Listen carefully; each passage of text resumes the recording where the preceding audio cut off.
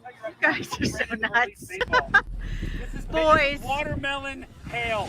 All right, guys, starting shortly. Just getting everything set up.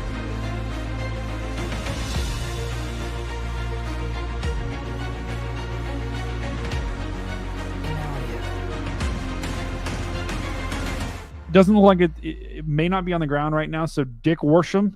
Dude, I can't. I just can't with that name.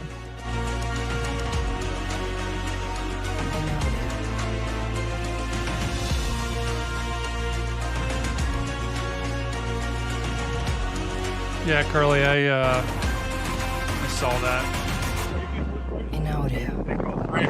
You got double check this out, guys. Double stream. All right, guys, welcome to the stream. We're everyone. streaming the stream. How are you doing tonight, Phoenix of the Gods? Doing good.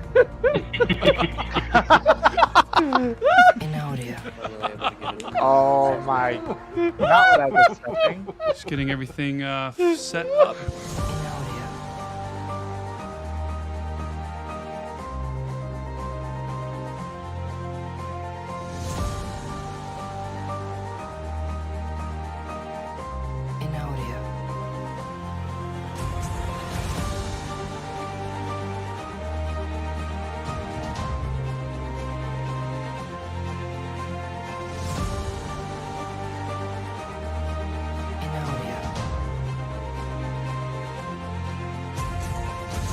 There's your storm right there. There's your storm. Your Vince. Storm. Vince. Storm. Vince. I don't know. Vince, this is pretty good. What do you guys think? Let me know in the chat. You want to see Vince? Storm. All right, guys, we are just finishing setting up here.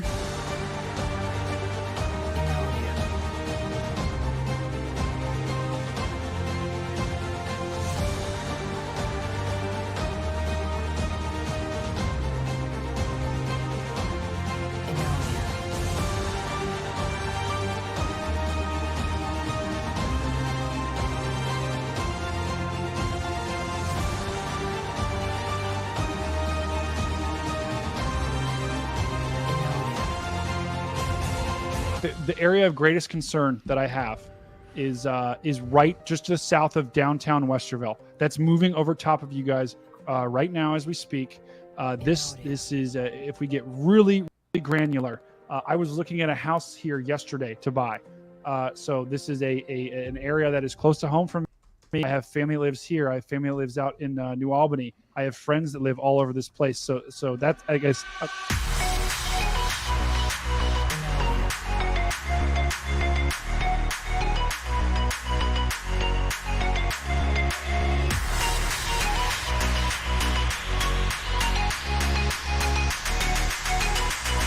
And now, your local on the Meower.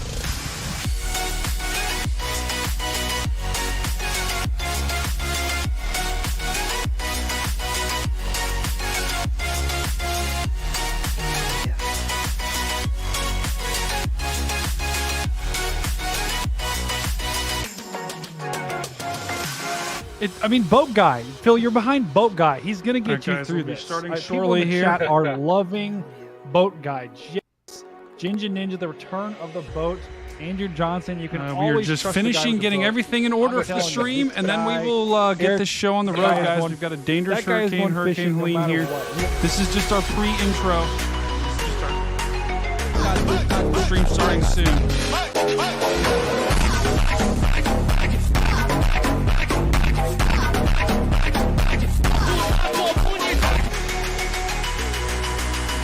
And now, your local on the Meower.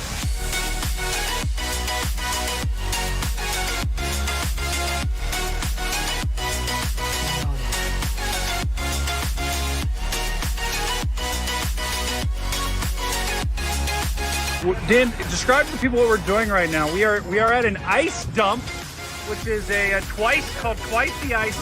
Dan, what are we doing right now at this ice dump?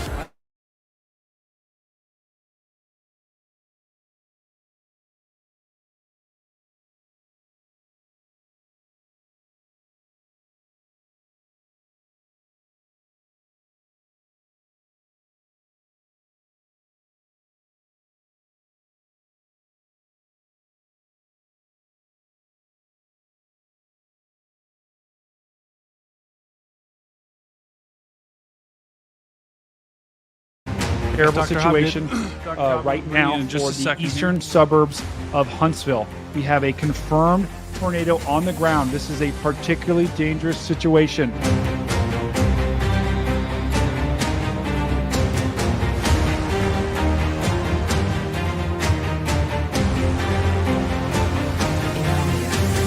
And now, your local on the Meower.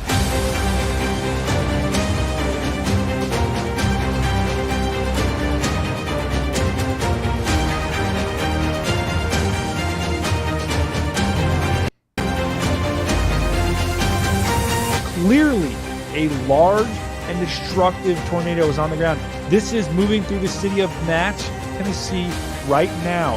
This is as real as it gets. Tornado warning for western Charlotte County in southwestern Florida, southwestern DeSoto County in south central Florida, northwestern Lee County in southwestern Florida, southeastern Sarasota County in west central Florida. Circle one. There's one just to the west of Lebanon. There's another one. Both of those are on the ground. We have radar confirmation that they're on the ground. Probably a third one trying to form in Morrow. Ready to roll. Queued up.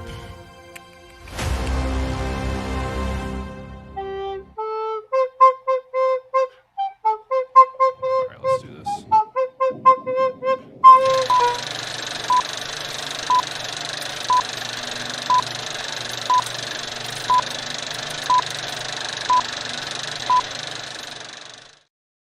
Welcome, everyone. I am meteorologist National Weather Stormcat Service has 5. A issued lot a of you new know me, tornado some of you don't. Just want to say Tornado welcome warning everyone to the for stream. We've northeastern got Hurricane Gulf County in the Helene that is Panhandle of barreling Florida, down on Florida. We've southwestern got a Liberty lot to County cover in Big tonight. Bend, Florida, Guys, this is going to be a northwestern really long Franklin show. County in Let's Big get Bend, right Florida. into it. Welcome to Outbreak,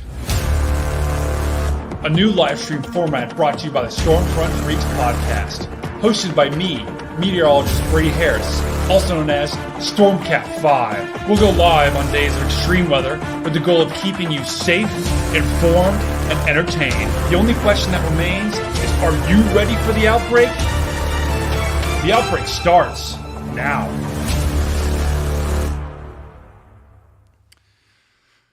All right, guys, welcome everyone to Outbreak. Dr. Hobgood, I'm going to bring you in just a second, but I wanted to show everyone what we're looking at right now. And this, guys, this is Hurricane Helene. This is dangerous Hurricane Helene that is still strengthening at this point.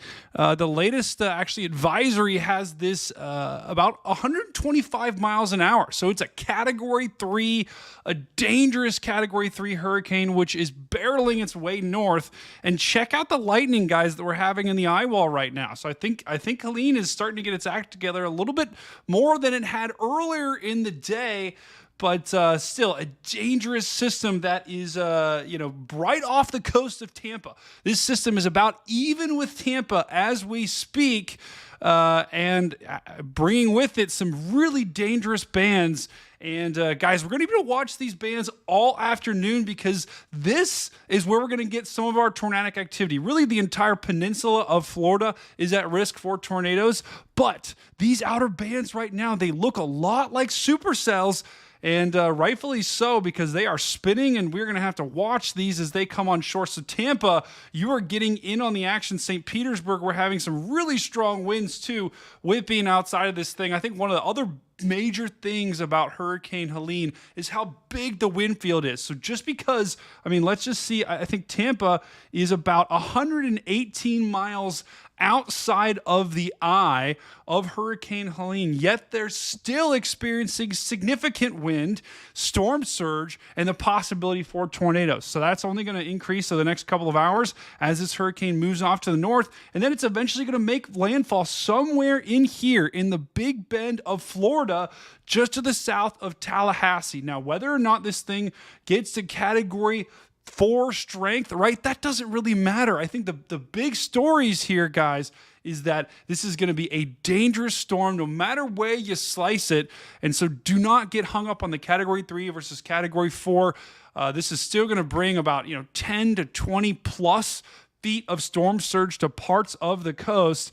The hardest hit areas are probably going to be here within the Big Bend, even 5 to 8 feet of storm surge down in Tampa. So a really impactful storm that we're going to be following for the next couple of hours. Guys, thank you for everyone that has joined today. I know this is a crazy time. We have just a really impactful hurricane. So thank you for joining us today. I do want to bring in Dr. Hobgood as well. And Dr. Hobgood, I'm going to bring you in right now just to talk, guys. This is hurricane expert Dr. Hobgood, Dr. Jay Hobgood. He was actually one of my professors in college, and he specializes in hurricanes. Dr. Hobgood, what is your take on this system so far? Has it exceeded your expectations? And I guess, what do you think the future holds for Helene? Well, it's good to be here, Brady. Helene is doing pretty much what we forecast. It intensified to a major hurricane today. It's very close to becoming a Category 4 hurricane. As you pointed out, that Big Bend area of Florida is really susceptible to storm surge. And so as Helene moves farther north and the winds shift around to the south, that's going to really blow the water towards that coast up there. Yeah, and I can't stress how significant of a situation this is, because as this hurricane, it's going to be a little bit deceptive here, because as this hurricane moves closer, the winds are actually going to be, in some portions, they're going to be pushing water offshore. So Cedar Key right now, I guess it depends on where you are, but if you're in the kind of the eastern or the western edge of Cedar Key, the winds are almost pushing this way, so almost parallel with the coast. So the interesting thing is this storm surge is going to be really deceptive, because it really depends on where you are in relation to this particular hurricane. Because to get the maximum storm surge at a certain location, the winds generally have to be about perpendicular. That's going to pile the most water up in a particular region. So this is the Big Bend of Florida is generally a big bend, right? And so it depends on where you are, where you're actually going to get, when and where you're going to receive the biggest storm surge with this particular system. And we haven't, we're not even close, right? We're not even close to the max storm surge here in the Big Bend of Florida, even all along the Florida West Coast, all the way down to Naples and Cape Coral. We're experiencing storm surge with this particular system. So we've already seen it. We've already seen the flooding. Now it's just a matter of, as this thing kind of gets closer to landfall, that's when we're really going to start to see these values ramp up. So, Dr. Hobgood, first of all, how are you doing today? And what other, Helene, right? A lot of people were talking about the system being, or this season being a bust, but it only takes one, right? It only takes one system to really, could be I don't want to say this is going to be a multi-billion-dollar disaster, but it only takes one hurricane to really make a season. So, were you surprised how Helene kind of, it didn't come out of nowhere, but man, we really switched gears fast. Yeah, Helene is sort of typical of what you would expect late September in the hurricane season, right? This is the time of year when you get things brewing in the Northwest Caribbean Sea. And if the steering currents are right, they get pushed up into the Gulf of Mexico like Helene did. And the Gulf is really warm this time of year, so storms can intensify rapidly. And the pressure in Helene has dropped to 951 millibars, according to the latest reconnaissance. And so, it's a rapidly intensifying major hurricane. And you were talking about the season being a bust, and I guess that depends on what your perspective is. Exactly. That if you're talking about the Atlantic as a whole, you're right. It's been much less active than people thought it would be. But Helene is going to be the fourth hurricane to make landfall on the Gulf Coast this season. And so if you live around the Gulf Coast, this has been a really busy hurricane season. Yep. Yeah. And a lot of times people lose track of that. And they just don't really think about the big picture there. Because they think about too much of the big picture, right? In this case, there have been some really impactful systems that we've experienced so far.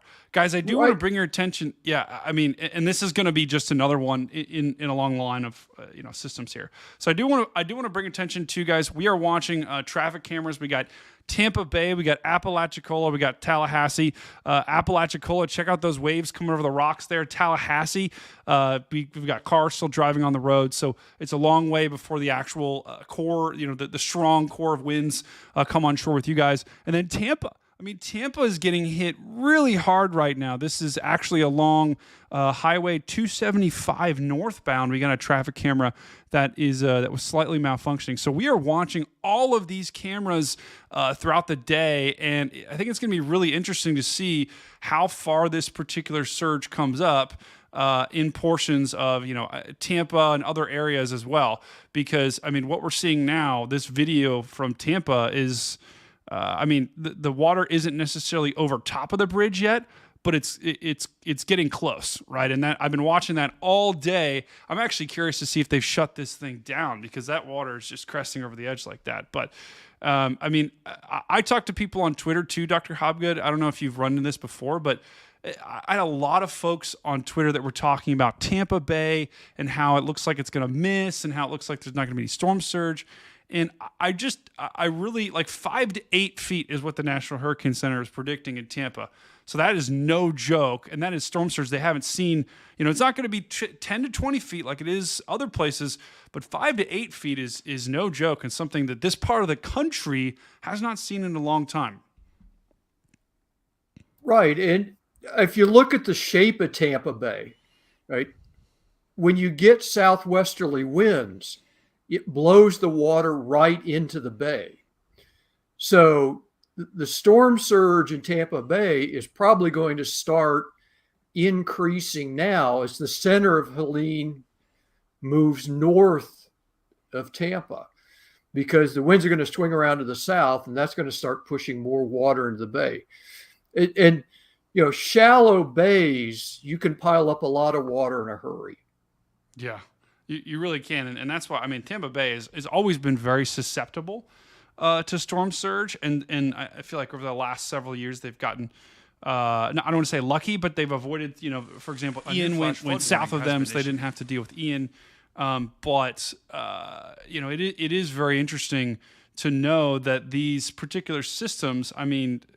This is not going to be worst case scenario for Tampa, right? Tampa is not going to get 10 to 20 feet. You guys are going to be well to the south of that. But you are getting this southwesterly flow that's pushing all of this water right now into downtown Tampa. Now, I'm not saying downtown Tampa is completely flooded. Like that's not what I'm saying. But I am saying that this part of the country has not really gotten these surge values in a long time. Keep in mind, that is max surge. So 5 to 8 feet is what they anticipate at the peak. They don't necessarily anticipate that for the entire time. It's very hard to predict storm surge. And exactly what the value is, what the peak value is going to be, because it's just a lot of water, but that's what the National Hurricane Center is basically calling for Tampa. So it is going to be interesting to watch as we go throughout the day. I'm curious to see if these surge numbers continue to increase. Guys, once again, thank you for everyone that's watching our stream, that's joining us. We got a lot of members in here. Thank you guys for being members. Thank you for watching this stream. We're going to be streaming this hurricane all night. We actually have a podcast at the end of it. So we are going to be doing a little bit of a different format at the end, because we had a podcast planned, but Mother Nature had other plans for Hurricane Helene. So, all right, I do want to go now. Let's go ahead, Dr. Hobgood, and check out. I'm going to pull up the latest infrared here and just kind of show. And let me go full screen here with this particular one, and let me actually do this one. So this is the latest satellite, and I tell you what, Dr. Hobgood, what are your first thoughts when you see this particular satellite? That's a very powerful hurricane. You can see really cold cloud tops rotating around the eye, and that's usually a sign of a strengthening hurricane. Yeah. Yeah, I would agree to you. This is giving, just in the past couple of frames here, check the center. The center is starting to clear out. The cloud tops, I mean, the eye wall was struggling a little bit all day to kind of get fully organized. There was maybe 2 eye walls at one point. But just in the last couple of frames here, watch this big burst of purple here that Dr. Hobgood was talking about. The purple and the gray, that's your cloud tops. So the more gray, the more purple the color, the higher the clouds. So that just means the more gray, the more purple you see. That's indicating stronger, higher clouds that indicate a stronger, strengthening hurricane. So anytime you see this kind of wrapping around that you're getting here, and let me just pause it at the last frame. Anytime you're getting this wrapping around, gray, purple, that is not good. That is very indicative of still a strengthening hurricane. And just in the last couple of frames here, the eye might be starting to clear out there. So that'll be interesting to see. But not good news. I think the National Hurricane Center, I believe, Dr. Hobgood, do you know, are they still calling for a Cat 4 at landfall? Let me check. I'm putting think Dr. Hobgood they on are. the spot here. Yeah. The problem is landfall's in between their points there, but the maximum wind speed now is 125 miles an hour. It only has to go up 5 miles an hour to be a Cat 4. Yeah. If it gets to 130, that's Cat 4. Yep. And looking at that satellite image, it looks like it's well on its way to doing that. I would completely agree, and I think too the storm has continued to strengthen too. I mean, throughout the day, the pressure hasn't been falling significantly, right? But since the last update was 950. I think it was 959, and then the most current update is right all to the left on your screen. If you're ever curious, we'll do the latest. Every 3 hours, the National Hurricane Center will do a new update. So that's the latest update here on the bottom of your screen, but. In the latest update, they had the pressure at 951. So the pressure's still falling. The winds are still increasing. And so that's, we're on the verge. Like Dr. Hobgood said, we are on the verge of a Category 4 hurricane. And here's the latest cone. I think at this point, guys, we're now casting this, right? The forecast is pretty set. There could be some wobbles here or there. But, for the most part, the impacts are going to be the same for the Big Bend. Now, if you get really down to the micro level, if the center wobbles a little bit, 5-10 miles to the east, that could actually mean significantly different storm surge numbers for folks along the Big Bend. But regardless, if you are watching this, which I doubt there is anyone that is still in the Big Bend, the time probably has passed to leave. This is a dangerous, unsurvivable system. If you're along the coast in the Big Bend. And guys, the other thing to note about this, the red is the hurricane force winds, right? So that's at the very center. So the core is pretty tight on this thing. But the yellow, that is tropical storm force winds, and that is observed. So that is basically saying this is a massive storm. Almost the entire state of Florida, else than a very very small sliver of the Panhandle, is experiencing tropical storm force winds, right? So this is a massive system with a massive wind field, which is why the entire west coast of Florida, all the way from Apalachicola all the way down to Naples and Fort Myers, is experiencing storm surge today. So that is why this is such an impactful system. Is not only the strength, but how big the wind field is. Let me show you guys the updated storm surge numbers. So once again, if you've been following me on Twitter, these numbers have mostly remained the same. These numbers have not really changed a whole lot in the past couple of hours, or the past today. They've been pretty consistent. Else than that uptick from 10 to 15 now to 15 to 20 feet in the Big Bend. So we still are expecting very significant storm surge up here in the Big Bend, where we're going to get, 15 to 20 feet. That is, I wish I had a graphic to show you, but that is, the top of your house, right? Depending on how tall your house is. But that is just an unbelievable number that is going to do a lot of damage. Even 10 to 15 feet down near the Caloosahatchee, 5 to 8 feet in Tampa Bay. And then further to the south near Fort Myers, we've got 3 to 5 feet. We've got high tide here coming up this afternoon and evening, I believe, down there. So expect a kind of a second wave of storm surge going down in the Naples and Fort Myers area. So that's what we're expecting storm surge wise. And I mean, Dr. Hobgood, this kind of storm surge is just insane. I mean, it's not like we haven't seen these before. But this is just giving me like, not necessarily with the exact position of it, but this is just giving me Ian vibes. Like we haven't seen storm surge like this in quite a little bit.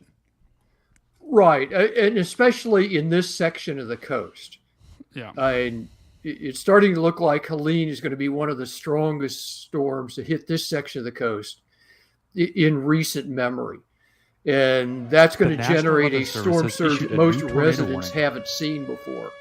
Tornado warning for southeastern Manatee County in west central Florida, northwestern Charlotte County in southwestern Florida, western DeSoto County in south central Florida, eastern Sarasota County in west central Florida. Take it as seriously.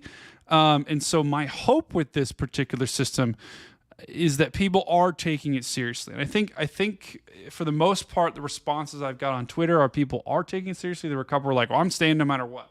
But that was in Tampa Bay. But it is this part of the country. The unfortunate thing is when you get a hurricane like this that hits a part of the country that hasn't seen a hurricane like this in a long time, people tend to not really take it seriously or as serious as they would because they're like, we've seen it before.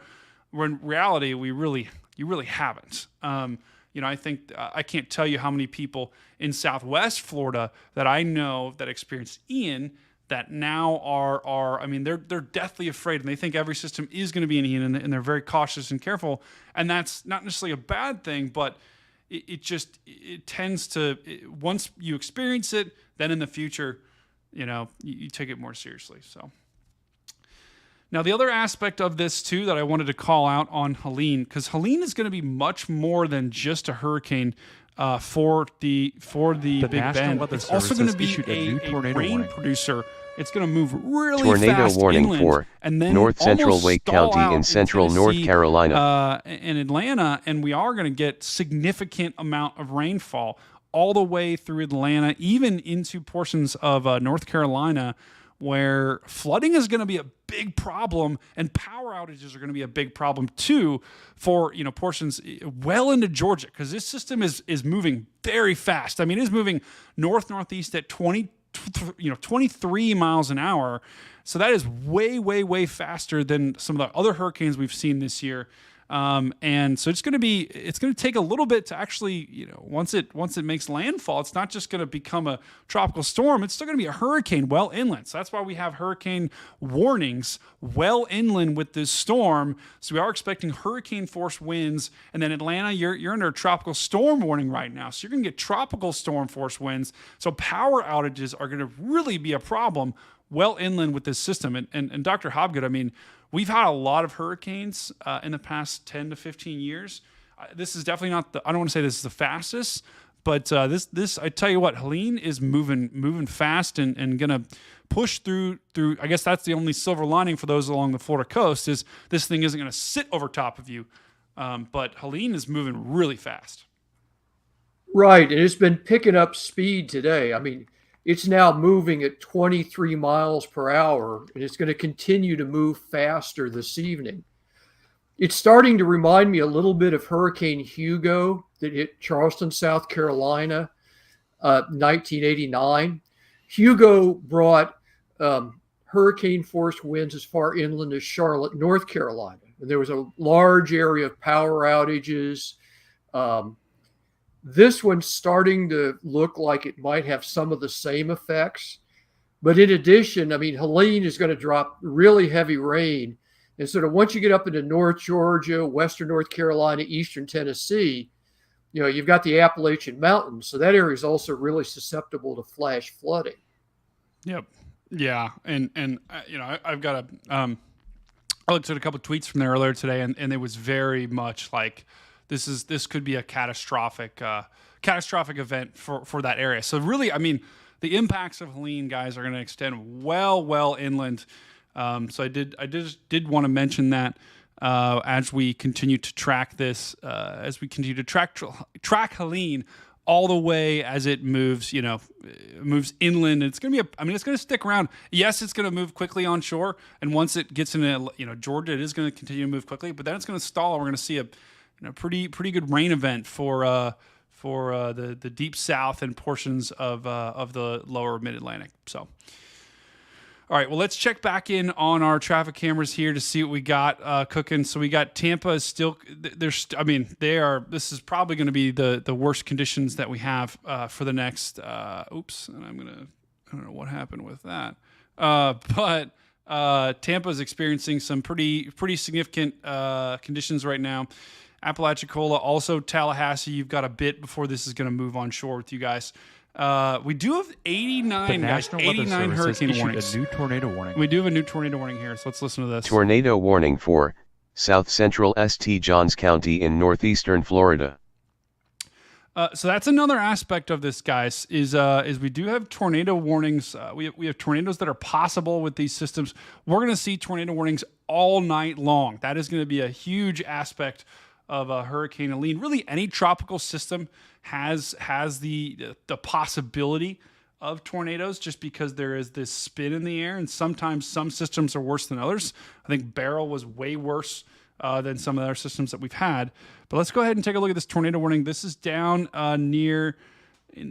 just to the south. I guess this is to the north of Fort Myers, right to the north of Port Charlotte. So this is including the city of Port Charlotte, although this storm is kind of to the north of Port Charlotte, and you can see it right there, guys. You see that hook right in there, and I'm actually going to go full screen here to just kind of show you guys this. But here's the latest tornado warning that we have. This is for the county of, let's see, this is several counties. Okay. So this is actually, let me just move this over here so you can see this, guys. So this is southeastern Manatee County, northwestern Charlotte County, western DeSoto County, and eastern Sarasota County. So 4 counties there are included in this warning. Let's take a look at the velocity here to check this out. And wow, let me try a different radar because that is showing nothing.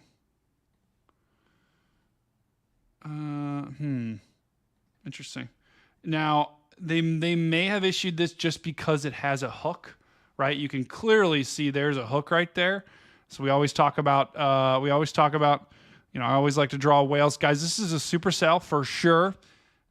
So we've got your inflow coming in here. We've got your outflow coming on along the backside. So possible tornado just to the north of Port Charlotte in Florida, about maybe 20 to 30 miles north of Fort Myers. Really, this whole line, guys, we're going to have to watch this whole line just to the east of Tampa, because they're all kind of exhibiting these kind of curving characteristics here, which indicate rotation and indicate the possibility of dropping a tornado. So we'll have to keep an eye on this system. This is still radar indicated, though, at this particular moment. So there hasn't been any visual confirmation this is on the ground. But wow, it's been a long night, Dr. Hobgood. I think we're going to be seeing a lot more of these warnings throughout the night. It sure is. I just wanted to pass along. It looks like the Florida Highway Patrol is saying the Skyway Bridge and the Howard Franklin Bridge in Tampa are both closed due to high winds and storm surge. Whoa. I'm going to have to pull that up because that is, I think we actually can have a traffic camera there now for the Skyway Bridge. So let me pull that up real quick because I think we can actually find traffic cameras there for that particular storm. Just want to give a shout out to Meg, our newest YouTube member. So thank you, Meg, for becoming a member. Dave B as well just gifted a new Stormfront Freaks membership. So thank you for doing that. Welcome to whoever Dave gifted that to. Guys, in the chat, guys, let me know where you're at. Let me know what you're experiencing, and if there's anything, any questions that you have, anything that you're seeing. If you're there on the ground, send me pictures on my Twitter. I'd love to post them on this particular stream here. And I just added Nikki. I just added you as a mod. Just FYI.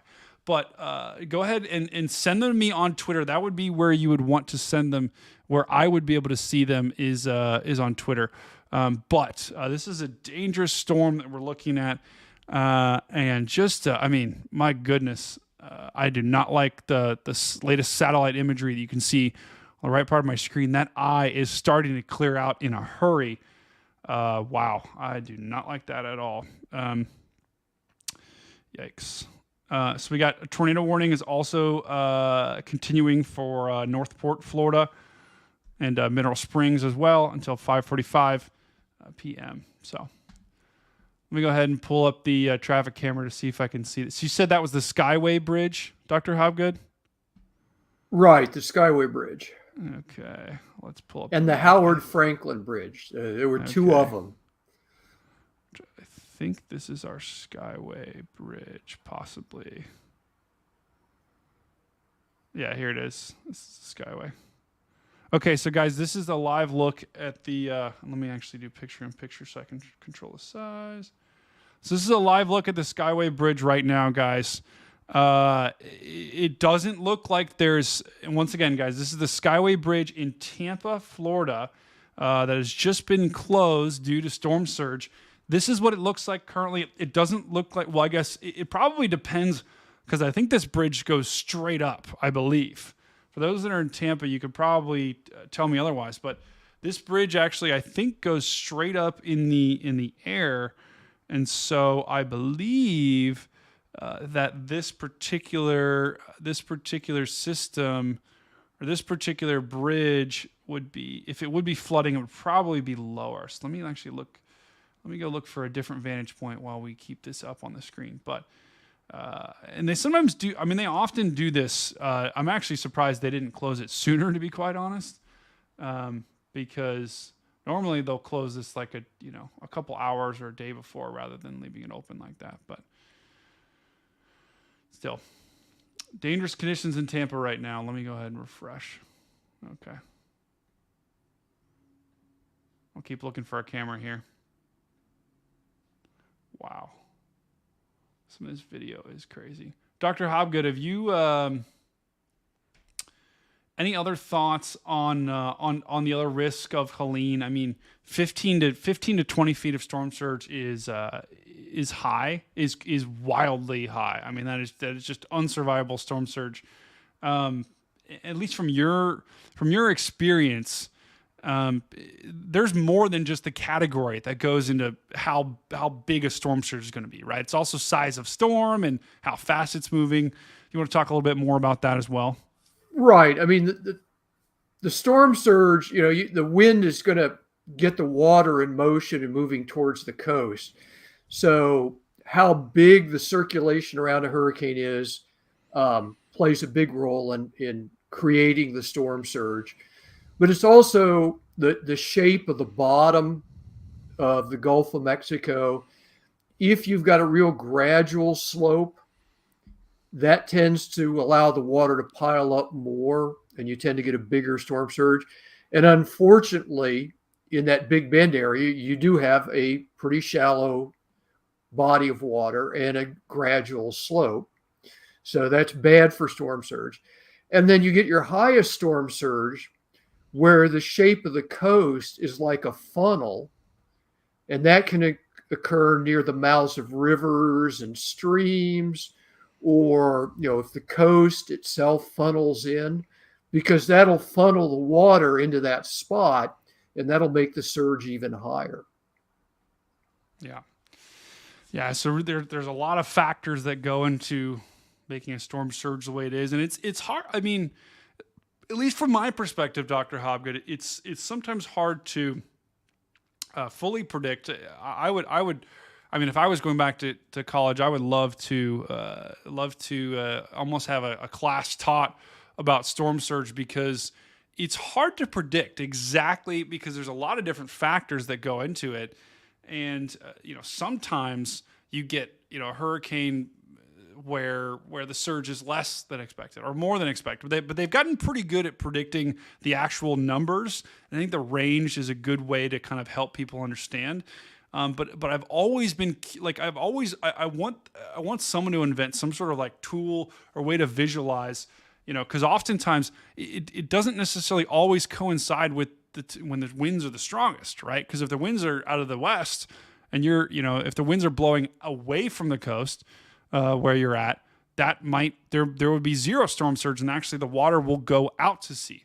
Whereas if you're on the backside of it and the winds are blowing right at you on the coast, that's when you're going to get the highest value of storm surge. And so it'd be really interesting to see. I bet someone's working on it, some sort of tool that could help visualize, hey, when are you going to, and it's probably really hard to do, but exactly when are you going to get the peak surge? Because that's tough to do. And I think that's a complex thing for people to understand.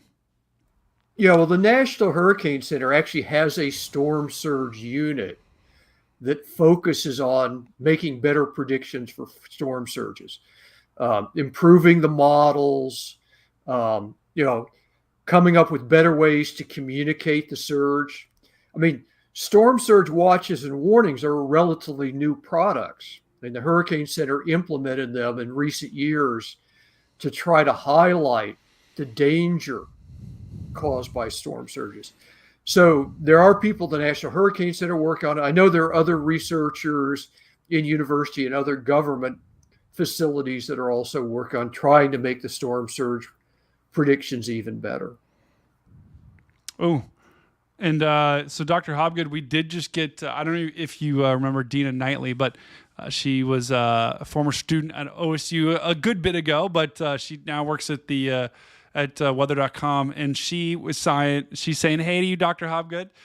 She said she wishes she could join. She's still on duty, but Dina's going to be on later tonight. So if you hang around, Dr. Hobgood, you'll get to see Dina. And all right, well, tell Dina I said hi. Hey, Dina can hear you, baby. Dina can hear you. Okay, hi, Dina. There you go. That's awesome. Yeah, Dina says Helene is close to a Cat 4. We are very, very quickly approaching Cat 4 status for sure with this particular storm. So it's going to be interesting to see over the next. I bet by the time we get the next advisory, I would not be surprised if Hurricane Helene hits Category 4 status. So. All right, guys, I do want to say welcome to everyone that, if this is your first time joining the stream, go ahead and subscribe to this channel. Like the video, that helps us out tremendously. We are tracking Hurricane Helene right now as it barrels its way to the north towards the Big Bend of Florida. The forecast for this thing has largely remained on track today. There haven't really been any significant deviations. There haven't been any big shifts to the east. I know that was something that a lot of people were concerned about, was the east shift. When is the east shift going to happen? The National Weather Service has issued a new tornado warning. A new tornado warning here, so let's listen to this. Tornado warning for Georgetown County in northeastern South Carolina, east central Williamsburg County in northeastern South Carolina.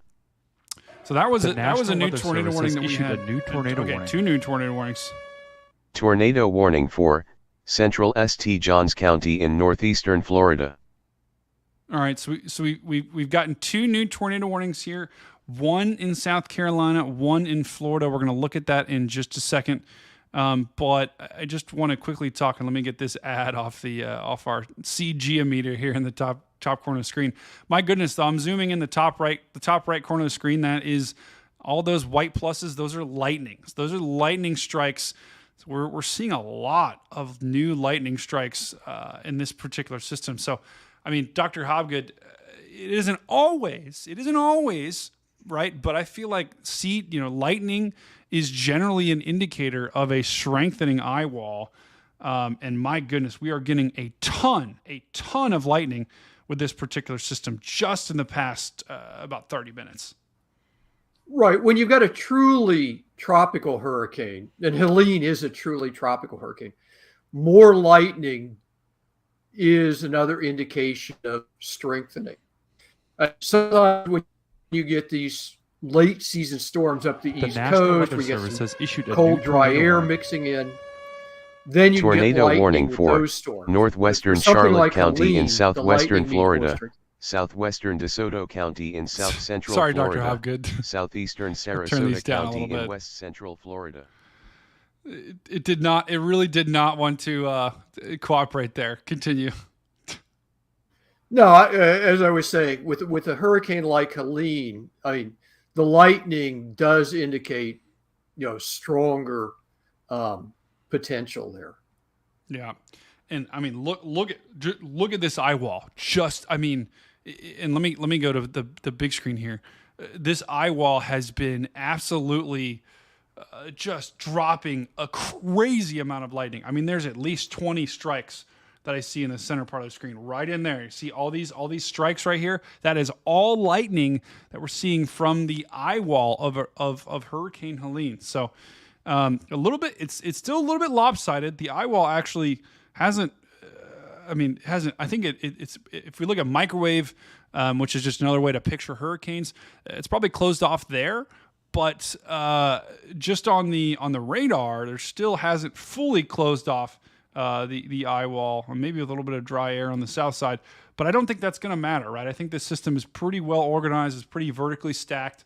And with the lightning that we're seeing now, I think Helene is still strengthening. Issued a new tornado warning. New tornado warnings here. Tornado warning for western Hardy County in central Florida, eastern Manatee County in west central Florida, northwestern DeSoto County in south central Florida. All right, well, let's go ahead and check out these new tornado warnings here because I do want to make sure we hit on those.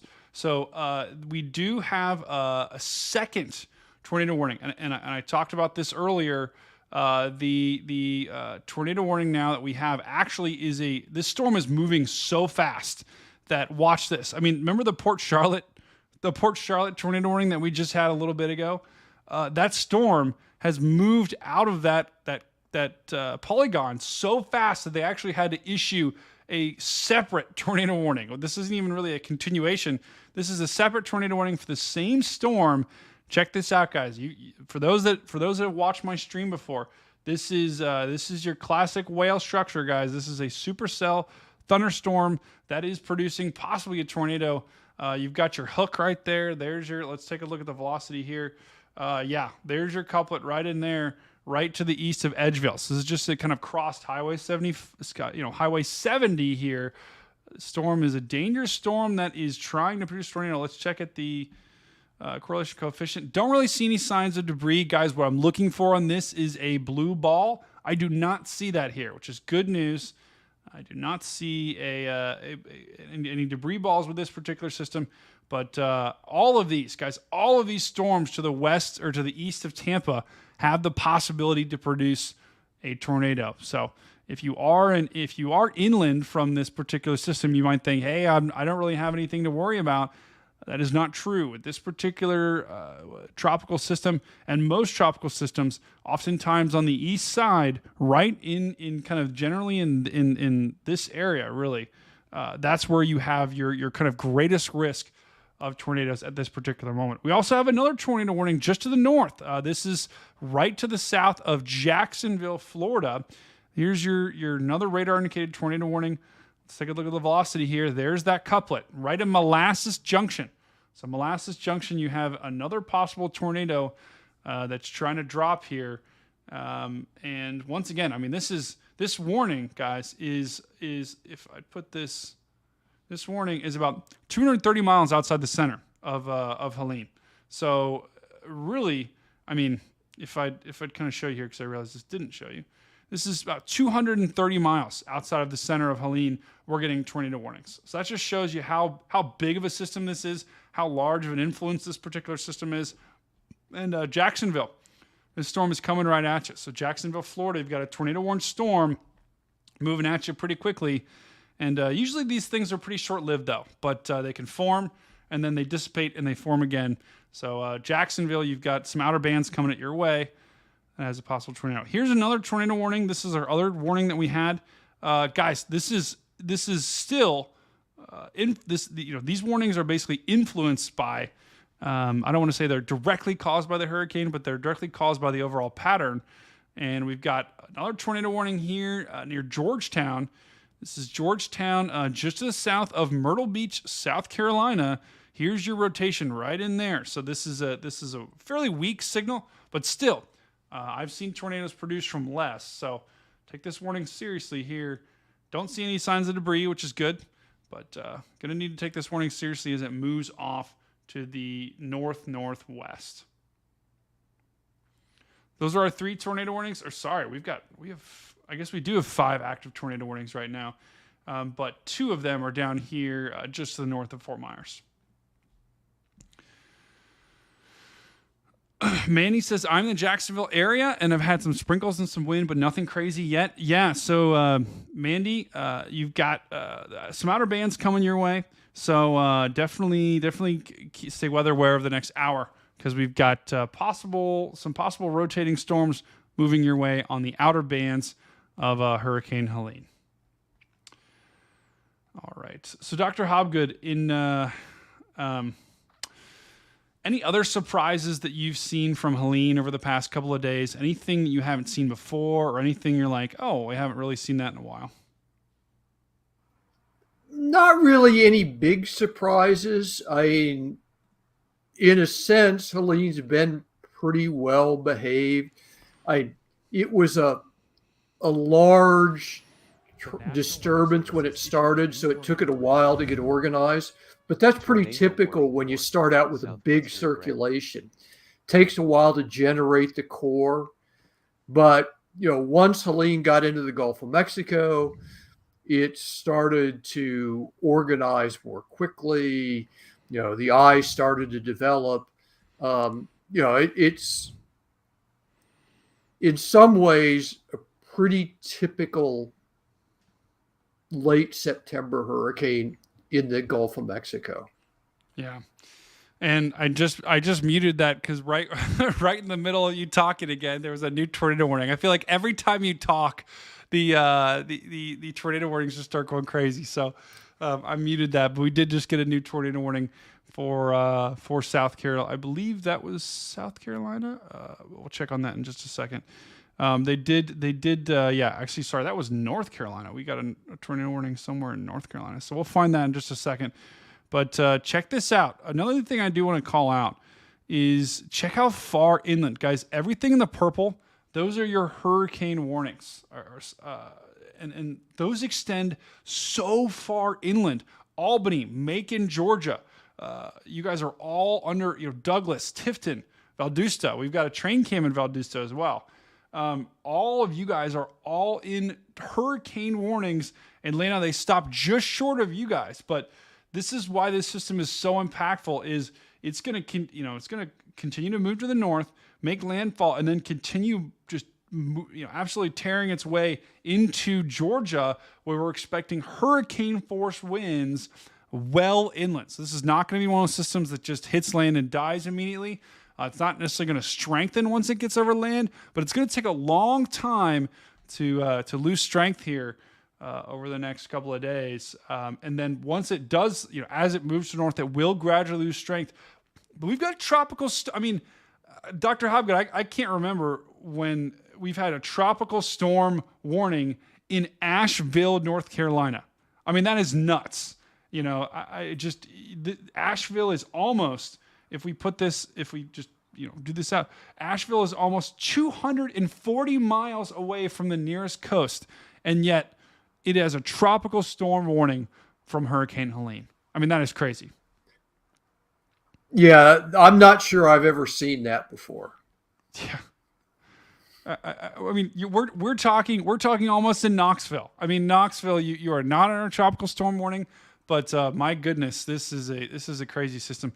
I do want to welcome PJ. PJ, welcome to the Stormfront Freaks family. Thank you for becoming a new member on the stream, guys. What is a member? Essentially, a member is YouTube's kind of way to give exclusive perks to different folks. So if you do become a member, it's a low cost of about $3 a month. You get access to emotes. You get access to members only videos. We're going to start doing more for our members in the future. I know I keep saying that, but I've just been pretty busy with things. So we're going to start doing more for our members in the future. But right now you get emotes, and go ahead, if you're in the chat, spam your favorite member emote.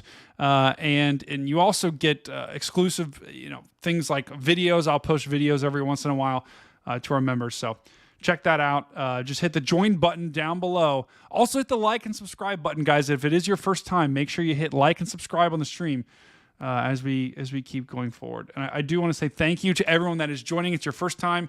I am Stormcat5. We've got Professor Jay Hobgood, hurricane expert. We are looking at this Hurricane Helene spinning its way in the Gulf. And man, oh man, there's just been a flurry of activity in the past bit. We got a new tornado warning here. For northwestern St. Johns County in northeastern Florida. Wow. So that's a new tornado warning that we have. We've got a total of 6 now. So we'll look at that in just a second. We got someone in the chat says, if you feel it, chase it. I love that name. That is a quote from the new Twisters movie. So I love that quote. So that the new tornado warning, actually, I believe, or the few new tornado warnings is an extension of this warning. Excuse me. An extension of this warning moving towards Jacksonville. So Jacksonville, this warning is coming right at you here. So definitely, it does not include the city of Jacksonville yet, but you have 2 really tornadic producing storms that are moving your way. We've got kind of 2 different cells here that are possibly producing a tornado. So stay weather aware in Jacksonville. These outer bands are going to be moving your way. I'll put this in motion here just to give you guys an idea about where this is tracking. But this is tracking right at Jacksonville. So be on the lookout here. We've got kind of an outer band that's moving through Florida right now, and then you're going to get a break. But this is the latest outer band here that's moving through portions of northern Florida. Wow. We also have we're also following Storm Chaser Vince Welty as well. So I'll pull his stream up here just to show you guys. So this is Storm Chaser Vince Welty. He's given us permission to use his feed. So he's going to be chasing this all night. So we're going to be periodically checking in with him. Looks like he's stopped right now. I believe he's at a red light. They got some nice light beams there. So this is Vince Welty. If you are here from his stream, guys, I do recommend have his stream up and our stream up at the same time. We'll periodically check in with him. And I think I can actually turn on his volume as well. Just let me turn on his volume and see what he sounds like right now. Oh, I can't turn on his volume. Wait, can you hear that? No, you can't. Wait, hold on. Interesting. Okay. I actually don't think he's got his audio turned on right now. So when he turns his audio on, we will let you guys know. But this is Vince right now. He is chasing this thing down in the Big Bend of Florida. So we'll be continuing to follow him as we go throughout the night. Because he'll be our kind of boots on the ground here. All right. Let's take a look at our webcams here and see what we got. I do want to check back in on our webcams here. And let's take a look. Let's take a look at the Skyway Bridge. See what we got. This was the camera before. I'm curious to see if we can see any, because they've closed the Skyway Bridge, and they don't have anyone. They're not allowing anyone over. This is in Tampa Bay that they've done this, and the reason why we show this, I think, is because this surge this won't be as bad as it is up to the north, but it's still good to show. Okay, so this is the good news is it still looks like I'll show this over here.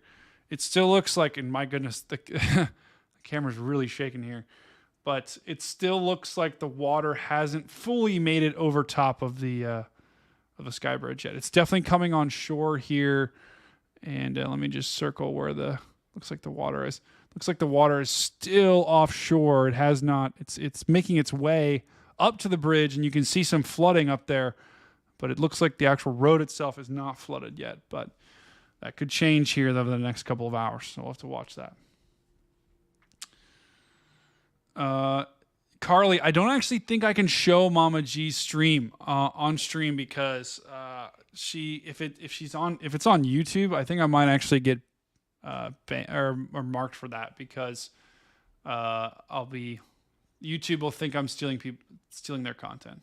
So, guys, if you are following me on Twitter and you do have any pictures or video you do want to send me, go ahead and send that over to my Twitter. It looks like we have someone's already sent me a picture of their cat. So we've got people sending me their cat pictures. We've got Nugget the cat. So go ahead and send me either DM me or tag me on Twitter. If you have any, if you're on the ground there and you can safely snap a photo, snap a video, go ahead and send that to me. I'm at Stormcat5 over there on Twitter. So check that out. The Sarasota Bradenton Airport is reporting heavy rain with sustained winds of 46 miles an hour and a gust to 67 miles an hour. Wow. So that just goes to show you guys that, Sarasota. I think the Sarasota airport's down somewhere. Actually, let me pull up the radar. That'll be a better visual.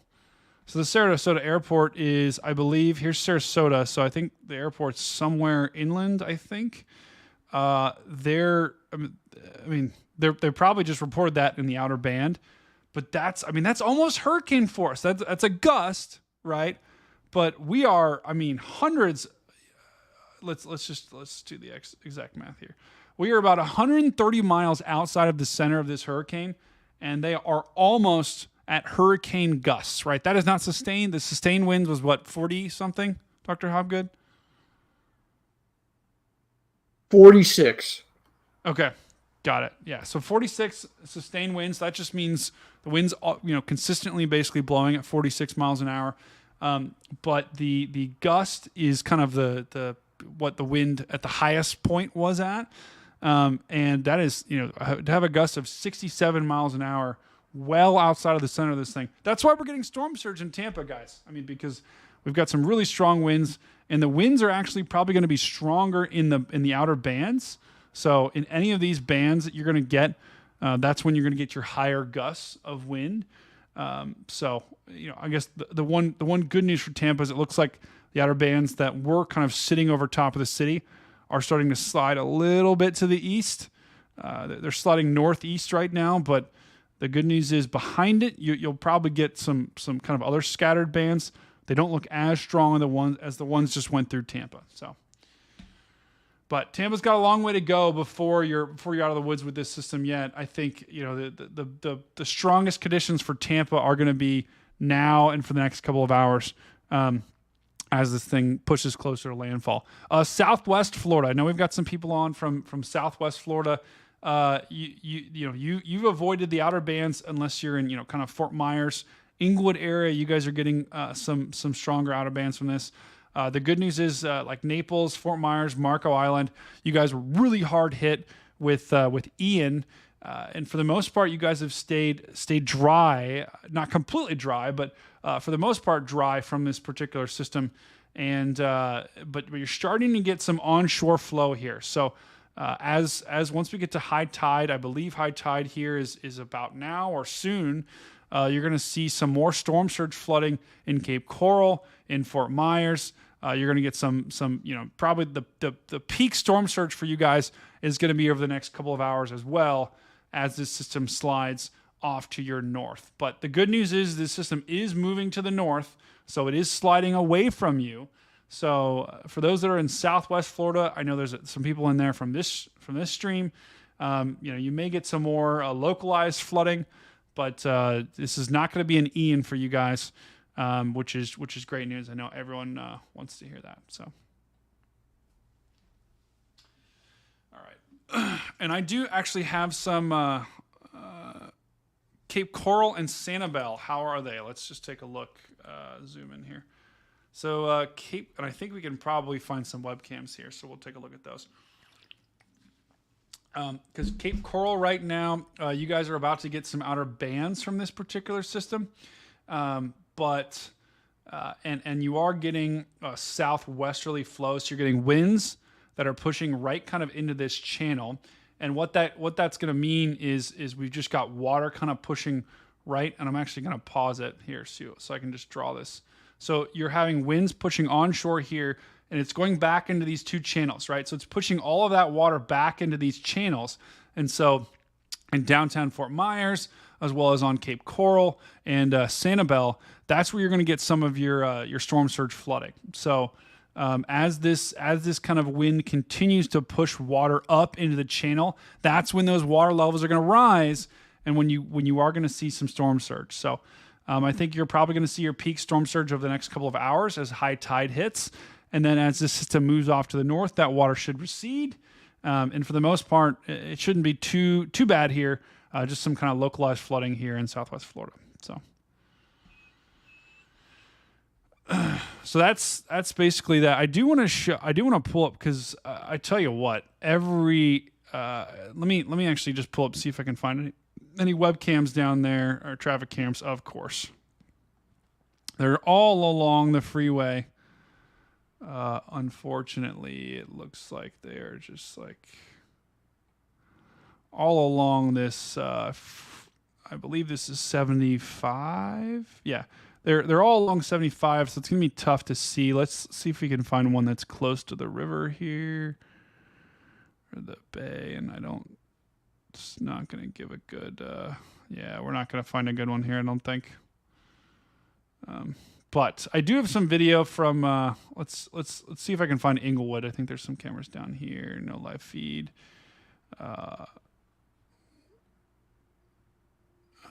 This one looks interesting. Hang on. Now I think Dr. Hobgood, we're a little ways away. I think the advisory will come out in at 8 p.m. I believe, right? There's a new full advisory at 8 p.m. They are actually doing update statements every hour. Okay. In the 6 p.m. update, they dropped the winds to 120 miles per hour. Okay. The pressure's 950, and they say it's moving to the northeast at 21 miles per hour. Wow. Okay, so the winds have slightly decreased. So that's actually good news. I don't want to say this thing is actually. I mean, I don't want to say this thing is losing strength now, but it looks like the winds decreased a little bit. Sometimes the winds can actually decrease as the eye gets bigger, and then they will increase once again. But trying to find some good video here, and we will bring in Phil. I do see Phil in the background, so we will bring in Phil. To talk through this hurricane. I'm trying to get this video to work, and it's just not working with. So once again, guys, welcome to the stream. Make sure you like the stream. Make sure you subscribe to the channel for more content like this going forward. I don't actually think I think that's just, whoa. I think that's just water on the road. I don't actually think that's storm surge here that we're getting, and it could be, I guess. The National Weather Service has issued Oh, a new tornado okay, we had a new tornado warning. All right, I'll keep looking here. Tornado warning for southeastern Manatee County in west central Florida, northwestern Charlotte County in southwestern Florida, western DeSoto County in south central Florida, southeastern Sarasota County in west central Florida. We are going to bring in Phil as well, Phil Johnson. I know Phil's updating some things. So, Phil, if you're not ready to talk, that's totally fine. But Phil, welcome to the stream. How is your night going? I see you got the Stormfront Freaks bucket hat on. Any thoughts on the Hurricane Helene right now? First off, I'll be sending a bucket hat to Dr. Hobgood, I'm sure, because he will want to be wearing one of those. I love that. But so my thoughts are this. I mean, this reminds me. I heard you guys talking a little bit on my drive home. And a couple things you mentioned. First off, you were talking about the financial impact that this storm is going to have. And, you know, I heard you mention, Brady, like possibly in the billions, and then you kind of step back a little bit and said, well, maybe not, but certainly in the millions. And with as fast as this thing is going and the impact that it's going to have not only in Florida, but going into Georgia. And more importantly, as you get to Macon and Atlanta, where you've got major cities, major populations, major businesses, all that kind of stuff, and the winds are still going to be very strong on this storm, the impact financially on this thing could be out of this world, realistically. Yeah. I mean, the only saving grace here, it's not a saving grace at all, but there isn't, the hurricane is kind of splitting the difference right now between a lot of major cities, right? You've got Tampa Bay, Apalachicola, and the Big Bend. There are some towns here. I think the biggest, the worst impacts, and probably the most damage dollar-wise is going to be in Tallahassee. Tallahassee has gotten, I don't want to say lucky, but they have not really seen a significant hurricane like this in a long time. And this is going to be a significant hurricane, and this is going to hit Tallahassee very hard. And so Tallahassee is in Apalachicola as well. I mean, Apalachicola is going to take a close to direct hit from this particular system. Now, it'll be interesting to see as this thing kind of wobbles where it exactly makes landfall. Could make significant impacts on exactly who's hit the worst and how much the damage is. But this is going to be a multi-million-dollar, if not billion-dollar disaster, and just it's not great. I mean, you never like to see a major hurricane hitting anywhere, but to be hitting a really highly populated town like Tallahassee. The Big Bend isn't as populated, but really the effects of this, the damage is going to be all up and down the west coast of Florida. So this is not just going to be a Big Bend event. This is going to be a Florida event. This is going to be all the way from Apalachicola all the way down to Naples and Fort Myers. You're going to see some sort of impacts from this particular system. We've already seen flooding. We've already seen storm surge flooding in Southwest Florida. We're now starting to see it in Tampa.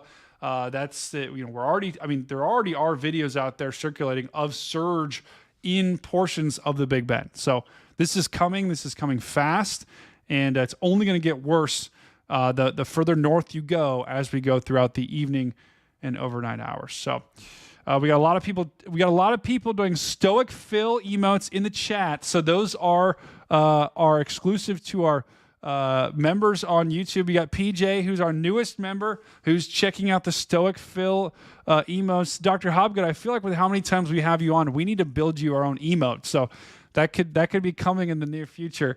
But right now, we everyone's just spamming Phil emotes in the chat. So that is awesome. That is a perk of our members. So thank you once again for that.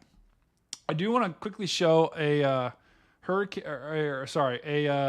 new tornado warning that does include the city of Port Charlotte and Punta Gorda. So if you are in Port Charlotte and Punta Gorda right now, there is a tornado warned storm coming right at you. There's your rotation right in there. So this storm is moving right into downtown Port Charlotte. So if you are there, take cover now. Prepare for the possibility of a tornado. This thing, as with always, a lot of these systems, tornadoes will be quick. They'll be short-lived, but they still can be intense and they still can do damage. So if you do get a tornado warning tonight, take this seriously. I don't see any debris ball here with this particular system just yet, which is good, but still, there could be a possible tornado here in Port Charlotte. We got Sean Moorhead checking in the chat. We got Taylor Barr checking in the chat as well. Welcome. Taylor, Sean, make sure you do subscribe to the channel if you don't already. But thank you for checking in. We got someone asking about pastrami Dance. I think that's in Southwest Florida. Pastrami Dance should be okay, I think. But anyway. All right, I do want to quickly pull up, and Dr. Hobgood, I'll ask you to kind of weigh in on this. But I do want to look at the latest satellite here, because I think this system actually is strengthening. Or showing kind of some concerning signs right now, and I do want to get your opinion on that. And Dr. Hobgood, you said the winds are now down to 120, right? That's what NHC had in the 6 p.m. update, correct. Okay. And then pressure is 951 still, or is it lower? Or higher, actually? I'm putting Dr. Hobgood on the spot right now. Don't you guys love it? Wow. Down to 950. Okay, so the pressure's decreasing, but the wind has slightly decreased as well. Normally it's the opposite, but I think, I mean, looking at this visible satellite, and I guess this is the IR, I mean, this to me screams, this thing is strengthening and strengthening in a hurry. It's not, I don't want to say it's undergoing rapid intensification, but I mean, look at the eye now, to me, looks like it's getting way more defined.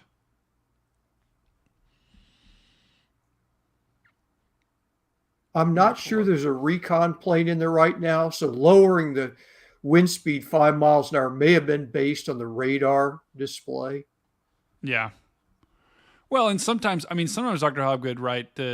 When as the eye wall strengthens, right, the winds can very briefly decrease before they increase. But check that out, guys. That's about as good of an eye as I've seen so far. Let me zoom in on. Oh, zooming it doesn't do anything. But that's about as good of an eye as I've seen on this particular system. And I mean, we're almost at the point where this is wrapping fully around. I do not like the look of this system. This is the eye is clearing out. The eye wall is getting more organized. I think we still have a strengthening hurricane on our hands, and it does not bode well for the Big Bend. Would you agree with that, Dr. Hobgood? Do you think the system is still strengthening? It certainly looks like, I mean, it might have pulsed down briefly, but that eye wall definitely looks more organized in the last 45 minutes. Yeah, I would agree. I'd agree, and we're gonna have to watch. We're gonna have to watch the wobbles here, because if I draw a straight line down where this thing starts, and that wasn't a straight line. It clearly is moving. It's moving north, but there's an eastward component to this. So I don't want to say I don't think this is. I wish I could overlay the National Hurricane Center track on here, but this is normal. I mean, we normally see wobbles like this, and so sometimes when the eye wall's starting to form, it'll actually go wobble with the particular strengthening of the particular part of the eye wall. So when convection kind of is wrapping around from the south, sometimes it wobbles a little bit towards that convection. But right now, this thing is moving northeast. And so really, I mean, if this thing were to keep tracking, it's going to make landfall in the Big Bend. So I think the forecast is still largely on track, but we're going to have to really watch this over the next couple of scans here. Because if this system, I don't think it is. I don't think this system's going to make a right turn. I really don't. But if this system makes landfall here versus making landfall here, that is a significant impact or difference in impacts for cities like Tampa, for cities, places like Apalachicola, places like Tallahassee. Your impacts are going to be significantly different based upon where this thing makes landfall. So we'll have to keep an eye on this as this hurricane continues to move off. Let's take a look at the visible, though. I always like to look at the visible satellite, just to because we're about to lose daylight here, and Mama G is also streaming as well. So Mama G, bad gateway. Tropical Tidbits has been having some problems throughout the day. So Mama G, I think, is also, she's a moderator in our chat. I believe she's chasing this. I think Mama G, let's see. Let me look at where Mama G was. And we also have Vince Welty as well chasing this. She is, I'm looking, St. Mark Wildlife Center. So she is on, I think, the West Coast. I'll have to check it out.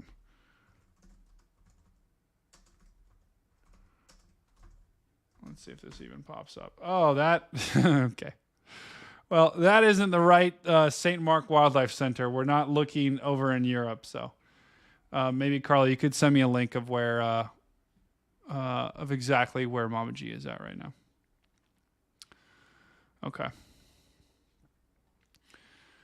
All right. I do want to take a look at our tornado warning down here in Florida. Let's take a look and see if there's been any updates here. So we still have a very clear rotation here just north of Port Charlotte. This thing just moved through the city of Port Charlotte, Charlotte Harbor. So this is just right to your north. We did have a possible tornado move through. Definitely got the look. The supercell definitely has the look here. We've got the dino shape here, as always. Let me look at the good news is I don't see any debris signatures. So that doesn't necessarily mean this thing was. Doesn't necessarily mean this thing was not on the ground, but I'm not seeing anything that indicates like a massive tornado was on the ground here. So a lot of times these things, these systems are spin ups. They can touch down briefly, and then a couple minutes later they could even be gone. But with Hurricane Beryl, we saw something completely different, but I don't think that's materializing at this particular moment. Someone in our chat just said upgraded to a category 4. All right, we'll check on that. Maybe Phil or Dr. Hobgood, could you check on that? I'm looking. I just pulled up the NHC site. Maybe that was just, I don't know. It was just noise. So PJ asked, would that No, be that's different? correct. Oh, it is. They've just had a plane fly through the middle. They found a wind speed. It's a NOAA hurricane hunter. Found the winds are 130 miles per hour, which makes it a category 4. The pressure's down to 947 millibars. Wow. So this is strengthening, guys. This thing is still strengthening. I'm going to update that on our graphic right now, but wow, that is crazy. So guys, we officially have a category. You said 946? 947. Okay, one off. Is it still moving at 23? Northeast at 23. Okay, all right. The speed has stayed the same, guys. We now have a dangerous category 4 hurricane, guys. This is Helene is a low end category 4 hurricane, but the category shouldn't make a difference here, guys. It really is just whether it's 125 or 130 or 135, obviously the stronger the winds, the higher the impacts. But this is regardless of if this makes landfall as a Cat 3, a Cat 4. We are going to see devastating storm surge along the coast. So we talked about this storm all yesterday on Twitter and all today. Is this going to make Category 4 status? Is this going to do it? And I'm going to be honest. Earlier today, I didn't think it would, just because it was kind of struggling. It wasn't really rapidly intensifying, but that just goes to show you when you have this kind of these kind of conditions. This kind of warm water in the Gulf, this particular system, the sky was the limit. I know a lot of the models that we were looking at had this getting to a category 4 or 5. I don't necessarily think a category 5 is the most likely scenario. I think this is probably going to continue to strengthen, but we have a powerful category 4 hurricane that is about to make landfall in the Big Bend of Florida. And so the impacts are going to be the same, though, guys. This was expected. We expected this to get to Category 4 status before it made landfall. But the fact that we still have a couple of hours until this thing does make landfall leads me to believe that the kind of the sky's the limit for this particular system. And I really hate to say that the forecast is verifying because I didn't want it to, but this is why the pros of the National Hurricane Center are the pros, right? Because they called it. They said it was going to be a Cat 4, and now it is. Where are you finding the Hurricane Hunter numbers? So if I and I don't know where you found them, Dr. Hobgood, but if you go to you go to the National Hurricane Center homepage, you can see here's the homepage. If you click on Helene. This will tell you, well, first of all, if you hover over it, this tells you the 5 o'clock advisory. Yep. But then if you go up here to see the 5 o'clock advisory, you go to this public advisory. But to see this purple update, if you click on that, now you've got, and let me go ahead and circle it here. But you've got your winds, whoops. Oh, I got it. You got your winds, your pressure. So you can see there's winds of 130, pressure of 947. So one thing I'll show you just so Brady, you can see some of the resources I've got pulled up. So one is actually a Hurricane Hunter tracker. And so you can actually track the multiple missions. So currently there's 2 that are out. This is the NOAA one that Dr. Hobgood was talking about that we just got the results from.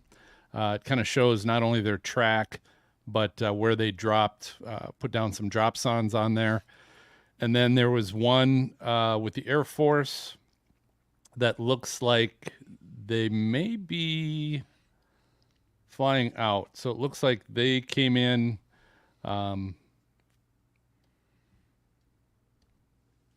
took some readings. Looks like they got one down to 952 millibars. Whenever that was, they went in there. But it looks like that Air Force One is heading back to base. So we've got the NOAA one that we talked about. Looks like it's pretty fresh. Just got out there recently. Yep. Also, we can track actual readings, live readings, weather readings from area airports in the area. So we could go down to just north of Tampa Bay, like St. Petersburg area, and check out the various airports to see what they're seeing. So this is Bay Pines heliport. Currently having gusts 57 knots, so that's in the 60s there. So we can kind of go through and get various wind readings along the coast from the airports. We, of course, also have our Waffle House index we can track. Waffle House index? Well, it's not really a Waffle House index, but we'll call it that. And if you go up to Tallahassee, we'll click on some of these area Waffle Houses. And looks like Tallahassee, they're still open.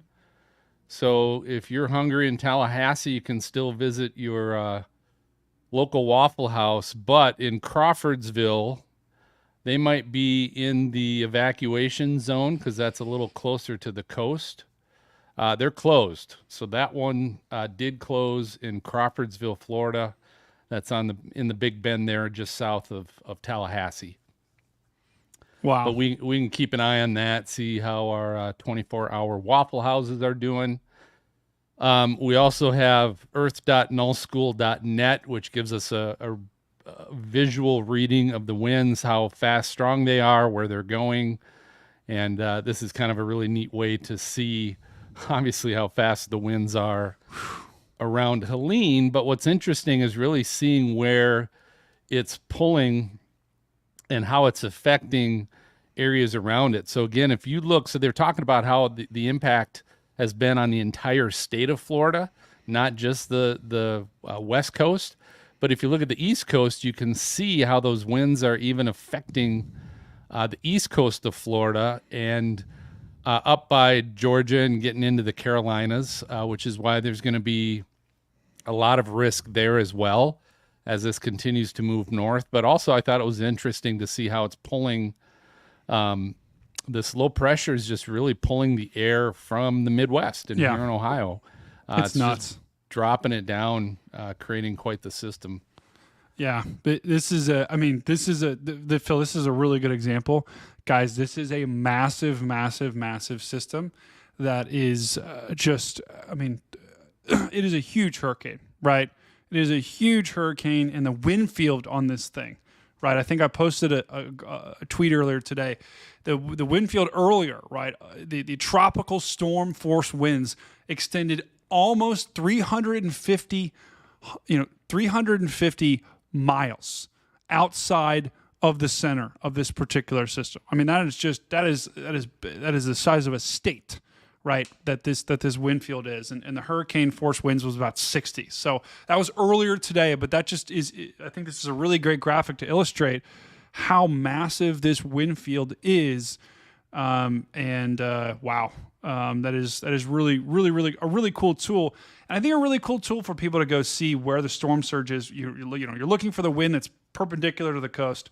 That's when you get the storm surge. Here's your planes, right, Phil? Yep. So this is flight aware. So this is going to really give us, an idea of how this is affecting air traffic at this point. And you can see certainly there's no air traffic anywhere around it. However, Still, it looks like they've got some flights.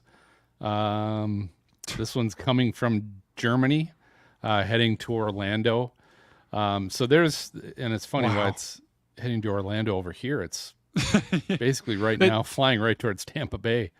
Flying right into an outer band, right? Like, Yeah. what are we National Weather doing? Service has issued a new What are we tornado doing here? warning. New tornado warning. Listen to this real quick. Tornado warning for Central Charlotte County in southwestern Florida, southwestern DeSoto County in south central Florida, northwestern Lee County in southwestern Florida. We got Shannon Fuller's checking in. Glad to finally watch your live streams. Thank you, Shannon, for watching. You're awesome. Thanks for watching. But yeah, Phil, I mean, I had a friend who was actually flying out tonight, and I was cautioning her. She was flying from Chicago to Miami. It looks like they're still getting flights in and out of Miami. I don't see actually many flights coming out of RSW down there.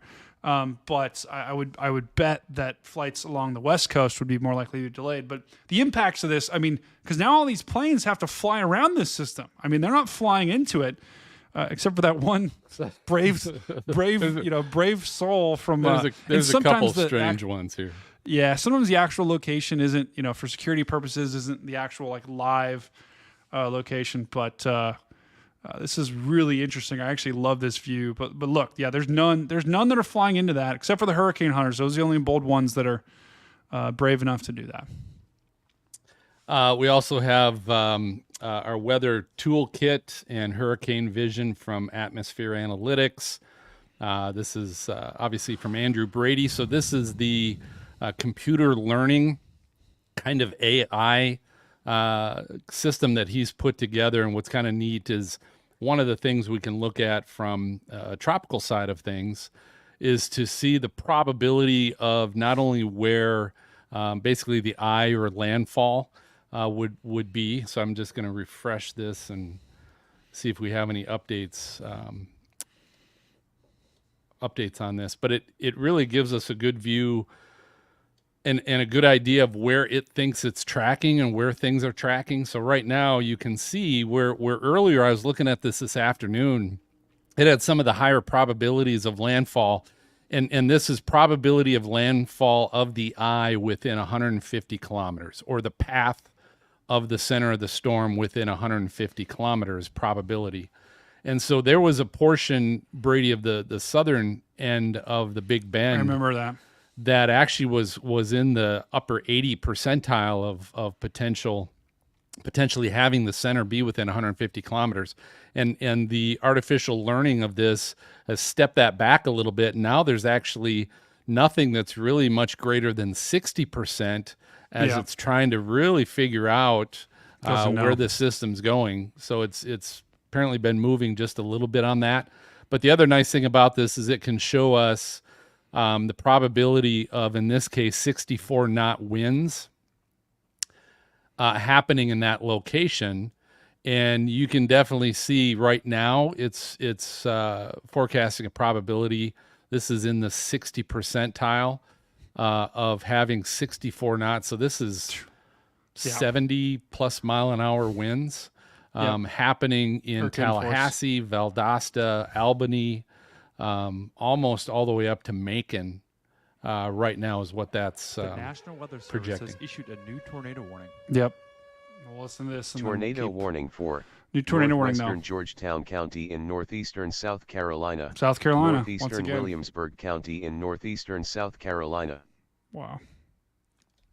So that was another tornado warning in South Carolina. That's our second one that we've seen on this stream so far. So crazy how big the impacts are. That we're getting tornado warnings all the way in South Carolina. Now, Phil, we're looking at our So this is virtual weather. Yep. And this comes from the brain of Adam Skinner. But this is actually going to give us a 3D view of live as it's happening, cloud formations, thunderstorms. So I'm going to kind of zoom down to Tampa Bay, which is the radar that we're going to be using for this. And it's going to pull in. And what's interesting is we can actually Pull out a little bit here. Oh, we got a new tornado warning. It's going to interrupt you, Phil. That's fine. So all right, so here's Tampa. All right, so I got to get out. I'm going to go find the eye wall. Yeah. So basically what Phil's doing right now, guys, is this is a 3D picture. It basically takes the radar, among other things, and it produces a 3D picture that we can go and look at of the clouds, the rain, the lightning. So it's really a really cool tool that we've been given access to. And Phil right now is trying to find the eye wall of this particular system. And guys, we are seeing. I don't want to say this is rapid intensification, but we could be seeing. We could be seeing a very strong period of intensification as this system gets its act together. This is close to worst case scenario. I think a lot of us had hoped today that we weren't going to see this system get organized. We hoped that there was going to be some dry air. We hoped that there was going to be a little bit of wind shear. But unfortunately, none of those things have come to fruition. So this is almost worst case scenario for Helene right now as it moves towards the Big Bend, Florida. And it's going to be interesting to see where the landfall location is. And we're looking at right now on screen as we're trying to find the eye. So I wonder if you go up higher. Is that the eye? I'm thinking this is it right now as far as that radar can see. Yeah. I think this is it right here. Okay. Let me back up and see what we see up top. That looks... Whoops, I kind of lose it as I go back here. That looks kind of like the eye, yeah. And that would make sense because the radar is very northern weighted. There's a lot of the bulk of the rain is on the north side of this system. The south side of this system is a little bit drier, at least from a radar perspective. So that would make sense. And so there's your eye wall, and the eye wall it's huge. Right now the eye wall is about let's see, it's about, why is it not showing me the distance? That's a shame. I don't know it's because I'm in full screen mode. Hold on. Get out of that. But this is a massive storm, guys. That a pretty cool tool there. So once again, that's Virtue Weather that we're checking out. This particular system. You can even get on the ground and drive, but we're not going to do that. We're not going to do that right now. But it's pretty cool. All right, Phil. I'm going to go back to the radar real quick. You got it. Okay. All right. So let's go back to the radar here of this Category 4 hurricane. And I also do want to show, quickly a video of, this was from earlier in Cape Coral. So this is sent to me by a viewer down in Cape Coral. I wanted to show this just because, to show you, Cape Coral is hundreds of miles away from the center of Hurricane Helene, yet they're still experiencing storm surge. Let's go ahead and watch. So they're expecting about 3 to 5 feet of peak storm surge, and the good news is houses aren't necessarily flooded here, but docks. There's a lot of water coming on shore. Look at that. That dock is completely flooded, and water is coming up in the yard, in the grass, along the dock. The good thing is a lot of these houses are actually built up very, way higher, and you can see like boat rack. You can actually pull the boat up a little bit more. But this is Cape Coral near Fort Myers, Florida, where we had significant storm surge flooding earlier today. And that the further north you go, that's actually the more flooding you're going to get. So, thank you for the viewer who sent me that earlier. That's down here. That's literally down here in Southwest Florida. That is so far away from the center of this particular system. We are 180 miles away from the center of Helene, and they're experiencing that kind of storm surge.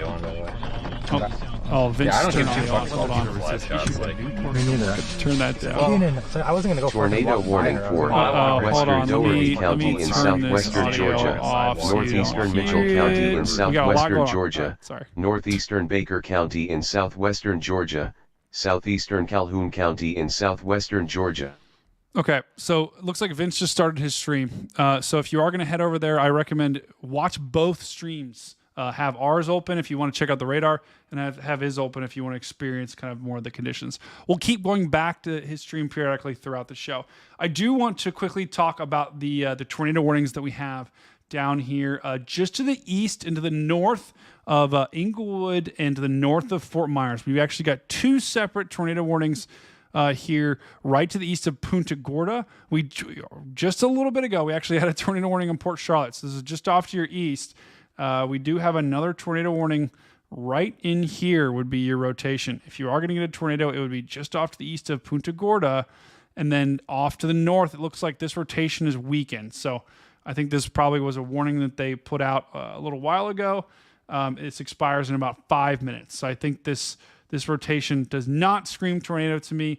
And I think the storm that actually prompted it is up here. So they'll let that expire. But we do have a possible tornado just to the east of Punta Gorda.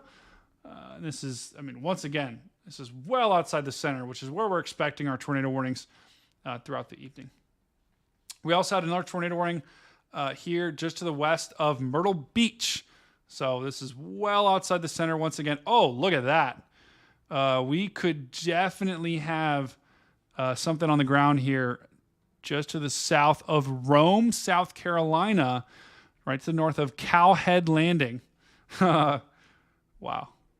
Sorry, I sometimes laugh at some of the town names because that's just... Add that to the list. We'll add that to the list because that's ridiculous. But possible tornado here. That's probably the strongest velocity signature that we've seen so far.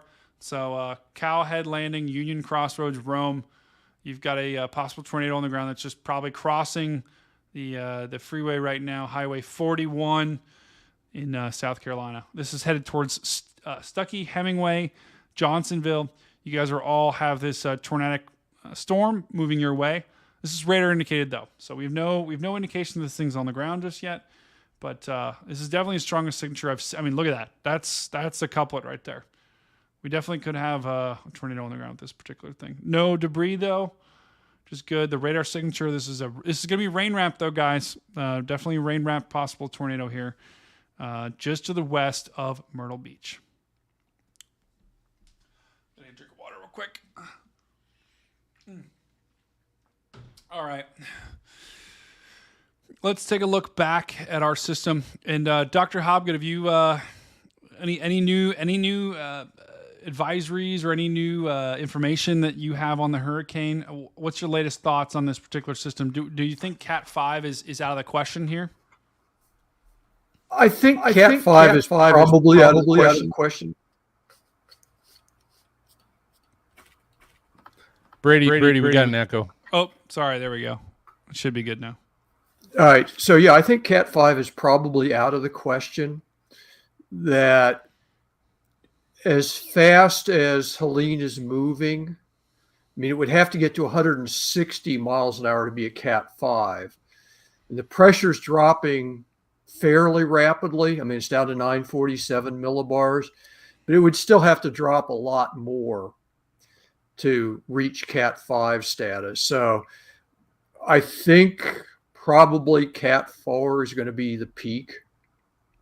And if you look at the radar there, and it doesn't look like the eye is getting rapidly better organized. I mean, the satellite picture is still really impressive. Yeah, it really is. I mean, this it's clearly strengthening, right? And it's clearly showing signs of, I mean, there's still, look at the lightning. Look at the lightning in the eye wall. I mean, we still are having a bunch of lightning in the eye wall. And we are, I mean, starting to get a couple of like little mesovortices trying to form right in there, which to me just signals the winds are getting stronger, and they are really, really cranking around the center of this thing. So if we look at the velocity here, it's always just mesmerizing looking at this. This is basically the velocity of this particular storm. This is what direction and speed the winds are going at. So you've got red is going away from the radar, green's going towards the radar. So you got wind just kind of spiraling around this way. And it's I mean, right in the eye wall is where you have your highest winds. And according to radar, let's just pause this here. According to radar, you've got winds 100. Wow, there's 142 there. These are probably gusts, most likely, but I mean, clearly this particular storm is, and on the south side, you've got 100, 104, 110. I think the northeast quadrant is normally where you have some of the strongest ones. So yeah, we've got really, really, really strong winds here. I'm seeing, 120. I think the 140 is probably an outlier, but wow, this is not going to be good when it comes on shore. All of this, all these winds are just causing, as they wrap around this system, they're just piling up all of this water, and all of that water is headed north, and it's headed towards the Big Bend, and that's why we're expecting around 15 to 20 feet of storm surge in these different regions, and in cities like Tallahassee, Apalachicola, other areas. I think we got Mama G's actually in Perry, someone was saying. All of these cities, Horseshoe Beach, Cedar Key, Florida, all of you guys are going to get just significant storm surge. That is, it's not good. It really is not good. I just want to say, Brady, you may want to be careful about interpreting those velocity data around the eye, because that radar beam is pretty high from Tampa by the time it gets that far away from the radar site. So you're probably looking well up into the circulation. I mean, that's not likely to be representative of the winds down at the surface. Yeah, that's a good point, Dr. Hobgood, is that the winds that we're looking at, that we just looked at on the on the velocity, that doesn't necessarily mean those are at the surface, right? Because that's a radar beam that's shooting out from a radar that's then hitting that and figuring out, okay, how fast is this wind moving? That's not at the surface. That's actually at the higher levels of the atmosphere. So, that doesn't necessarily mean we're getting 140 miles an hour at the surface, right? That's the radar beam hitting that wind, in the eye wall, in portions, higher portions of the storm. So, I'm trying to get our cameras back up right now that I had, and it looks like some of them aren't. This is the problem with traffic cameras, is when you get a storm like this, sometimes the cameras can actually go out. So let me see if I can get this right back up. Server net. Okay. Looks like our cameras might have gone down here. Yeah, I'm thinking this is probably being overloaded. I bet you their server's being overloaded and it's just crashing, which stinks because that gives us the visual that we need to be able to look at this. Let me see if I can pull up these traffic cameras here. In the meantime, we'll pull something else up here. Oh, just testing to see if any of these other cameras actually are working.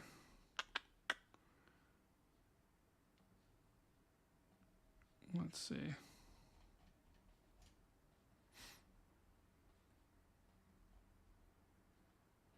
We had a camera here that was just to the west of Apalachicola, which was crazy today. So let's see if this one works.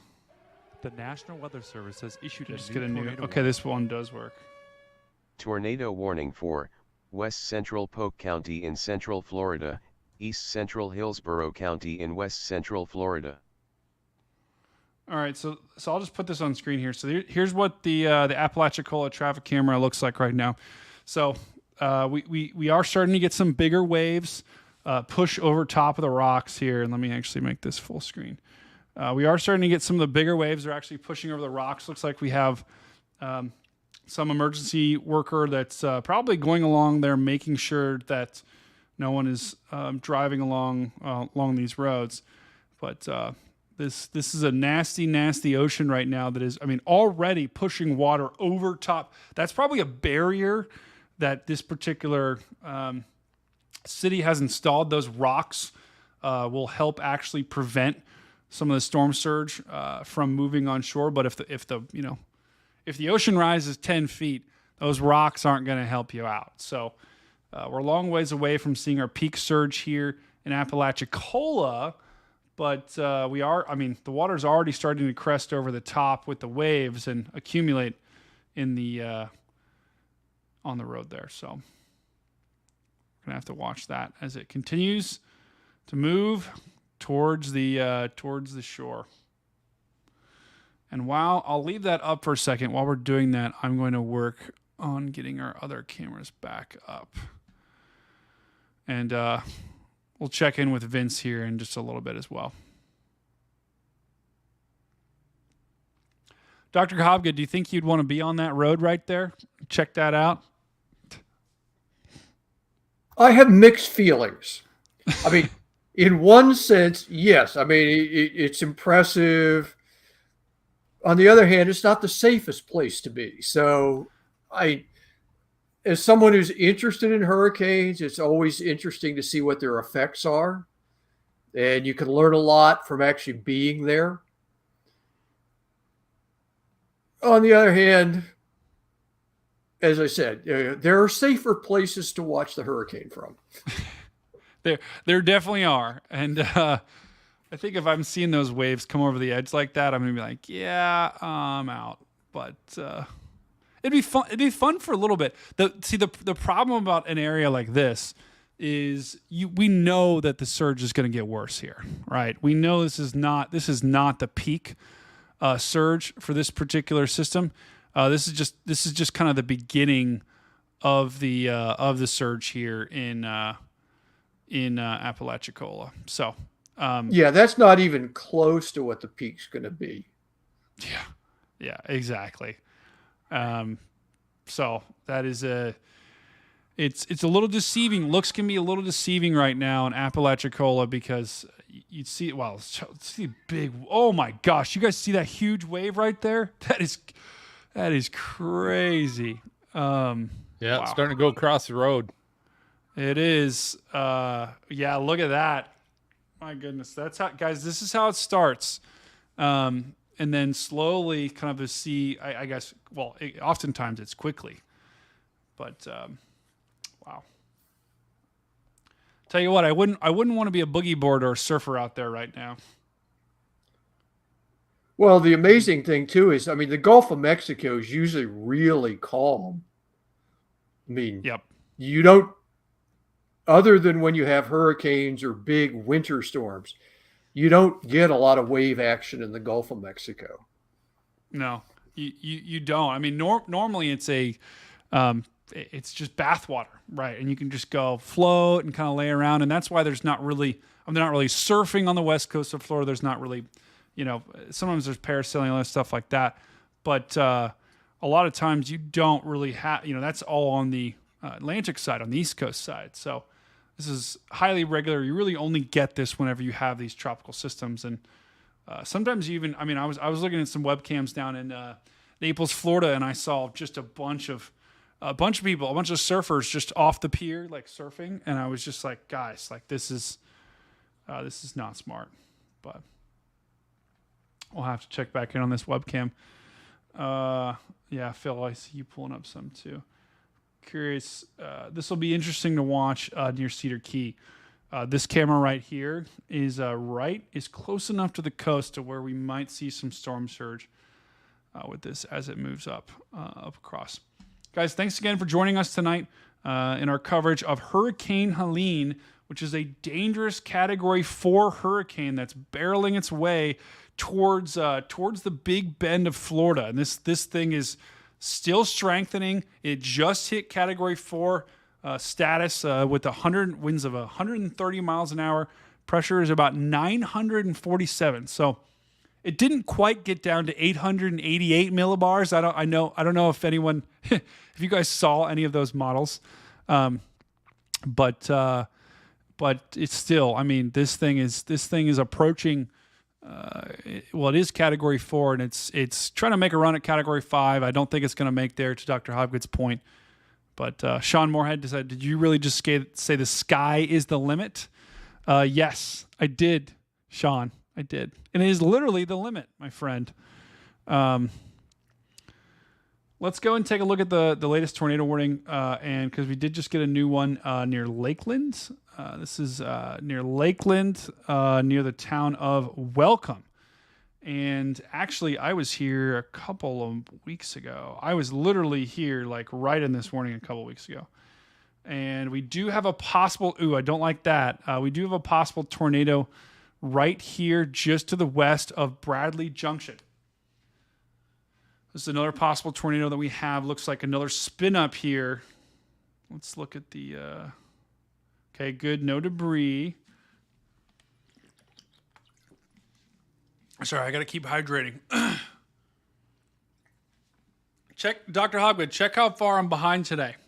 Look at this. I'm supposed to be like down. I think I'm supposed to be like, where is it? I'm at the 7 a.m. mark right now, so I have not drank enough water today. That's not a good thing. You weren't That even is up at not a 7 a.m. What are you talking about? I know, that's what I'm saying. I mean, I don't know, man. I need. You got a long night, so you got plenty of time to catch up. Yeah, exactly. I do see Brady Agent Dan is in the green room. Cool. Let's bring him in. Agent Dan, welcome, brother. Hi, Stormcat. How are you? I'm fantastic. How are you guys? Everyone spam Agent Dan emotes in the chat if you can. We got Agent Dan checking in right now, and he's in Texas right now. So I'm sure you're very relieved that this system is not headed your way, but because this probably, if this was headed towards Texas, this would have probably punched well inland towards Dallas, which you never like to see that. But Dan, what are your thoughts on the hurricane? Have you seen anything today that surprised you? And what do you think the future holds for Helene? Well, definitely the rapid intensification caught my attention. Also, the immense amount of precipitation that's going to be coming out of it, especially in Georgia and the Carolinas, could be rather devastating, and that's got my attention as well. Yeah. I think the thing, I think, to your point, Dan, that people overlook about this system is it's not just going to be a problem for the coast. This is going to be a significant flooding concern well inland into portions of Appalachia, the Appalachian Mountains, and Tennessee, Georgia, North Carolina, South Carolina. You guys are all going to get it on the flooding aspect of this system as it moves inland and then almost stalls out over Tennessee. That's going to be the next couple of days that we see that happen, and it's a problem, right? It's a problem because I think a lot of people, especially in Georgia, they don't expect to get hit by a hurricane. Like in Macon, Georgia, to be under a hurricane warning, that is crazy. And I would bet that the residents aren't necessarily ready for the winds that they're going to see. They're not going to see storm surge inland, but they are going to see strong winds and tornadoes possible. And we got another warning down here near Albany, just to the south of Albany, Georgia, where we do, check this out, guys. There's a pretty good couplet right there, right near the Red Store Crosswoods. There could be a tornado with this thing. So if you are in this particular part of the country, this includes the counties of let's see, the counties. It's not showing me the counties. Interesting. But Newton, Leary, Walker, Redstone, Crosswoods, Bermuda, Holt, and Ducker. This is all in Georgia. Got a possible tornado here. It's moving through. Let's check and see. Okay, no debris. That's good. We haven't seen many debris signatures yet, so that's good. That's good news. I think we're actually about to hear that tornado warning because I don't think it. I think we caught it well ahead of time. So, Brady, I have a camera backstage. It's a flooded roadway just south of Sarasota. Whoa. Wow. That is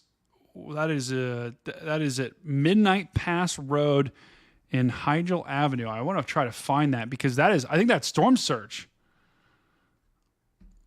Hold on. Dan, is this close to the coast? Yeah, it should be storm surge. Yeah, okay. Wow. So guys, this is in Tampa, Florida. near Sarasota, I guess, just to the south of Tampa. And this is right kind of near the coast. We have significant flooding. This is feet of water that we're talking about here. That's moving on shore. And once again, guys, Sarasota is, about 100 miles outside of the center. It's 107 miles away from the center of this thing, and we're seeing significant storm surge flooding. So this is why I try to harp on all day that just because you're not in the cone, that doesn't mean you're not going to get significant impacts, right? This is 100 miles well outside of the center of this thing, and we're seeing several feet of water. Do you guys see that truck trying to drive through it to the right? Look at that. Do you guys see that to the right? Is that a car or a truck trying to drive through these floodwaters? That is, don't tell me that's a school bus. Okay, I thought that was a school bus for a second. I was going to be like, are you kidding me? Wow, Yikes. we can record this as a weather fool right now. You know what? Dibs. I call dibs. This is my weather fool. Is that some sort of military truck? Oh, it does look like a military truck, yeah. Might be National Guard. Can we call the National Guard a weather fool? Probably not. Dan, refresh. Yeah, the camera is getting hung up. Yeah, I find when the cameras get hung up, they realized we were calling them a weather fool, and they're like, "Stop the camera! Stop the camera!" Exactly. LB says that's Siesta Key. Yeah, so we do have flooding, storm surge flooding. So LB, I think, knows this area pretty good. That's Siesta Key. There is significant storm surge flooding. It looks like a couple of inches. And Dan, we'll come back to this in just a sec. Sometimes that happens. If I reload the page, it works. So that's pretty cool, Dan. Check out the Tampa Bay cam I've got in the top left here. It is shaking that camera pretty viciously. So strong. I think we're starting to hit.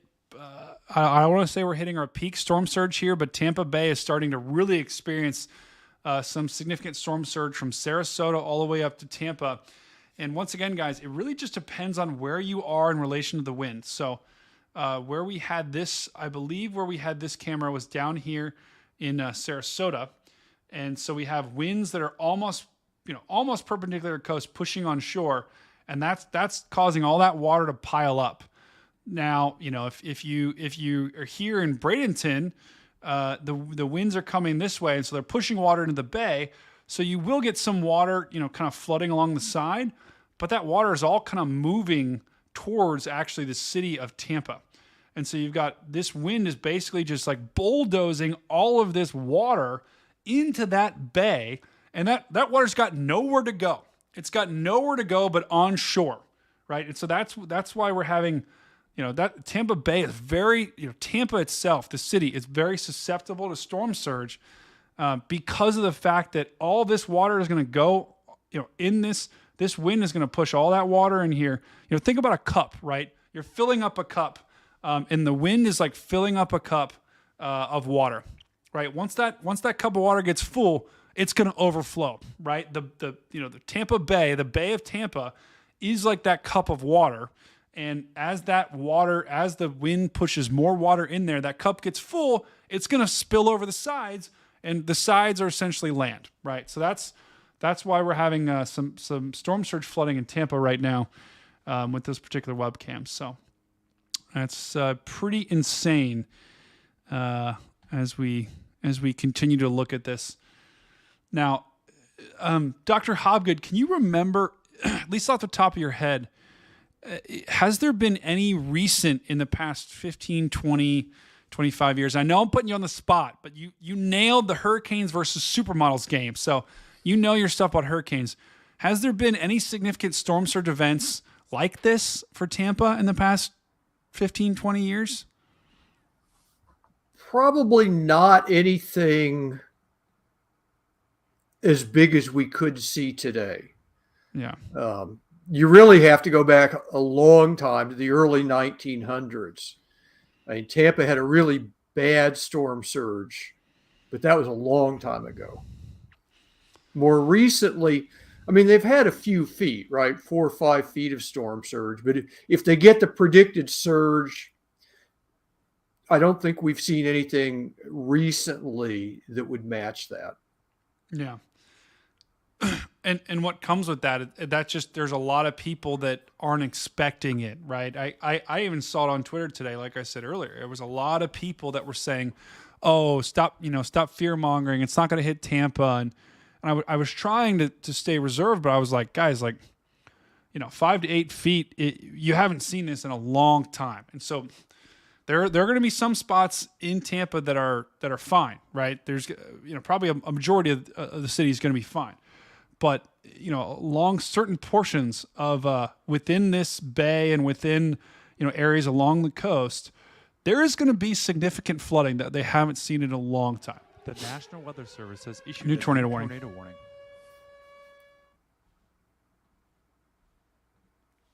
And it's gone. Well, I thought there was a new tornado warning, and then it just decided to not play where it is. Interesting. All right, so this system is starting to move a little bit faster. Okay, I am getting a question from Cindy Graziano asking, we are getting storm surge in Marco now. How much longer can we expect this? So Marco Island is down here in southwest Florida. Cindy, if you don't mind me asking, how much surge are you getting? Are you experiencing any flooding or anything like that? If you do send me a video, I can play it here. But so Marco Island is down here in southwest Florida, and Marco Island is getting, right now the winds are coming out of the south. So that would make sense that they're getting storm surge. I believe you guys are almost around high tide. Let me look to see. High tide, Marco Island. Because when your storm surge, okay, so high tide is at, high tide today is at 11:20 p.m. Okay. So high tide will actually work. If it works with the storm surge, it's actually going to add a couple more feet. Okay. Cindy says water is high almost over the dock. So I think you're probably going to see your peak storm surge in Marco over the next couple of hours. As the tides rise, I think the waters might rise a little bit more as this kind of onshore flow continues to push. But the longer you go, actually, the further away from the center of this particular storm you're going to get. So if I look right now, Marco Island is about 250 miles outside of the center of this thing, and it's still lifting to the north. So I think the peak surge you're going to get is over the next couple of hours, and I'm not saying it's going to significantly increase more than it has, but I think high tide's about to come. So there could be another foot or two that's added onto this, but I don't think you're going to see significantly higher values from that because, like I said, the winds are getting weaker. The generally conditions are going to improve from the weather perspective as this system moves off to the north. So yeah, that's the tough thing about the surge, right, Dr. Hobgood? It's like you can look at this and I can say, okay, well the high tide is at 11 tonight, but the hurricane is also sliding off to the north. So that's where I wish there was like an exact tool where I could say, hey, the and maybe this will come in the future, but okay, there's this much water, the water levels are here off the coast, which then correspond to this high tide so that we can give people a more exact answer. Yeah, the key thing too is when the winds start dying down. Yeah. Because that'll allow the water to start to drain back away from the shore. So, the last couple of bands go by, and then a couple hours after that, the wind should start to decrease a little bit. So you add that to the tide cycle, and it's a tough thing to forecast because as we were talking about earlier too, the shape of the coast matters, the shape of the bottom matters. So, it's a pretty complicated thing to time out exactly. Yeah, it really is. So, Cindy, hang in there. I think once we kind of get past this next high tide, water should slowly start to recede here. I don't think it's going to dramatically increase. We're not going to see all of a sudden 10 feet of water come on shore, so that's good. So I think as you go throughout the night, to Dr. Hobgood's point, as these winds start to die down, that water should start to move back out into the ocean, and hopefully improve things there. I think for the next couple of hours, I need to stay kind of aware there. But we're not. This is not an Ian for you guys, right? This is not Ian. We're not expecting this 5-10 feet of storm surge to just come out of nowhere. The water level should stay relatively the same, maybe increase a little bit as high tide comes. So I would just stay on your toes there. But once you get past this high tide at night, at about 11:50, that's when the water should really start to recede, because the winds will die down as this thing moves off to the north, and the tide will start going on as well. Dan, do you have another camera there? I see it backstage. Oh my goodness, where is this at? This is Midnight Pass Road and Stickney Point, looks like. And there is a car driving through the floodwater.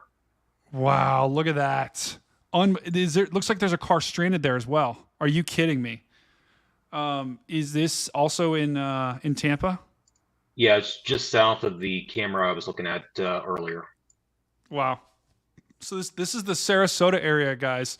There is very clearly storm surge coming on here. I mean, this looks like multiple feet of storm surge, flooding an intersection. Looks like it's already flooded some cars.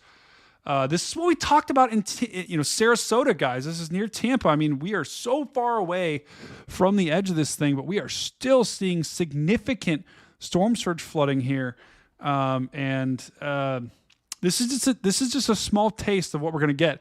It actually looks like you can look at the water flowing from the left. Like the water is absolutely kind of gushing from, I'm guessing the left is the ocean. That is crazy. Wow. Yeah, it looks like it's got a north marker on the top there. So I'm assuming it is. So to the left is actually due west. So this is Siesta Key. Right when you get off the key, LB is saying that. This is Midnight Pass near Siesta Key. We have ongoing storm surge flooding that is flooded a car. It looks like it's almost flooded this other car to the right. And this is significant. National Weather Service has Wow. issued a new tornado warning. New tornado warning here as well. Tornado warning for western Dougherty County in southwestern Georgia, north central Baker County in southwestern Georgia, eastern Calhoun County in southwestern Georgia, south central Terrell County in southwestern Georgia. Wow. I mean, Dr. Hobgood, when you see images like this, it's pretty sobering, because this is just a taste of what we're going to expect tonight. I mean, this is not even the main event, and the fact that we're seeing this level of water rise does not bode well for those in the Big Bend. Yeah, and water is such a destructive thing too. Hopefully most of the structures are built up and on stilts and so on. But if you get water in your house, you just basically have to rip everything out. So you really hate to see this sort of picture of storm surge. Yeah. And salt water. Salt water is the worst, because there's something floating there in the intersection. I don't know what that is. But yeah, we got a floating Cadillac that we're looking at. But to your point, water, when you see storm surge like this, salt water is the absolute, any electronics, right? Any metal. I went through this with Hurricane Ian, right? Because my parents or my grandparents, their garage was completely flooded, and you've got to take out all the drywall, and then 2 feet above where the water line was, and then on top of that, any metal or anything that basically touches the water is going to rust, And so you basically have to throw it away. It'll rust in my dad played with a set of golf clubs that were in the garage after Hurricane Ian. Within a month after or within 2 months after the hurricane, he played one round.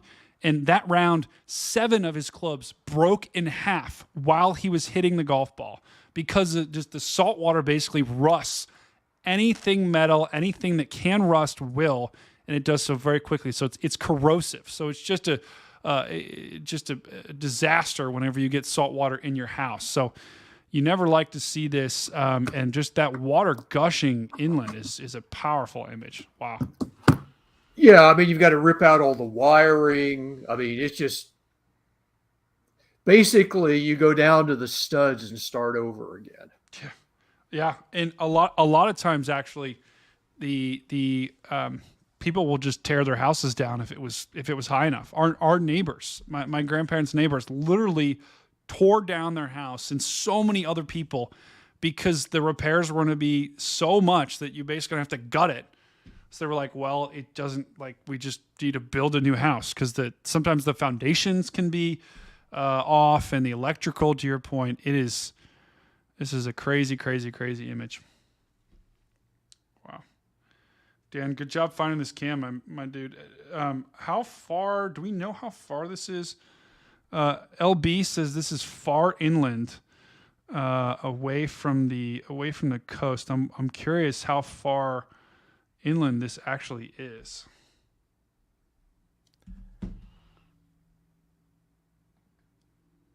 Well, Dan's pulling that up. Yeah, it's right here. This is the camera. Okay. So I'm here. Zoom in on it so I can see it. So it's kind of. So go ahead. Say that's okay. Is that the one along the shore near Siesta Key, right near Captain? What is that? Captain Kurtz. Crab and Oyster Bar. Captain Kirk. Yikes! They're probably not serving much oyster tonight. That is brutal. So far from the coastline, that's kind of relative, probably. Yeah. Because it's pretty close comparative to. Yeah, I know. LB goes down there quite a decent bit. So, it's not. You'd never like to see that for Siesta Key because it's a beautiful, beautiful, beautiful beach. Actually, was voted one of the most highly rated beaches in the world. So you do not like to see that. While you're pulling that up, I also am going to pull up the another video that Cindy actually sent me from down near Marco, and so this is near Marco Island. And let me just turn on the audio. Just remind me to turn it off because there'll be an echo if I don't. But here's the video near Marco Island of the storm surge flooding. Wow. So it's close to the edge there. It looks like they got a couple more feet to go, though. Flooded the dock, flooded the back porch. Wow. This is called surge. So Cindy, the good news is you've got several more feet to go, I think, before that would enter any structure. So that's good. I don't think it's going to get high enough to enter structures there, but that is still not. It's not great because you could see maybe another foot increase with the high tide. So, Brady, there is another National Hurricane Center update. All right, let's pull that up. So we got a new update. Yeah, Dr. pressure's down to Hodgkin. 995. Wow. Oh, sorry, 945. I was like 995. That's good news. Yeah. Wow. Okay, let's check it out. Make this big for everyone. Okay, so the latest update from the Hurricane Center, still holding at 130. Let me zoom in so you guys can see this better. Still holding at, and I'll circle this. Still holding at, whoa, where did that window go? There it is. Sorry, guys. I got a lot of windows on my studio right now. Okay, so it's still holding at 130. The pressure is down to 945 millibars. Okay, so this thing is still dropping in pressure. The old advisory was 947, as you can see in the bottom of the screen. So in about an hour, this thing has dropped 2 millibars. Tornado warning for southwestern Hardee County in central Florida, southeastern Manatee County in west central Florida, north central Charlotte County in southwestern Florida, western DeSoto County in south central Florida, east central Sarasota County in west central Florida. Wow, I'll tell you what, Sarasota County is just taking a kick into the teeth right now. Got tornadoes, you got storm surge. This is brutal. So thank you for sending that video in, Cindy. But this is the latest advisory that we have, guys. So the winds have held strong. Still a low end Cat 4. The pressure's down to 945. So the speed of this thing is still at 23 miles an hour. So it's moving fast. It still is moving fast, which is the only kind of if there would be a silver lining with this system, that's the only kind of silver lining is that it's moving very fast. So once it moves on shore, it'll be gone, at least from Florida before you know it. But I mean, it's still going to be catastrophic, right? I wish I could tell you it wasn't, but we're already seeing it in Tampa. I mean, heck, we're seeing it down here in Fort Myers and Naples. We're seeing storm surge all along the coast. So Cedar Key, you're probably starting to get some storm surge from this system. And then the Big Bend, you're going to be up next. Now, I do want to look at the wobbles here because the wobbles are so important. Let me draw a line right down the center of this thing. Let me actually make sure that that's straight. Let me draw a straight line, and maybe Dr. Hobgood, you can tell me what you're seeing, and everyone in the chat, tell me what you're seeing as well. Is the latest wobble kind of going due north? Yeah, I mean and again, they sort of average those out, and so that's the reason why they're saying northeast. Because earlier we saw a wobble a little bit to the east. Yep. Now there's a little bit of a wobble to the north, and you don't want to confuse people by and the Hurricane Center does this. You don't want to confuse people by latching onto every single wobble. Agreed. So they tend to average out the direction of movement. Because then that's the overall direction that Helene is going. And so, I mean, it's important to look at the wobbles because you never know when a wobble is going to turn into a trend. Yeah. But you generally have to watch for several hours to determine whether it's just a little wobble one way or the other. Yeah, I think that's so well said because a lot of people will look at wobbles and think Ian was not a wobble, right? The shift that I feel like that conversation that we've been having we've been having for 2 years now. And every time I talk to folks about hurricanes, they think it is the shift east happening, right? Because it was so scarring for folks, and there was a lot of people that were caught off guard. And I think Ian's probably been the most one of the most catastrophic hurricanes that we've had in the past couple of years, and so that's the one people gravitate toward. But what people don't remember or kind of forget is the trend with Ian it wasn't like a wobble, like all of a sudden, the hurricane once it was here just said, I'm going to take a right turn and go into Florida, right? About a day and a half out, all of the models started to shift east. So instead of it going to Tampa or north, right, which the models kind of the cone had a day before, now the hurricane moved kind of like this, right, kind of like this into Fort Myers and Naples. But it was not due, to your point, Dr. Hobgood. There's a big difference between a wobble and an actual trend. And a trend is when the wobble turns into it actually making a hard right turn to the east. And we, like, for example, it really isn't in the realm of possibility that all of a sudden this hurricane would just go like that, right, and make landfall at Spring Hill. Tornado warning. Let this tornado warning play real northwestern Ware quick. County in southeastern Georgia, northern Clinch County in southeastern Georgia, northwestern Charlton County in southeastern Georgia. So there's a new tornado warning in Georgia, but wobbles here will impact, the landfall location from here to here, right? This hurricane is not going to make a right turn and just go make landfall in Spring Hill, right? That's not how, that's not how weather works. And so I think it's important to clarify, to your point, Dr. Hobgood, is the wobbles will impact the landfall location between a certain, reasonable point, right? There and there.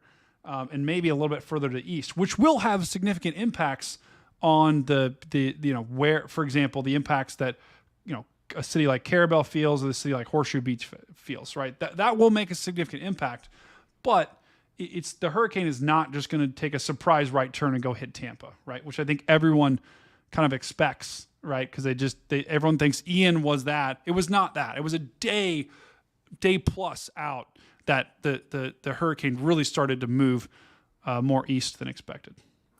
Right. And in this case, too, with Helene, we know there's a upper level trough in the middle Mississippi Valley. And as Helene gets farther north, it's going to feel more and more of that effect, that trough pulling it to the north. I mean, that's the reason why there's still hurricane warnings out in the interior of Georgia. That trough's going to pull Helene up in that direction. Yep. You've got, if you think about a hurricane, right? A hurricane is like it's like a driver that has, or it's like a car that has no, the driver isn't the hurricane, right? The actual things that direct the hurricane where to go are the other things like high pressure, low pressure, troughs. All of that is what kind of steer the hurricane certain places. So, if you think about it, the hurricane itself is not really controlling where it goes. It's just saying, I'm just going to go where I want, or I'm just going to go where someone else tells me, and unfortunately do a lot of damage. But that's something I've always been fascinated by, is that the actual hurricane itself is really, to your point, Dr. Hobgood, the other atmospheric things around it are what cause it to go this way or that. Right. I mean, the hurricane could change those things around it. I mean, if you get a really powerful hurricane, that'll actually affect the steering flow to some extent. But you're right that the big players, with Helene, there's high pressure over the Atlantic Ocean, and that's turning it north. And then that trough over the middle of Mississippi Valley is going to grab it and pull it farther north and inland. So you have to look at what's going on around it too. Yeah, I agree. We had even Josh Morganman is second guessing his location for survival purposes. If that guy has second thoughts, that's crazy. Yeah. So we've had Josh on the show. That's the ice cyclone, one of the most experienced storm chasers in the world. If not, the most experienced storm chaser in the world, is talking about not being safe and not feeling okay about where he's at. So if that should tell you anything, that should tell you this storm is a big deal. And it is unfortunately, the worst impacts are still to come. So it looks like we got another tornado warning here. And Agent Dan too, keep looking for webcams. I think there's some surge happening all across the Tampa Bay area right now. I was looking at a couple out of the corner of my eye, and they looked not great. So the latest tornado warning here, Port Charlotte once again, Punta Gorda once again. This is probably your third tornado warning tonight. Another tornado warning storm. The good news is the actual circulation that prompted this warning is to the northeast of Port Charlotte. So even though you're still in a tornado warning, probably the most dangerous part of this storm is just off to your north and east. I mean, look, Port Charlotte's basically rain-free right now. So here's your storm that could be producing a tornado. So this is headed to the northeast, right to the west of Arcadia, Pine Level, and Tyrone. In Central Florida, this is what this tornado warning includes. Wow. I think we did have another tornado warning I wanted to get to. Yeah, okay. This is another tornado warning that includes the city of Charleston. This is Charleston, South Carolina. So a very highly populated area. This is right at the kind of edge of the city. We do have another tornado producing storm that right here near Folly Beach in the Mosquito Beach Historic District. I'm going to be honest. Mosquito Beach, if that was named because there's a bunch of mosquitoes there, I don't think I want to go there. Interesting name there for a beach. But I'm sure it's a great place. But then you got Folly Beach as well. So this is where that warning is. If there would be a tornado, it would be just moving through Mosquito Beach now. This isn't necessarily incredibly strong signature. And look at that. They just dropped the warning. So this is actually no longer tornado warned. But still, you've got a little bit of rotation here. I don't think it's producing anything at this particular moment. But we'll have to keep an eye on that. All right. Tell you what, Tampa is getting some pretty high winds right now. You can see that camera just shaking right now.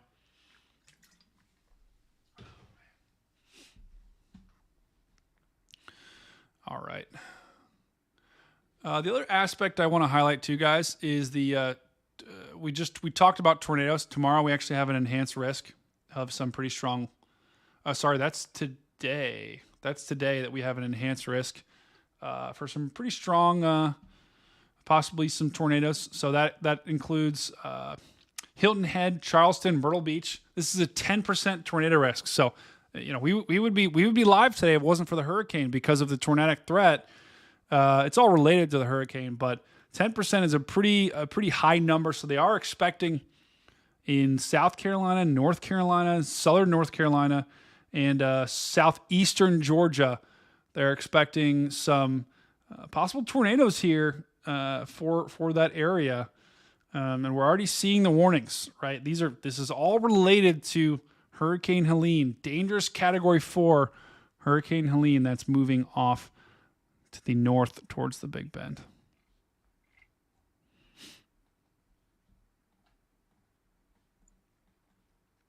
Guys, once again, thank you for watching the stream. If it's your first time here, make sure you like and subscribe to the channel. That helps us out tremendously.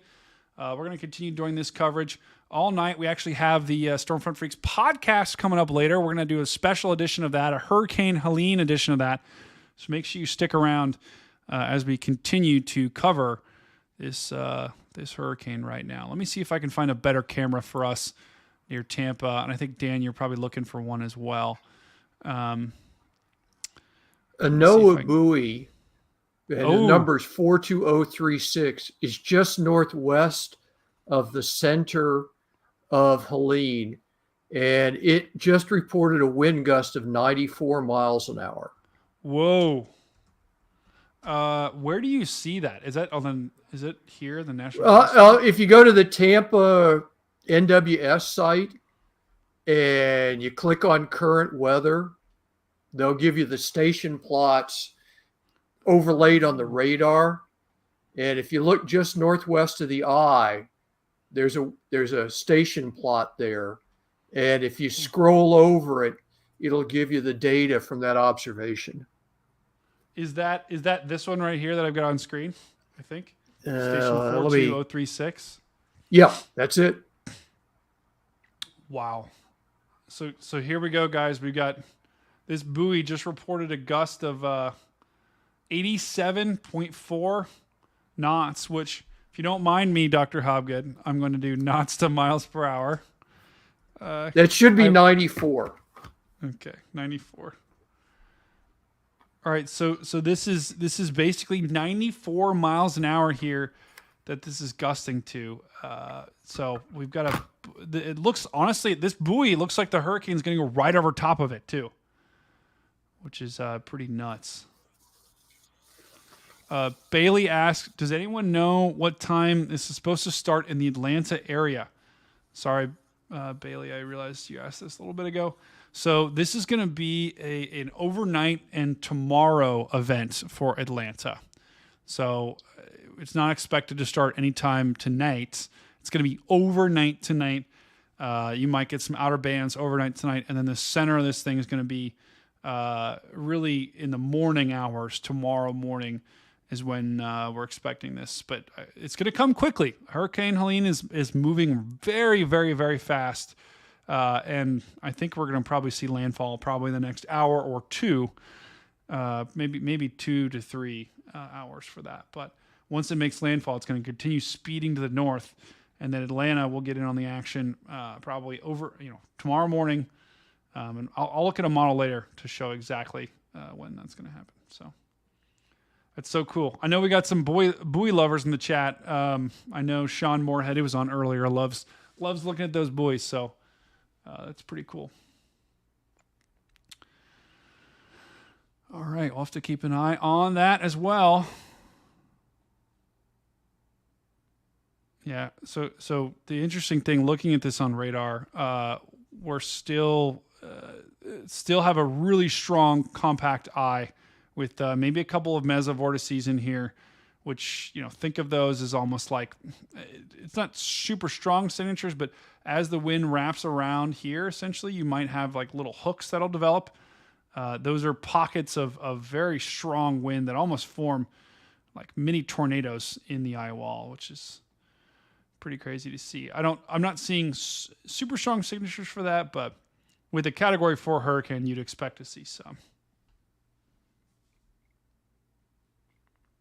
Tell you what, I don't think you could pay me right now to drive a boat right from Cedar Key. That would not end well. I can guarantee you that.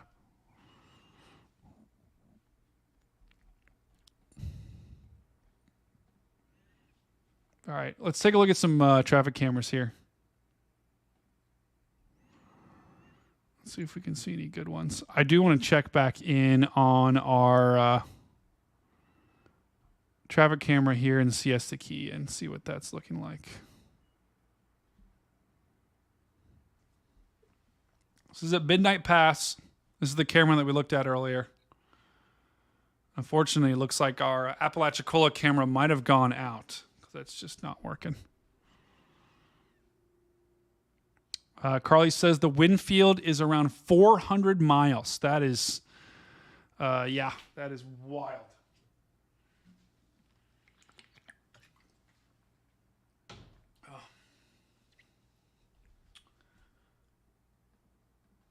All right, that camera's not cooperating.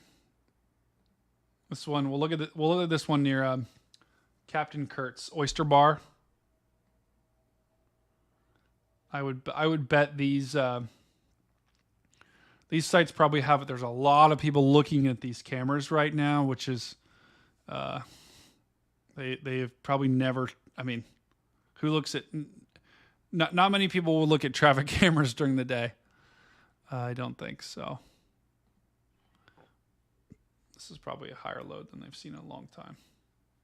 Yeah, I'm having trouble getting the website to cooperate. Yeah, the website might have crashed, unfortunately.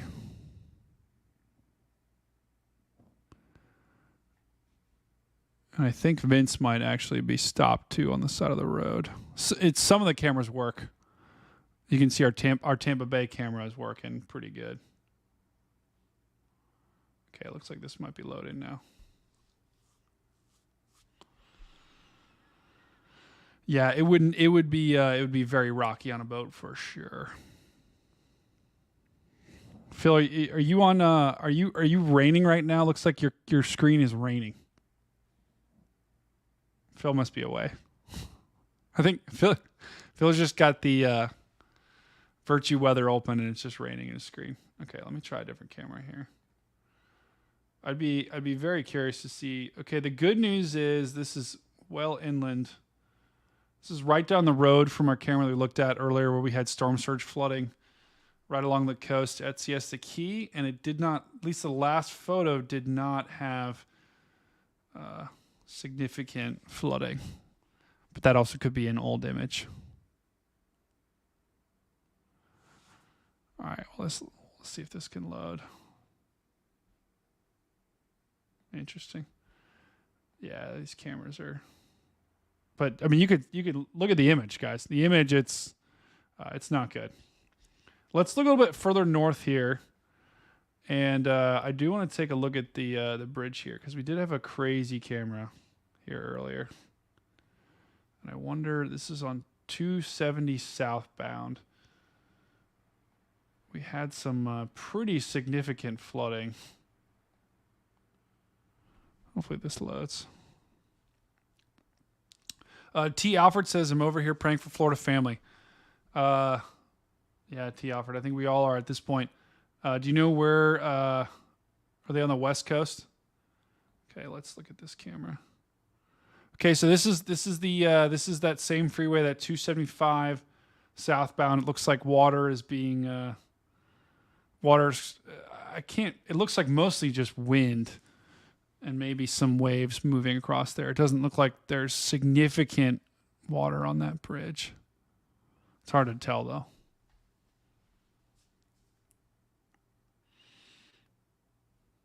Okay. Let's see if I can see this bridge up here. Wonder if any of these will load. It's pretty crazy. Whoa, look at this one. Oh no, I think this camera went out earlier. Oh, this one's crazy. Oh my goodness, look at this camera. Yeah, we've got storm surge basically completely flooding the freeway. This is in Tampa, guys. Let me make this full screen here so you can see this better. So this is in Tampa, Florida. This is on State Route 60 going eastbound. It looks like the waves have basically completely overtaken the road here. So this just goes to show the storm surge in Tampa is no joke. I actually think I might have driven. Yeah, I literally 2 weeks ago drove along this freeway. That is wild. Wow. Tell you what, I'm glad they closed those roads because that is some serious stuff there. I'm actually going to replace that on our other cams so we can have a better vantage of Tampa.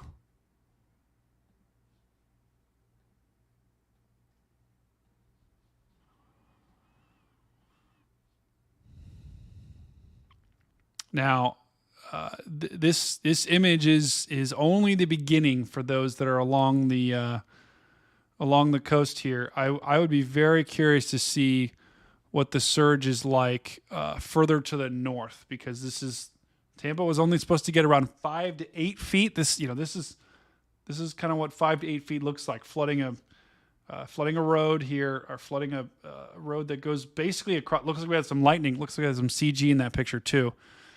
But flooding a road that goes across the freeway here. So imagine this, but double it, right? And that's the kind of storm surge that we're looking at up in the Big Bend.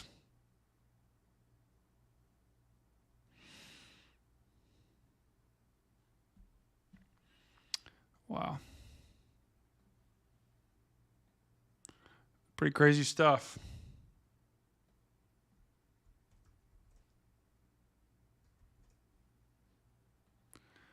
All right, let me get this cam.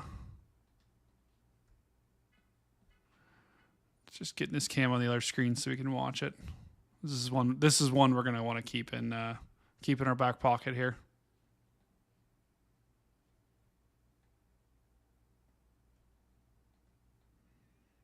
All right.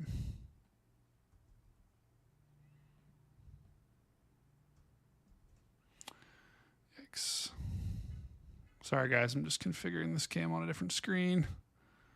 Give me 1 second here.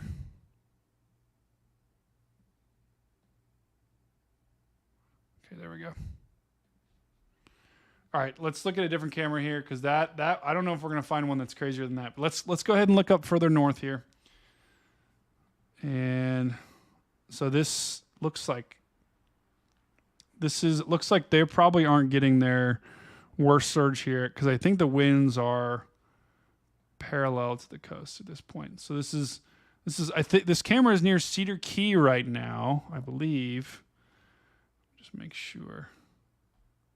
Sorry, this is near Yankeetown, which is just to the north of Crystal River.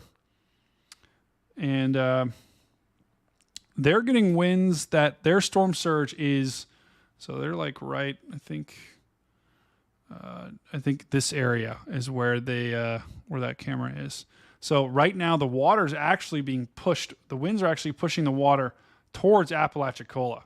So Apalachicola right now is probably getting some pretty significant storm surge, which is probably why that camera doesn't work anymore that we had up there. So, not great. We got some more lightning in the eye, though, here at the center of this thing. It looks like there's about 5 feet of storm surge right now at Cedar Key. Okay. Wow. Let me see if I can find a camera there to look at that. Okay. Got a couple traffic camera windows open.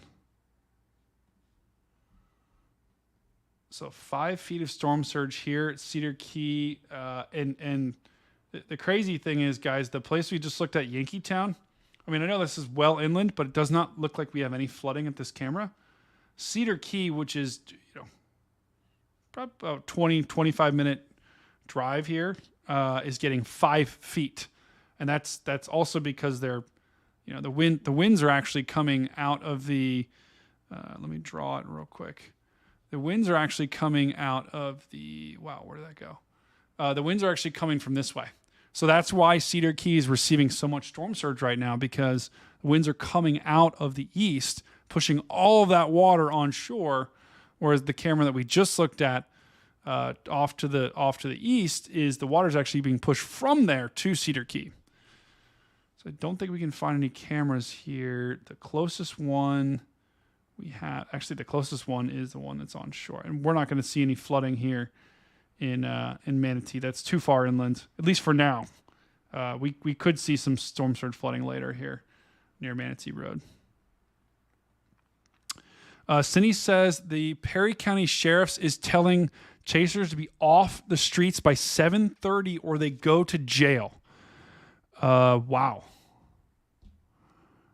I mean, unbelievable.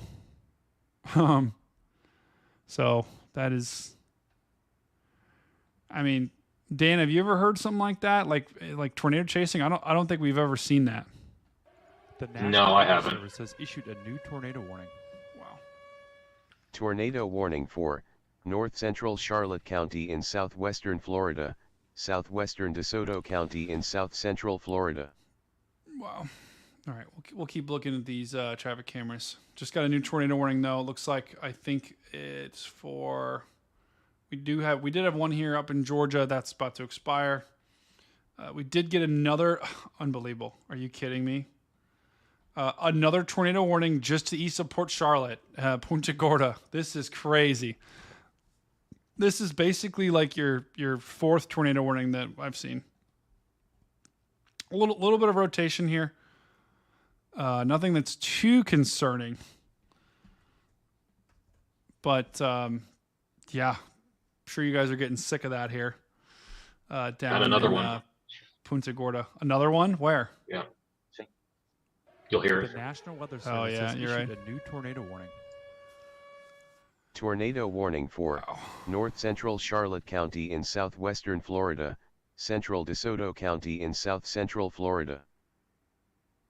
So that's another tornado warning that we just got just off to the east of Punta Gorda. Right in here is our new tornado warning for these systems. As these feeder bands continue to come up, we're gonna continue to see warnings pop off The here. National Weather Service And has yep, issued there's a new there's tornado another warning. one. Great. Tornado warning for Western Hardy County in central Florida, North Central DeSoto County in south central Florida. So there was another tornado warning up here. All three of these tornado warnings right now are radar indicated. So we've got one here just to the south of Zolfo Springs. We've got another rotation here. Let me just pause this. We've got another tornado warning here. This is just off to the northeast of Punta Gorda near Sparkman, Florida. And then we've got a third tornado warning just to the east of Punta Gorda. So this is like our fifth tornado warning here for Punta Gorda. You guys are probably sick of sheltering in place here, but Looks like we got another one, and there's going to be this whole line that's pushing on shore is at risk for tornadoes. So we're probably going to continue to see that. Unfortunately, just looks like these warnings are trading over the same area. But all three of these could produce a tornado. Nothing is too significant at this point, but I do think it's tonight of all nights when you have a Category 4 hurricane in the Gulf. You do not want to take these warnings lightly because they definitely can happen. Yeah, I would not leave the storm shelter. Freedom to be. I agree. I think at this point they're just going to be sheltering in place, unfortunately. I also want to bring in WX Serena as well. Serena Arnold, meteorologist Serena, guys, go ahead and spam these Serena emotes in the chat. We've got Serena here joining us from good old New Hampshire right now. Serena, how are you doing tonight? I'm doing good. It's just been absolutely wild watching what's been coming of this forecast storm here for the past couple of days, and it's been in the models for over a week. So, we're here. This is it. This is now. So just wild, everything that's going on. I know. Yeah, it is. I mean, I part of me thought today, I was in my mind, I was like, yeah, man, Category 4 is going to be tough. I knew it was possible. I knew the ceiling on the system was high, but the models, the intensity has just been like a windshield wiper. Like one model had 888, the next run it had 990. So it was, yeah. But once the structure of this thing started coming together, I knew that was I knew we were probably in trouble for something, but. Yeah. Well, not only that, but the intensity forecast models we know aren't very good. We know they consistently underestimate rapid intensification, and we've I know the National Hurricane Center is looking at that year after year, trying to figure out how they can dial that in and make it better. And we're seeing small improvements with every season, but we know it's not great. And there were forecast models that saying this was easily going to get to 3 or 4, and we knew it was going to rapidly intensify. So compared to, for most of the models, more the higher end models, this is really falling in line with what they said, but there were still several that underestimated this, but the professionals knew. Yep. I agree. We had someone in the chat talk about Ocala, Florida. So Ocala is up here. Are they in the path of this thing? I think you're well inland, but you're still going to see some significant impacts from this, mainly wind, rain. I don't think the storm surge is going to reach you guys there, right? I mean, you're about 40 miles from the coast, but you are going to have pretty strong wind, probably some power outages, and some rain. And then as this system moves up to your north in Ocala, you're going to start to get in on these as these outer bands kind of move towards you. You could possibly get some tornado warnings tonight. So. Going to be, Ocala is definitely not out of the woods just yet. You aren't going to receive the significant impacts like Cedar Key, Horseshoe Beach, and other areas in the Big Bend, as significant of impacts. But you'll still see, this will still be a good storm for you guys in terms of some rain, some wind, and some possible tornadoes. So currently, the conditions in Ocala are 24 miles per hour sustained winds, gusts to 32. Okay, perfect. Gosh, Dr. Hobgood is amazing. He just knows these things just off the cuff, guys. That's pretty awesome. So Ocala right now is dealing with some pretty decently strong winds, but the strong winds are probably still yet to come. I would expect maybe a little bit higher than 20 to 30. I would expect probably closer to tropical storm force, but. Not the significant impacts that we're expecting up and down the Big Bend here along the coast. So we got, if you feel it, chasing. Serena, I'm going to quickly take a quick bio break. Fair, man. Fair. Yeah. Just talk to folks through like your thoughts on Helene. Like, what have you seen today? What are you thinking about landfall? Anything along those lines. I'm going to use a quick bio break real quick. So go ahead and talk to people. No, go for it. So if you are here from TikTok, I've definitely been talking about this storm tremendously. We've been keeping an eye on it for a very long period of time. And there have been several messages associated with it. One is it's going to seem like the storm's going to come out of nowhere. We went from very little to a major hurricane in a very short period of time. Now, it's not the fastest rapidly intensifying storm we've seen, especially compared to some others. I'm trying to remember the one that hit Acapulco last year, went from a tropical storm to a category 5, and I think it was 21 or 22 hours. So we're definitely not dealing with that. I don't know, Dr. J. Hobgood, if you know. That was Hurricane Otis. Otis, there we go. That was the one. That one was jaw dropping. So that's a pretty low bar, and so we saw this coming days in advance. What's really wild is the differences in messaging that I've seen. So there's a lot of people that say they knew about over the weekend. They started getting notification from their sources, from their media sources, from their weather sources, and then there's some people that learned about it for the first time on Monday, Tuesday of this week, which is really quite interesting. So it's a very interesting storm, and we knew that this would have the possibility of being pretty devastating. What is really amazing with it too is how consistent the models have been leading up to this. The forecast models, very consistently, the large scale global models, the Euro, the GFS, have had this pegged for the Florida Panhandle for a week solid with very little movement. Very tight spread on the ensembles. And for those who don't know, forecast ensembles are, say you take a forecast model and then you run it with some slight changes to it, make some small tweaks and run it again and see if that results in big changes in the forecast. And if it does, there's a lot of volatility there. And if it doesn't, and you still have some, you have the consistency between these different ensembles, it's a pretty strong forecast. This has been that leading up, and here we are. So trying to dial in the small details as we get into as we get closer to this actual landfall timeframe. Clearly, the geography of Florida plays a very interesting part in this. It's not like it's just hitting a coastline that runs west to east and is fairly straight with no bumps and anything like that. The geography of Florida itself makes this a very interesting situation, as you have a very large storm, about 700 miles across, average hurricane, 300-mile-ish ballpark. So, this thing is a tremendous monster. Trying to figure out where that's going to go and where the biggest devastation is. When you compare it to the layout of Florida is very interesting, because even as you can see here, as these rain bands are coming on, you have the state that is almost wrapping around where the hurricane does. And because of that, the amount of land area, if you look at like linear miles that the storm is affecting, it's actually quite high, because it's not just this west to east oriented coastline. You have this coastline that really curls around there. And so because of that, the effects are going to be widespread, and all it takes is very, very small shifts to really ratchet up that intensity. So if we had more of an Apalachicola landfall, which you can see on the west side of the map right here, if we had a landfall there, it would be a lot different story and much less of a story for the Gulf Coast of Florida, but it's not. And we can see that this is headed right towards the Big Bend area. And the question is where within there. So I know earlier today I was looking at like Athena, Perry, some places like that I think are pretty ripe and prime for landfall of the eye, which I believe is about 40 miles across. I think was the last thing that I read, which is this is a massive storm.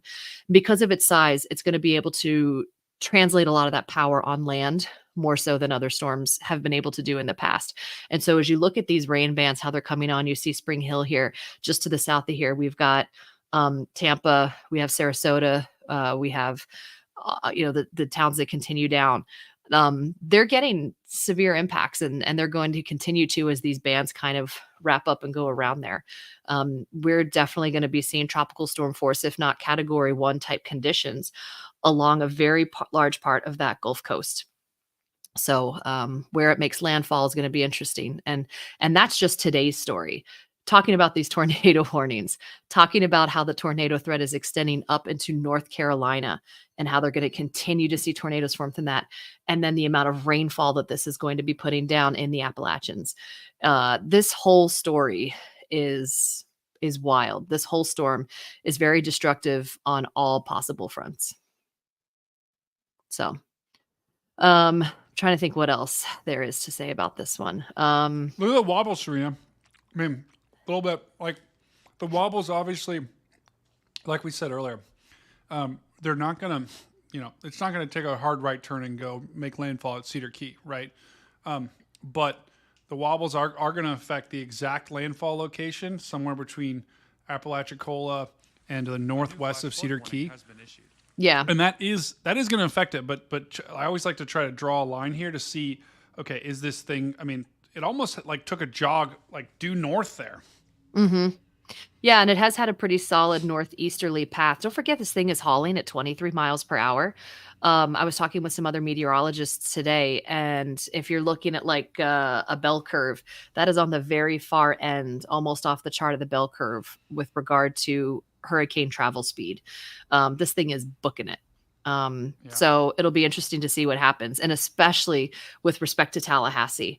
If the eye wall can pass east of Tallahassee, I think that would be a better situation than if it were to pass west. If it's passing east, obviously they can still be impacted by the eye wall. But being on the west side of the storm rather than the east is going to be a safer spot. But if we do end up seeing a shift in that eye and it does end up passing more right over Tallahassee or even to the west of it, that's going to be incredibly impactful for Tallahassee, and I think a very devastating way. So I know I'm definitely hoping for, and hopefully I'm not wish casting it, but I'm definitely hoping that that passes east of Tallahassee. Yeah, and if we look at Tallahassee right now, the let me just go up here.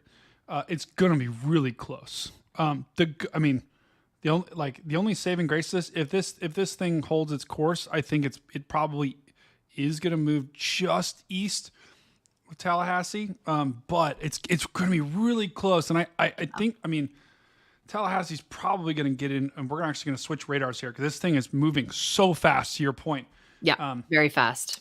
But it's going to be really, if I draw a straight line down from Tallahassee. And then, of course, I can't play when I do that. It's going to be really. I think Tallahassee's probably still going to get it on the eye wall, though. I mean, don't you think, Serena? Yeah, I definitely think they'll take a glancing blow on the west side of it. At least that's my hope. Because having it pass directly over then be on the east side of it, I think would be very unfortunate. So that's what I'm hoping for. And I'll see if this shows. If you look at like I said, I had a meteorologist coworker share this with me today. If you look at the forward speed for every hurricane in the Gulf of Mexico from 1851 to 2024, I don't know if you'll be able to show this, but it's a really cool plot showing the speed. Helene. Yeah, here we go. Okay, hold on. Let me turn this off. Maybe this will make it better. Is it going to work somehow? Okay, this works close enough. Do you see where Helene is? All the way over here on the side of this plot because of its forward speed. Oh wow, I see that. It's way outside the bell curve. Way over it's there. Like all the way to the right. Oh my gosh. Yeah, exactly. So where you're looking at the peak of that bell curve really being somewhere between 5 and 10 knots of forward speed, and it sort of trails off down to about 20. You don't see much more beyond that, and then you have Helene pop up there at the end. So it just goes to speak for the forward momentum and the speed of this storm. And if you're definitely on that front right quadrant, all you're doing is exacerbating those wind speeds. So if you have 100 and we're at 130 now because we're a category 4 storm, you have 130 mile an hour wind speeds plus its forward speed direction of almost 25 miles an hour. That's going to result in some places it could potentially see 155 mile an hour winds. That's scary. Which is that's insane. I mean, scary. It's the thing that I do want to ask Dr. Hobgood too is now we saw with Ian. Right, hurricane. The reason why I keep bringing up Ian is because this is probably the strongest hurricane to hit this part of the country since Ian. But we saw with Ian, it moves so slow. I mean, just absolutely crawl, and that actually I think helped the surge numbers. The water pile up, and we'll let this tornado warning go, and then we'll keep talking here. Oh, it didn't. Apparently it was a ghost tornado warning, but. In your, at least from your experience, and maybe the answer is it depends, but is a faster hurricane, does that generally mean that the surge doesn't have as much time to, obviously we're still looking at 15 plus feet, so it's significant, but if this thing was moving slower, do you think the surge would pile up even more, or is that just kind of a case-by-case basis? Well, I think it also depends, I mean, partly it's case by case, but I think it also depends on which part of the hurricane you're talking about. Yeah. That around the core where you've got the strongest winds, even with a fast moving hurricane, you're still going to get a fair amount of surge because the winds are just so strong. And so like near the core of Helene, that's where the surge will be worse, especially on the right-hand side, the east side. Farther away from the center, so in places, say, south of Tampa or maybe even south of Cedar Key, they're the fast-moving thing, I think, will keep the surge down a little bit, because the winds will blow strongly, but they won't blow for as long. So that's interesting. So it's like well, also the camera we're looking at right now, guys, this is the Sarasota Midnight Pass camera again. But I think you bring up a good point, right, Dr. Hobgood, where it's like it not all hurricanes are the same, but so it really depends on where you're at. But I think in general, like you were saying, is the wind, the faster motion generally is better. Although, Serena, your point, that can actually cause the wind speeds to increase a little bit, right? Because it's moving faster, so it adds a little bit more to the wind speeds. But at least if I had to pick in my mind, and maybe you guys could just answer yes or no for this. If you were in a town that was going to get hit by a hurricane, would you want it to be faster moving or slower moving? Faster. Yeah. Yeah. You get the bad wind either way. Yeah. But it doesn't blow for as long. So you probably have a little less surge, less structural damage, and maybe fewer power outages. Yeah. Would you agree with that, Serena? Yeah, I think Dr. J. Hobgood's spot on with that. I agree completely that if you're going to get those high wind speeds, it's that unrelenting extended period of time of having that will just continue to cause more destruction, right? Like the tree may take a couple gusts that reach 120, but if you have that for hours and hours, at some point, systems are going to start failing. So I think that's a really good point. Another thing I wanted to mention with this storm is that I was looking earlier at forecast and record water levels for the Gulf Coast of Florida, and for like Tampa Bay at East Bay, Old Port, Tampa Bay. And we're talking places where like the eye's almost parallel, right, to where Tampa Bay is. We know it's not taking a direct hit. Looking at records they have there are about 5.5 to 6 feet. And the forecasts for the storm are somewhere between 8 and 9. And it's just wild to think that while they're not taking a direct hit from the storm, the fact that it's so huge and the category that it's at, they still may pass in Cedar Key and Tampa and Clearwater and St. Petersburg, Port Manatee. They may break records for storm surge. Yeah, I mean, Tampa has not seen a storm like this. Even though this is not a direct hit, right? Tampa's not seen storm surge like this in a long time. I mean, we were just looking at a camera, and I'm trying to pull it back up now. We were just looking at a camera near Siesta Key. This is the one we looked at earlier, guys. This camera is in Siesta Key near Midnight Pass Road. This is the one that we looked at earlier. Water is flowing on. I mean, this is a traffic intersection, guys. This is not a lake. This is not a river. Right, this is those lights that you see in the middle. Those are traffic lights. So water is just absolutely pouring on shore here, near in Tampa Bay or in Tampa. This is just to the south of Tampa and Sarasota. But this just shows you guys, like, storm surge is no joke. It looks like we can still see some signs. Right, let me just move this over a little bit. See that sign right there? So that's a good gauge for me. I don't this isn't necessarily catastrophic storm surge. But this is significant, especially for this part of the country, that a lot of people in Tampa were pretty, at least from the responses I was getting on Twitter. I'm sure that's probably the worst responses that you get. But a lot of people were like, stop hyping it from Tampa. Like, we're not going to see surge in Tampa. Like, this is going to be fine, because they were outside the cone. I mean, the same thing happened with Ian. People were outside the cone, and they just assumed the impacts aren't going to be bad here. This is just a good example of, like, guys, like, it's just the impact, especially with this storm, which is massive. You can have significant surge well outside the center. Yeah, the water level. Oh, sorry. No, all you. I was going to say the water levels are still rising in Tampa Bay. Are they really? Oh my gosh. Where do you see that, Dr. Hobgood? Because I would love to put that up here. NOAA has a site called tidesandcurrents.noaa.gov. And so I'm looking at the St. Petersburg water level. It's like 5.93 feet above mean low-level water level. Wow. That is that's the 5 to 8 feet, guys, that was projected, and that's very. I mean, definitely becoming. We're seeing it happen, guys. We are seeing it happen live on stream here. So go ahead, Serena. You were going to say something? I was going to say, I think that people in Tampa as well. Don't forget what happened with them with Ian. That we had a major hurricane headed their way, tons of preparation. Everybody was ready for it, and the storm made a right turn. And was devastating to Fort Myers and really spared Tampa. In fact, I don't know if you guys remember the videos of the bays in Tampa emptying out because of how this, the way the rotation of the storm worked.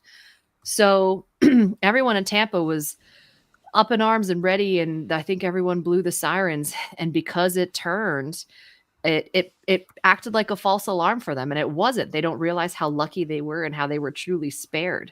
But I think because of that, it does change people's perspectives. And when there's follow-up storms, people remember those past experiences. And so I do think there's a lot of people in the area that are taking it easy. I've seen a ton of people freaking out in Fort Myers, in Cape Coral, these places that were hit so hard before. I can definitely feel, and that's social media, right? So take it with a grain of salt. I have definitely felt much more concern from people who were impacted by Ann for this storm than those who were spared in Tampa. Yeah, I completely agree. And guys, the camera we're looking at right now is actually right near St. Pete's Beach. So this is this just, I know it's really hard to see, but this camera just shows you how strong the winds are in St. Petersburg Beach, St. Petersburg, Florida. And this is well outside the center of this particular system. So, I mean, those winds look incredibly strong. I mean, blowing that and that's what's causing this storm surge to just flood on shore, these really strong winds. I don't want to say that's like hurricane force, but those are strong. I mean, to blow palms over like that, granted, they could be in like a band right now, but I mean, that is a crazy image right now from St. Petersburg, Florida. There's another resource that I really like. I like the one that Dr. J. Hobgood talked about. If you also go to water.weather.gov, it is a flood map, and what it shows are a bunch of circles and squares, and the squares are forecast flood levels and the circles are observations. And if you click on some of these squares to see where they're forecasting the flooding, they will show you exactly what's expected. Some of these are coastal, some of these are inland. But I just clicked on the Sopchoppy River near Sopchoppy. I literally went right to that. The National Weather Service has issued a new tornado warning. Sorry. Warning. Tornado warning for East Central Rockingham County in North Central North Carolina, Caswell County in North Central North Carolina. The warnings tend to come at the exact wrong time, but okay. Yeah, I know. So That's I clicked okay. on that. Yeah, I know. But anyway, so I love this because it'll show you the current observations as well as the forecast. And so this is showing you they're going to reach major flood stage at this location. They're expecting it to reach 34 feet, and you can see where it is now. And a lot of times too, it'll continue the forecast onward and show you, but there might be a lot of uncertainty with a storm like this. But any of those squares you click on, and the more like red they are, the higher the severity, right? The reds, the purples.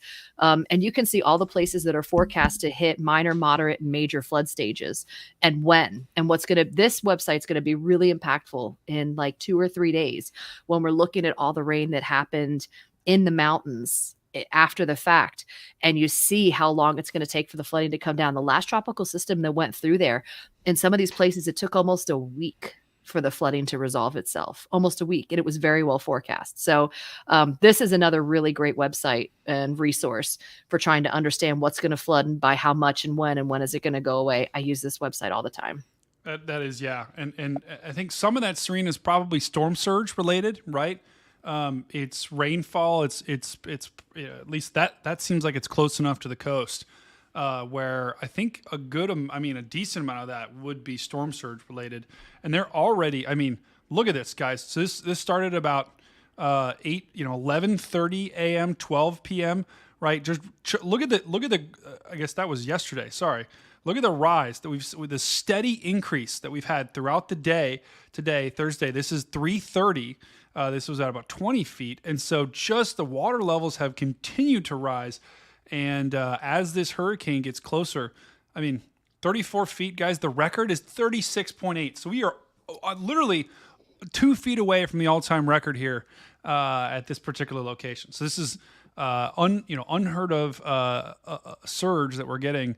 And I think, they're going to get a pretty good storm surge here. And I think their peak surge is going to come, this says around like 1 a.m., 12, which is kind of, probably a little bit after the system makes landfall and then gradually recede throughout the day. That's a really cool tool, Serena. Not going to lie. Yeah, I love it because it shows the records as well, gives you a timing for dissipation as well. Really, really fantastic website. Like one of my favorites. Yeah. Hey, not to interrupt, but Serena, are you at a gun range in a cabin somewhere? You're like all bundled up. You've got your noise canceling headphones on. You look like you're at a cabin. I've been trap shooting.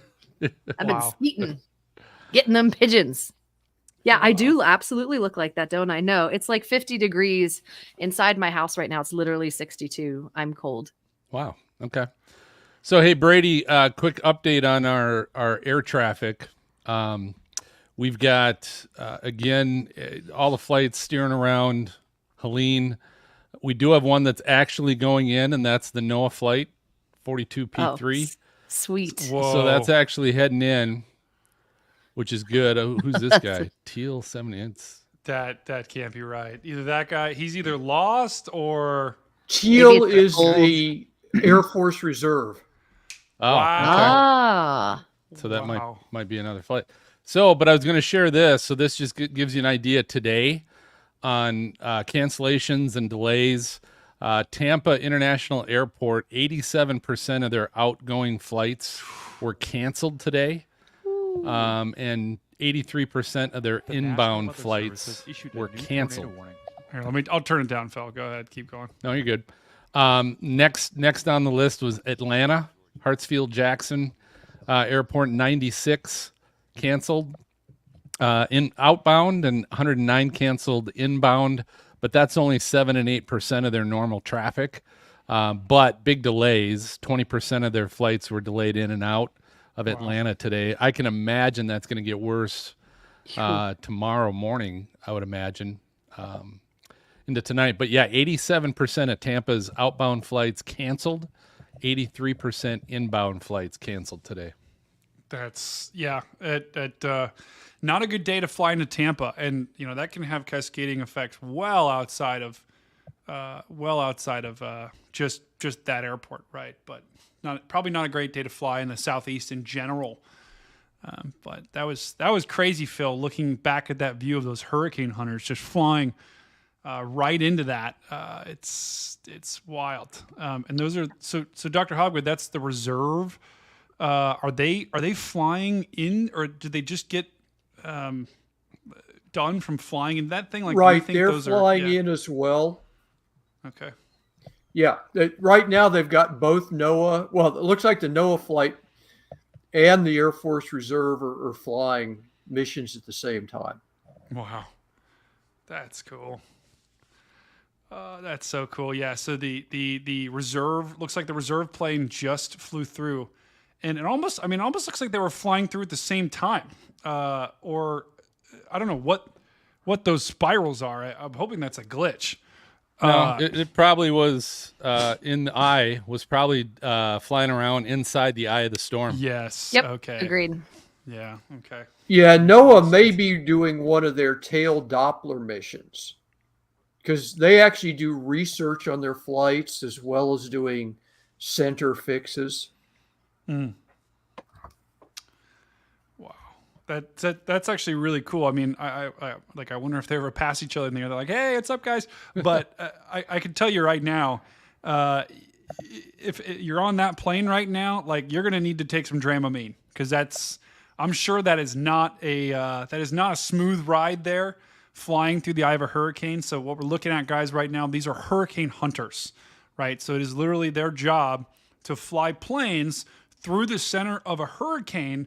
And the reason why they do that is because that gets us the most real-time data, right? They drop probes, radiosondes, that they drop these instruments that essentially will give us real-time measurement of the wind, the pressure, and that's how we're getting these updates every hour from the National Hurricane Center, because they're able to take these measurements and say, okay, hey, the winds in this hurricane are such and such, the pressure in this hurricane is such and such, and that's vital. As a hurricane like this that can be strengthening quickly, this gives us the newest information to be able to tell us, okay, what's this thing doing? Because we have radar that does that, but the best thing is the real data, right? The best thing, it's like eating a piece of cake. If you see someone taking a video of someone eating a cake, or you eat cake yourself, the eating cake yourself is going to be way better. And that's the same thing with getting the real data. Is it's much better for actually understanding what's going on. And the NOAA planes looks like it's heading right back into the eye wall again. True. I'm so jealous. God, those guys are just the coolest. That's like the ultimate storm chaser. They're just the coolest. Yeah, that would be. I mean, you got to have some serious cojones to do that, because especially if you get a little motion sick like me. But I'd vomit. I'd vomit and be worth every second of it. I don't care. Wow. Power Outage US is reporting that 455,000 customers in Florida have lost electricity. Are you kidding me? That's a lot already. Oh my gosh. Wow. And we also just got, I'm going to quickly jump over to this, Phil, because we did just get a confirmed tornado that's on the ground right now. And let me just quickly hop over to that really fast. I was going to show another surge video from Southwest Florida. I do want to quickly talk about this. I think the observed tornado, where is it? I think it was in North Carolina. Yeah, there it is. So we do have a observed tornado. This is a tornado warning that's basically saying this tornado is on the ground. This is to the northeast of Greensboro, North Carolina. So, I mean, looking on radar, guys, that does not look impressive at all. Let's look at the velocity here. Look at the velocity. So I'm curious to see, this is radar indicated. How did they indicate this? A confirmed tornado, radar confirmed. So my guess is there's probably some debris. And there it is. There it is, guys. We have a debris ball with this particular system. So this is how they were able to denote that this is a tornado on the ground. This right here is debris, right? That is a debris signature. So we have a confirmed tornado just to the south of Yanceyville and Ruffin. This is in North Carolina. This is a dangerous storm that is producing a tornado. This is our first radar. This is our first confirmed tornado of the night. And this is for east central Rockingham and Caswell counties in North Carolina. So a dangerous night here. This is just to the northwest of Durham. So Durham, you're not in this, but that's kind of the closest big city. But look at that, guys. Look at that radar. Maybe that's mountains or something, but that is not. I mean, that is like the problem with these tropical systems is you don't really see the classic. Sometimes you do, but sometimes, like if I look at this on radar, I am not thinking tornado. Yeah, I don't know how far away you are from the radar there. So you could be far away from the radar. But with these types of storms, you're not going to get these classic supercell type of responses here. You just have a tremendous amount of shear in these environments. Yeah, it's not going to look as gorgeous, but boy, you'll get them. Yeah, and this is our first one, at least, where I've seen a debris signature tonight. So dangerous storm here near Yanceyville. We've got a confirmed tornado on the ground. This is not a PDS warning, but this is an observed warning, which means National Weather Service or the local National Weather Service office has enough information to be able to say this tornado is in fact on the ground. It's doing damage here just to the south of Yanceyville. Oh, whoops. I'm now attached. My headphones ran out, so I'm now attached to my mic. So every time I walk away, they're going to rip out of my ears. So I have to keep an eye on that. But this is eventually headed towards Martinsville as well. You guys aren't in the warning in Martinsville, but dangerous storm here that we need to keep an eye on. Do you want to go back to our cam here? This is our cam near St. Pete, Florida. And look at that, guys. Look at these winds. I mean, Wow. this is just look at lightning too. We got a lightning flash there as well. This is why we're having such significant surge in Tampa, because we have very, very, very strong winds that's blowing blowing all this water on shore. And wow, that is if this is the images that are coming out of Tampa tonight, I can't even imagine the images that we're going to get in the Big Bend, because the winds are going to be almost double, if not more, in the Big Bend of Florida.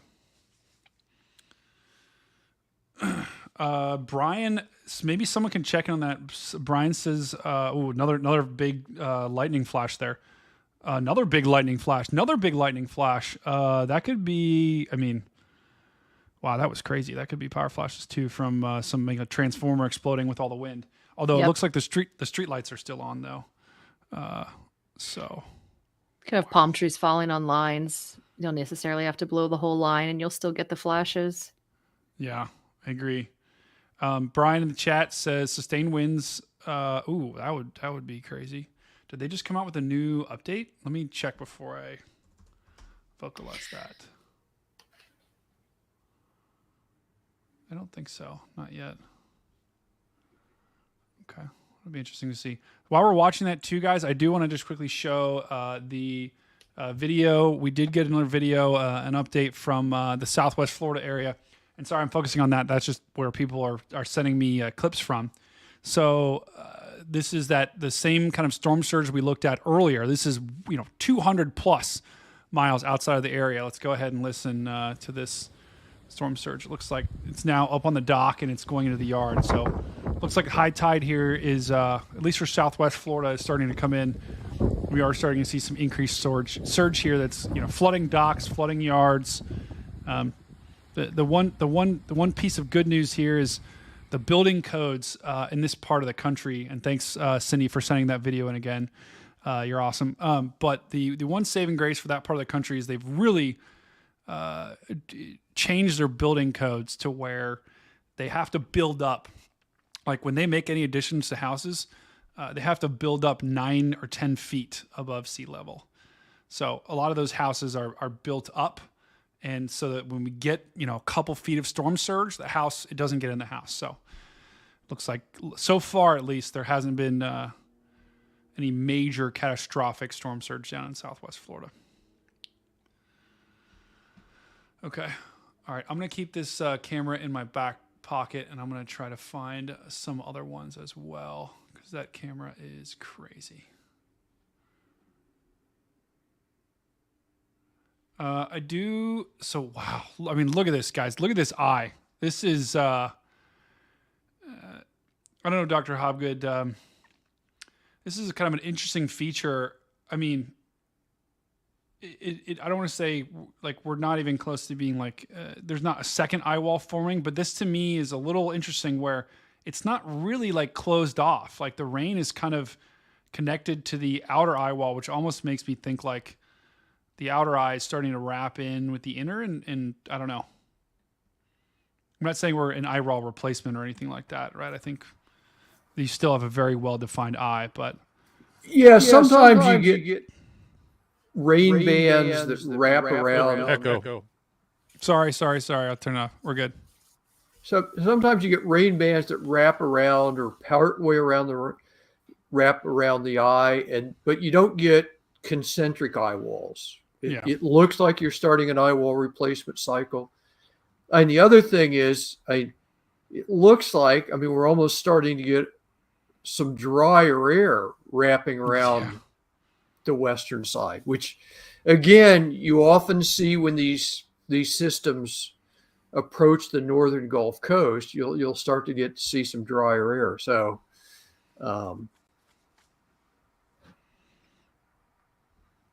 Yeah, it will be interesting to see if that dry air. I mean, having said that, we have very little time till landfall. This thing is about to make landfall in the next hour to two, and I don't think.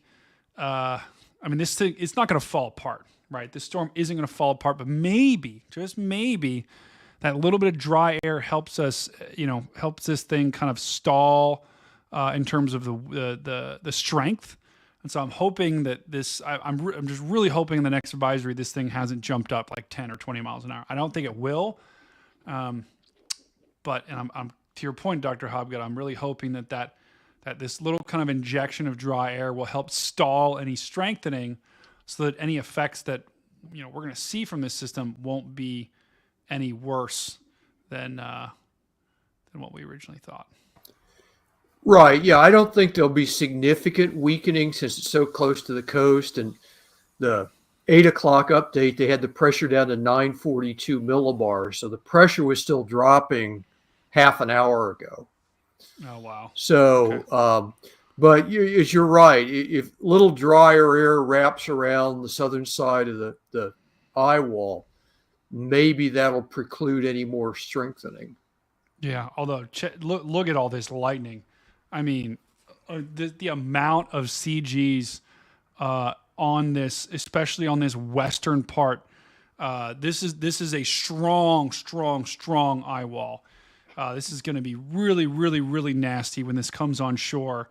And it looks like, at least from what I'm seeing, it's almost going due north right now. So we talked, Serena, we talked about Tallahassee and how we if Tallahassee can avoid the eye wall, or at least the partial part of the eye wall, and stay on the east side, that's going to be huge for Tallahassee. But it's going to be close. Yeah, absolutely. Yeah, I completely agree with you. So we're just going to have to wait and see what happens here, and I just have my fingers crossed that it passes to the east. But it's a super strong storm. One of the interesting observations I saw today, I've my 9 to 5 job, we're still looking at this and monitoring and checking stuff out. And when it was about parallel with Naples, we found a buoy that it passed by, and the seas where the wave height was 28 feet. Wow. Are you kidding me? No. And it was just like, oh boy. So just look at this lightning and think about like that 28-foot wave height. And could you imagine being out there like nope, on a boat, God forbid? Goodness gracious. Yeah, that is it's I've made that joke earlier. I'm like, hey, what if I took a boat from, Dr. Hobgood, you want to take a boat from Cedar Key and go all the way? And he was just like, yeah, you couldn't pay me to do that. Not even, no. Because that's just instant death. I mean, you would not survive. Yes. You'd probably get offshore and make it about 20 feet, and then your boat would flip and you would be gone. So, and you'd be done. Yeah, exactly. Yeah. But it's interesting because I think it helps to show is the amount of strength that the storm has. This is an incredibly dynamic storm. And one of the things that's going to be very unique about this storm after it makes landfall is because it's traveling at such a fast speed, which I showed you guys that chart earlier, where it's off the charts on its speed relative to other Gulf storms. It's going to transport that motion across land pretty quickly. And so because of that, we're going to see tropical storm force winds and hurricane force winds extend further inland than you typically do, because not only there's like this interesting ratio, and Dr. Hobgood can talk about this much better than I can, but there's going to be this interesting ratio too. It's like once it gets over land, it starts to degrade. But how does that happen? It doesn't happen instantly. It takes some time for those cycles to break down and for the storm to weaken. And so if this thing's traveling at a faster pace, you're going to have stronger storm impacts make it further inland because it's more of a time factor for that storm to weaken. There's it's an interesting balance between it, how quickly does it get over land and how quickly does it travel when it's doing so before it starts to break down. And so you're just going to see some more inland effects from this kind of storm than you typically do. There's going to be people in Georgia that might experience hurricane force winds and have never seen that before. And it's going to be just one of the many interesting stories I think this storm is going to tell. Yeah. I was telling Brady before you joined us that in that respect, Helene reminds me a little bit of Hurricane Hugo that hit Charleston, South Carolina. And Hugo knocked down tons of trees in Charlotte, North Carolina, They had widespread power outages. This sort of looks sort of a similar scenario where there's going to be, potentially hurricane force winds all the way up into Macon, Georgia. Isn't that wild? Like, that's so wild. Crazy. It's I mean, and you these people, they probably aren't expecting it. I mean, there's no way they can, because it's I don't want to say it's never happened before, but it's so rare to have hurricane warnings and hurricane winds expected that far inland. And unless you have some sort of crazy dynamic at play, at this point it's just a speed, right? It's just the speed of this thing. It's like a speeding bullet that's just going to puncture way inland, and that's because of the fact that it's moving so fast. That's going to cause, as the storm as the storm slowly weakens, the places that normally would not get in on hurricane force winds are going to, unfortunately. So Brady, I'm going to share. Sorry, go ahead. Oh, you're good. I was just going to say, we had Brian Dillon just talked about the buoys. He said buoy 4206 5 minutes ago had 26-foot waves. So looks, Serena, that water just is moved with the system north, and unfortunately, that's why there's going to be 15 to 20 feet, maybe more, storm surge in the Big Bend. Go ahead, Phil. Yeah. So I was going to share, as you're talking about winds, and in this case, the wind field and the size of that wind field.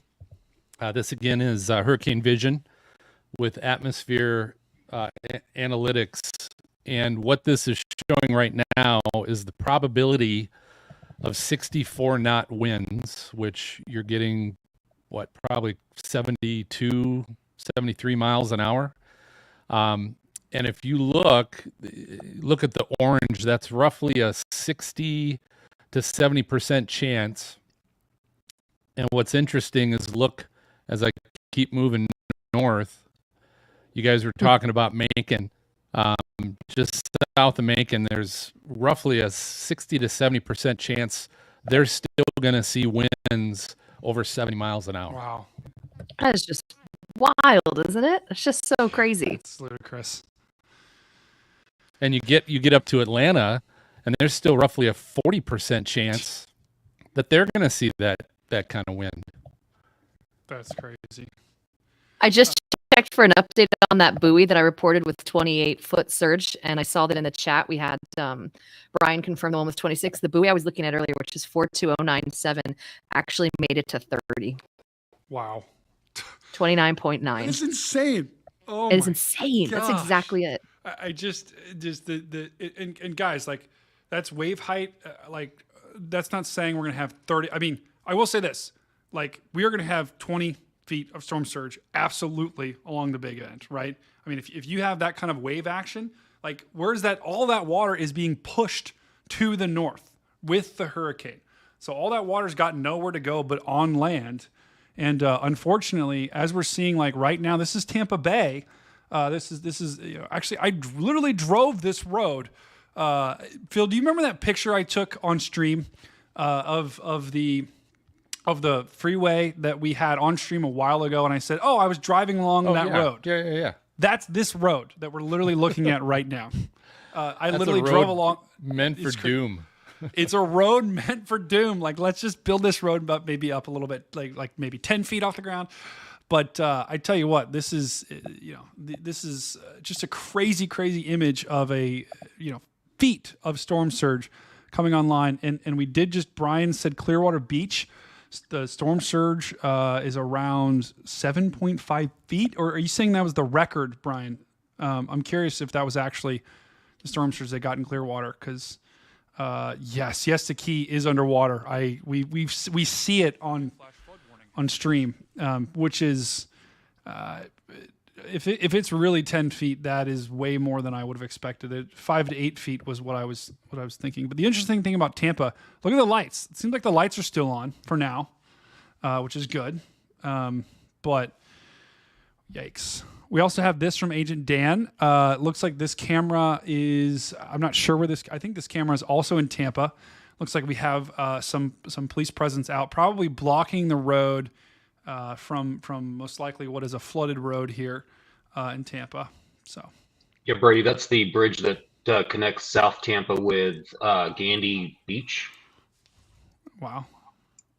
So that must be it's a little bit hard to look at, but that must be almost flooded, or there's got to be some surge that's pushing over the edge that's keeping that's causing them to block that off. So it was actually well lit a minute ago, but I saw it looks like maybe a power flash. They just lost power there.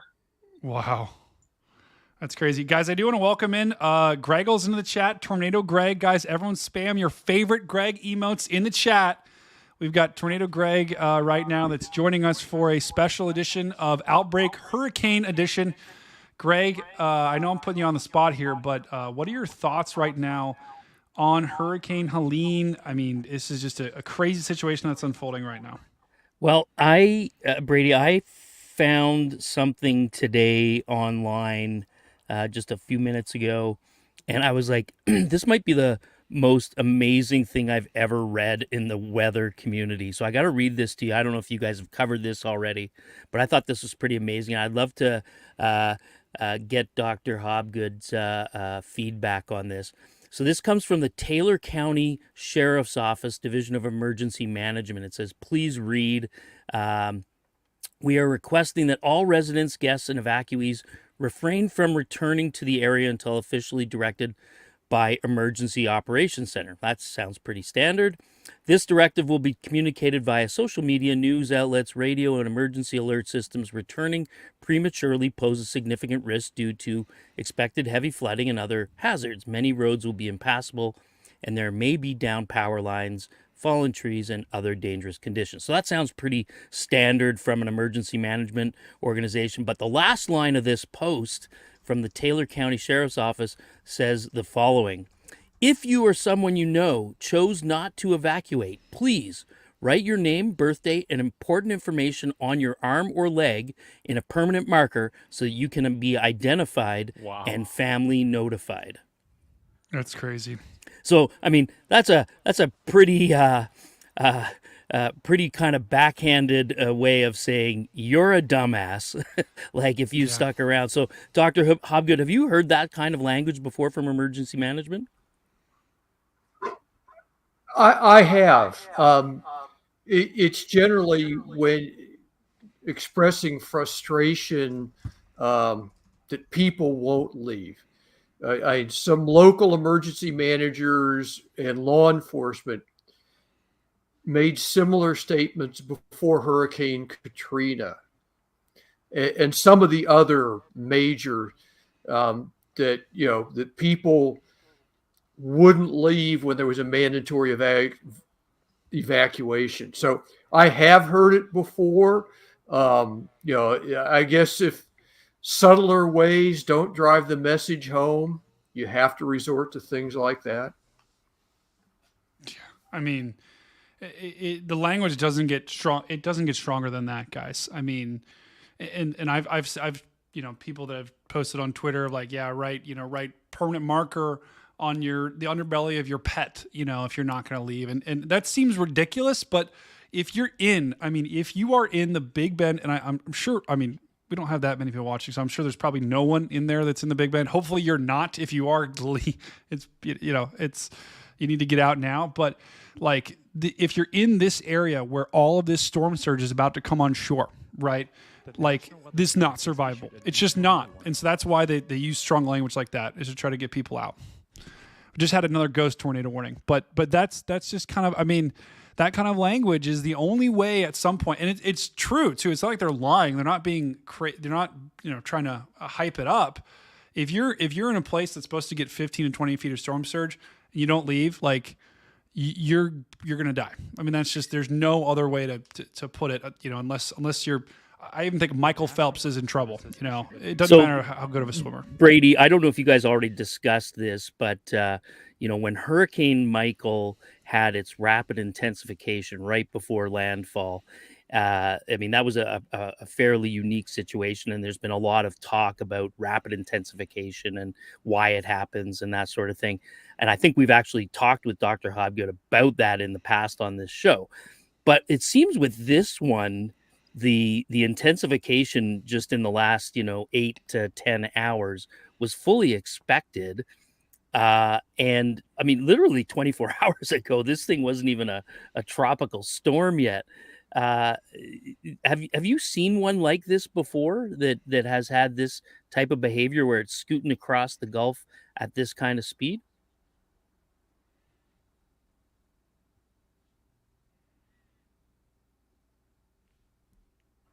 Dr. Hobb, Sorry, you cut out in and out a little bit. Oh, damn! Sorry. I was just wondering about the speed at which this crossed the Gulf. Have you experienced something like this before? Can you have an analog? Yeah, this one is comparison? pretty unusual for traveling that fast. Serena showed a graph earlier where they had the forward motion of all the hurricanes that have been over the Gulf of Mexico. And this one was on the far right-hand side of the graph as being the fastest mover. Wow. Yeah, I mean, like I said, 24 hours ago, I mean, I don't even think we were at tropical storm status, and and then now all of a sudden we're talking a cat 4 at landfall. Yeah. Wild. Yeah, it is wild. The other thing that's wild too, guys. Look at this. I just noticed this. We had CGs in the center of Helene. I mean, could you imagine, Greg? First of all, could you imagine the photo that like literally? Because I'm picturing like the CG lightning coming out of a cloud. Like how awesome of a photo that'd be. Could you imagine that, a CG bolt coming out of a hurricane and you just getting that in clear air? Now, granted, if you're in the water right now, close enough to take that photo, you're dead anyway. But like, it's just that is look at that burst of CG we had at the center of this thing at the eye. That's crazy. Oh my goodness. Yeah, that would make a good picture. I mean, I don't think I've ever seen that. Granted, I mean that could be a glitch of the sensors or something, but I've never seen hurricane at the center of the eye like that. That's just, I don't know, Dr. Hobgood, if you've ever seen something like that before, but I've always seen it in the eye wall. I've never seen it at the very center. Wow. Yeah, that would make me wonder if that's anomalous data. Yeah, I have another question for you, Dr. Hobgood. With a storm like this, where it's coming into, this area where literally almost half the hurricane now is either over water over land or getting really close to being over land.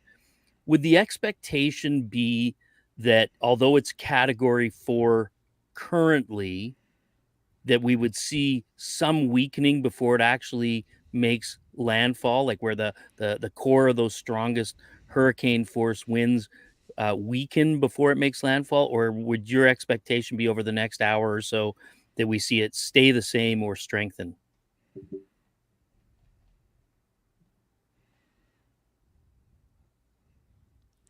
Oh, we might have lost him. Dr. Hobgood, can you hear us? Could you guys hear me okay? Yeah, we got you. Yeah, we did. Dr. Hobgood must be coming in and out a little bit. Well, what do you guys think? Well, what do you think, Phil and Brady? What do you guys think? And Dan, if you can hear me, you chime in. Like, is this the type of situation where we're going to see it weaken a little bit? Because literally most of it's over land at this point. You know, I was talking about this earlier. I think, I mean, Dr. Hobgood pointed this out. There was some dry air making its way in right here. I think at this point, and we got a new tornado warning as soon as I was going to say that. I turned it down so you can't hear it. Okay, cool. But I think at this point, I don't know if it's going to weaken. If anything, maybe this dry air and maybe some of this, kind of interaction with the land is going to cause it to not get to Category 5 status. But I don't know if it's actually going to weaken significantly until it comes on shore. Just because, like, at least I don't think it's going to weaken enough to make a difference, if that makes sense. But I don't know, Phil. What do you think? I haven't been paying attention to what the question was. So let's ask Serena. Serena, what do you think? Do you think that some of this dry air and some of the structure problems look like this is happening right now? Do you think that's going to make that much of a difference? I don't know. My question, Serena, was whether it, because you've got basically land now on two sides of 4 of this hurricane. It's Category 4 now, but will we expect to see some weakening over the next hour or two as it makes landfall. I don't think we have Serena with us either, gang. You know what? That was a good question, though. It really was. That's a good Great question. That's a good question. I hope somebody can hear me. Yeah. Go ahead, Dr. Hobgood. The National Weather Service. Oh my has God! issued a Right new when we do tornado that, we get a tornado warning. Tornado going warning on? for central Glenn County in southeastern Georgia. Wow. So, Greg, that's a fantastic question. Guys, if you have an answer to Greg's question, let us know in the chat. That probably is the best way. Let's just have our chat answer it. So, chat, if you have an answer to Greg's question, go ahead and let him know. Make sure you use the phallic Greg emote at the end, though. So, we just got about 4 tornado warnings here in Georgia. So I wanted to quickly hit on these because I know we're coming up against it with our podcast here. So I do just want to mention we are starting to see some tornadic storms move onshore here. Let's go one by one here. We've got this storm in Metter and Claxton. I think that's how you pronounce it. In Hagen, Georgia. Look at that couplet. We got a nice solid couplet there. So that could be, that's a radar indicated tornado warning that expires in 40 minutes. So definitely a possible tornado here. Let's look, make sure there's no debris. Okay, no debris just yet. So still radar indicated. We have another tornado warning for Savannah, Georgia. This is a radar indicated storm. Really, I think, let's look at the velocity. It could honestly be this storm. It could also be this storm. So we have a couple different areas of rotation. So Savannah, Georgia, you're under this is a pretty big tornado warning, includes the entire city of Savannah. You've actually got a couple of tornadic supercells moving onshore here. You've got one here, you've got one here, you've got one here. So if I draw everyone loves me drawing the dinos. So here's dino number 1, here's baby dino number 2, and then here is dino number 3. This is a really dino small or whale? Whale, sorry, whale. Whoa. And here's whale number 4. So we've got a total of 4 possible whales here that are moving on shore. Once again, these are just because they're small does not mean they can't produce a tornado. Look at all these storms. All of these storms have some sort of curvature to them, which indicates to me they're rotating. This one, this one, this one, this one, this one. We're probably going to get peppered with tornado warnings in Georgia here as these things move on shore in the next couple of hours. We also have another tornado warning here near Lumber City. This is probably the healthiest looking storm. There's some rotation here. Nothing I'm too concerned about. There could be a little something in there just to the northeast of Lumber City. So we've got a total of 4 tornado warnings right now that just kind of came out of nowhere. So wanted to hit on those as well. Wow. Always love to look at the velocity here. Look at the, I always try to find like other little mesovortices in here. And it looks like there's a couple like maybe right in there a little bit, but tell you what, look at that. I mean, granted, this is flight level and this is really high up in the atmosphere. Look at the radar though. I mean, that's picking up 160. I'm not saying that's what's at the surface because we're way far away from the radar. But we're picking up some pretty good values here on the eastern. And Dr. Hobgood, did you notice this today about how the strongest winds with this thing are by far, or have been by far, on the eastern side of this system? Uh-oh. He's froze again. Did anyone else notice that? Try to guess whether I'm frozen right now. Fantastic. Oh gosh. Well, did Serena did anyone else notice that today?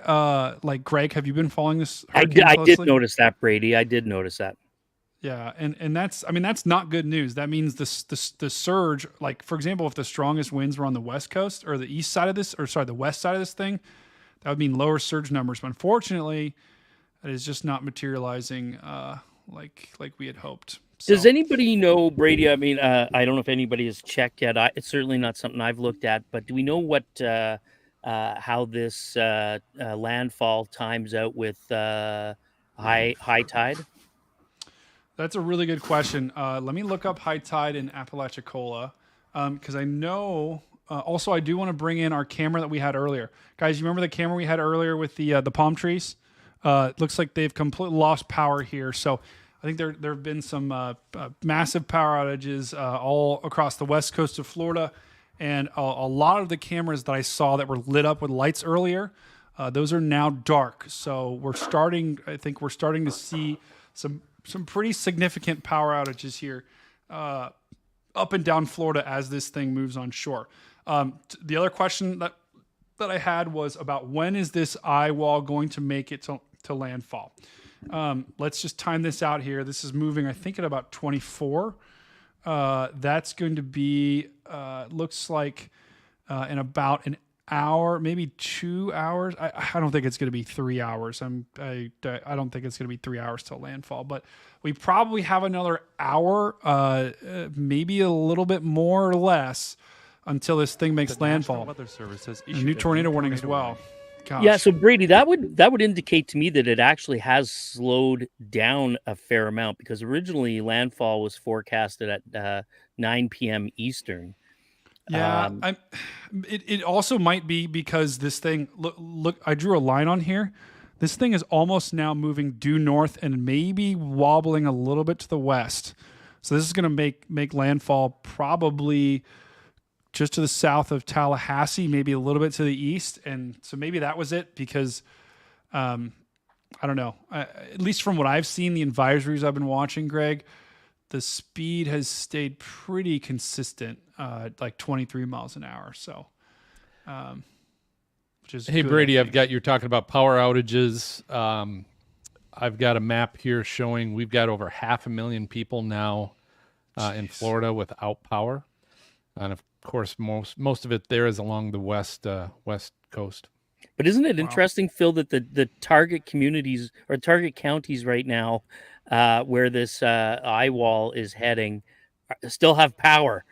There are a couple of the ones that are still doing okay. Yeah, they're like, oh, this isn't anything. Yeah, everyone's worried about this hurricane. Though, you know what? I was looking at population maps of Florida earlier today. I'm gonna womp womp. There's very little population compared to other parts of the state in that Big Bend area. It's a lot. So luckily outside of Tallahassee, thankfully there's not a ton of people there. Yeah, although we've got, I'm sure we have a ton of chasers there though right now. Oh yeah. Do we know anything about names? Do we have? Are we in contact with any of them that are on the ground right now, Brady or Phil? We are tracking Vince Welty right now, who is looks like he's at a gas station. If I could find his actual location, I don't know if anyone is. Actually, let me ask Vince. I wonder if his talkie's on. I'll use my walkie-talkie and talk to him. But I'll check in with Vince. But if we look at Radar Omega, we do see there's chasers up and down the coast. The majority of them right now are actually in Perry, which I actually think is where Mama G, one of our moderators, is actually doing. So let me check with Vince real quick. We got 3 minutes, 3-minute countdown to Stormfront Freaks Live. Cool. Is Andrew here yet? He looks like he is in the green room. Sweet. Awesome. So, awesome. Yep, I see him in the green room. So we'll bring him in as soon as we get started. So, yeah, those of you watching Stormfront Freaks Outbreak right now, we kind of have a little bit of a hybrid this evening. We're going to transition at the top of the hour to Stormfront Freaks Live, our podcast. We've got a special guest, TikTok meteorologist Andrew Markowitz is going to be with us. And so we're going to, but it's going to be a hybrid show. So we're going to be going back and forth with Brady and Dr. Hobgood, kind of finding out, getting updates on Hurricane Helene as she's rolling in, while we're also doing our show and interviewing Andrew and covering all kinds of fun stuff. And then following the show, we're going right back into Outbreak coverage till Brady falls asleep standing up. Yeah, and I still have to drive home tonight, so that's going to be amazing. But yeah, glad we got Serena uncovered. So I did figure out Vince is in Perry. So Vince, if I would just quickly show you right before the show, Vince is basically, he's right here. So let me circle that in the bigger picture. So Vince is, looks like there's a cluster of chasers right now in Perry. So he looks like he's going to be in the northeast quadrant of this thing. They're going to get slammed pretty hard here in the next hour with this eyewall. He's probably eating right now because they got power. They got. He's probably getting some good chicken nuggies and. Last nuggie stop. Yeah, that's right. I agree. Yeah, you won't have it later. That's for sure. I agree. Not warm anyway. Vince, are you getting some nuggies, brother? 60 seconds to the show. Oh, he didn't respond. He's locked in right now. Wow. Oh, shoot. Should I go, Phil? Should I go off something or something? I mean, you might want to change your layout so it's kind of you and video or something like that, so we can still go to you, but you don't need us on anymore because MJ will do our normal layout. Okay, cool. I'm going to go 50-50 so people can still see the radar. 50-50.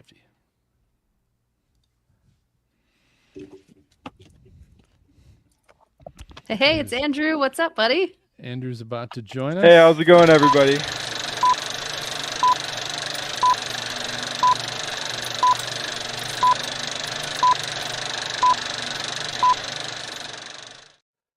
So, hey, Storm Freaks, it's Phil. We got a strange and interesting night tonight on episode 219. While Hurricane Helene is kind of working its way to landfall, we're going to be tracking that with our meteorologist, Brady Harris, otherwise known as Stormcat 5. We also have hurricane expert Dr. Jay Hobgood is back with us talking about that. But while we're tracking Helene, we're also going to be covering our show with TikTok meteorologist Andrew Markowitz. So we're going to kind of have a dual, awesome, great good time all on 219 of Stormfront Freaks Live. Going green. Greenwich. Saddle up. You got it, boss.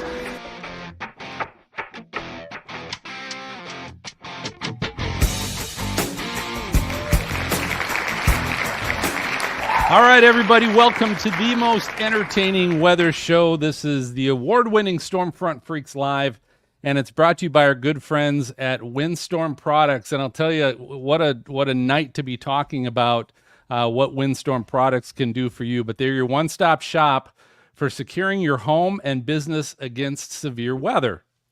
Having a little bit of that tonight, right? From hurricane hardware to storm protection, they've got the heavy-duty supplies that you need to stay safe. Is it too late for Helene? Probably. But go ahead and visit windstormproducts.com today so you can be prepared for when the next storm hits. Want to thank all of our Patreon members. They're all scrolling across the bottom of the screen. But big thanks to all of you that help support the show. You can join the team as well for as little as $5 a month. You can support us if you go to stormfrontfreaks.com. You can click on the Patreon link and find out more. We've got levels where you can get free merch, Stormfront Freaks merch, exclusive stuff that you can't get in our stores. We'll send that to you. We also have VIP levels that we have a waiting list for right now where you can actually join us in the show. But again, just go to stormfrontfreaks.com, hit that Patreon link, and thanks for being a part. We also want a big shout out to our YouTube members because, again, we've been going with Brady, Stormcat 5. We've been going live here since about 5 o'clock Eastern this evening covering Hurricane Helene. So, Brady, I'm going to quick kind of turn it over to you. You can do a little thanks and shout out to all of our YouTube members. Yeah, guys, it's been a great show. We've had a couple new YouTube members. We've had Meg become a YouTube member. We've had Dave B gift a membership. We've also had PJ become a new YouTube member. Guys, I want to thank you so much for becoming members on the stream. It's been a crazy stream. We got a lot ahead of us. But guys, if you are watching for the first time, make sure you like and subscribe to the channel. That helps us out significantly. If you do want to get access to exclusive perks like emotes, exclusive videos where I'll do updates and more on our YouTube channel, go ahead and hit that join button below. And for the low price of about $3 a month, that gets you all those perks and more. We've got a lot of big plans for our members in the future, including more levels. But once again, guys, thank you so much for watching. This is going to be a crazy show. Let's do this. Yeah, so we'll keep checking back with Brady here as we continue with the show tonight and keep everybody up to date, because I'm assuming that we might have landfall while we're doing the show. I think seems to be the opinion from everybody. So anyway, we'll keep checking in with you and Dr. Hobgood as well on that, and the rest of our freaks. But I do want to go around and go ahead and introduce the co-hosts that are here tonight and introduce the team. So if you happen to be listening to the podcast and kind of put a name to that voice, and one of the ways we do that is we find out what everybody's drinking. It's always happy hour, whether we're tracking a hurricane or not.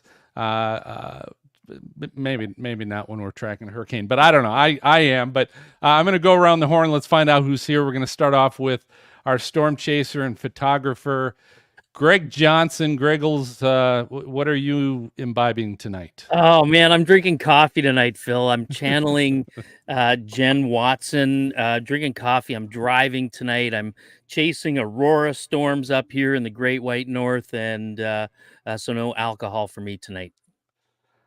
That's fair. That's fair. We'll give you tonight. We'll give this one to you. All right. Then we have our meteorologist and author Serena Arnold, who's been with us in Outbreak as well, tracking Helene. What are you drinking, or what are you doing? You eating something? No, I am. And I'm proud of this one. It is Rising Tide Brewery, Back Cove for Helene. Wow. Back Cove. Is there somebody on a canoe on that? Is there somebody like on a boat? Yes. Yeah. I hope tonight that's not what you'd want to be in. I don't think. No, and no one's going to be seeing the moon unless you're seeing it through the eye of the storm tonight. So yeah. That might be the time to actually take the boat out. Maybe is that brief time period. Phil, do not give people ideas. They'll do it. Let's not do that. All right, Brady introduced you already, but our meteorologist, Brady Harris, what are you drinking? I'm drinking water. How far along are you?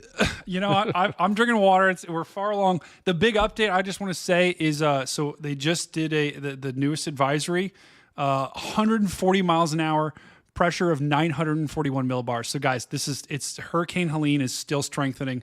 This is insane. Wow. Cool. Thanks for that update. And then I mentioned earlier, Dr. Jay Hobgood, former guest of the show. He's been it was Brady's professor, and Maz, who's not on tonight, was his professor.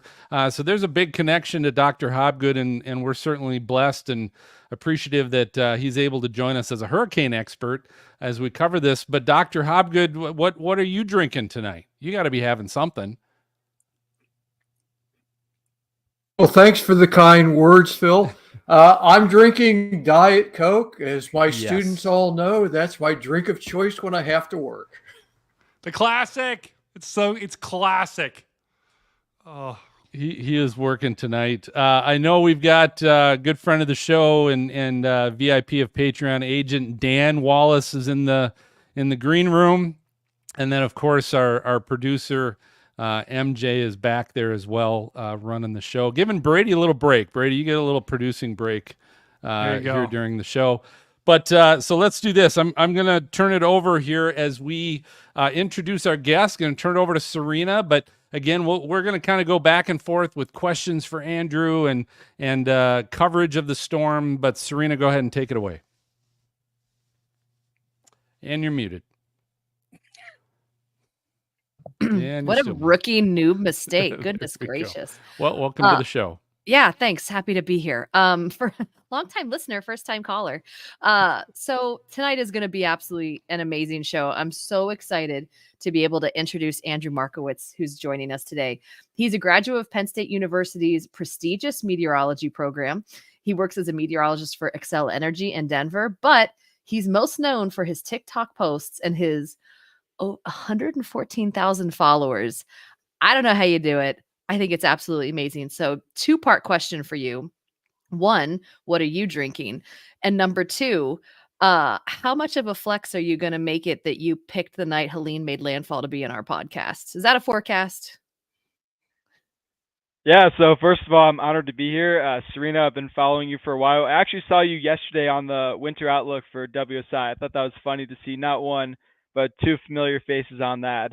Todd Crawford and I go way back as well, so cool to see. What I'm drinking tonight, just some water. I actually just finished a 5-hour drive. I went from Denver to Western Colorado. I'm spending the weekend out here, just crossing off a couple national parks, checking out the foliage. So definitely need some water to rest and recharge. And then the second question is, we had this date planned 3 months ago or so, and I was like, yeah, pretty good chance there'd be a hurricane. And funny enough, it worked out. So, you could say that we predicted that. I don't know. Things always seem to align when I'm about to get on a vacation or leaving a vacation, almost always.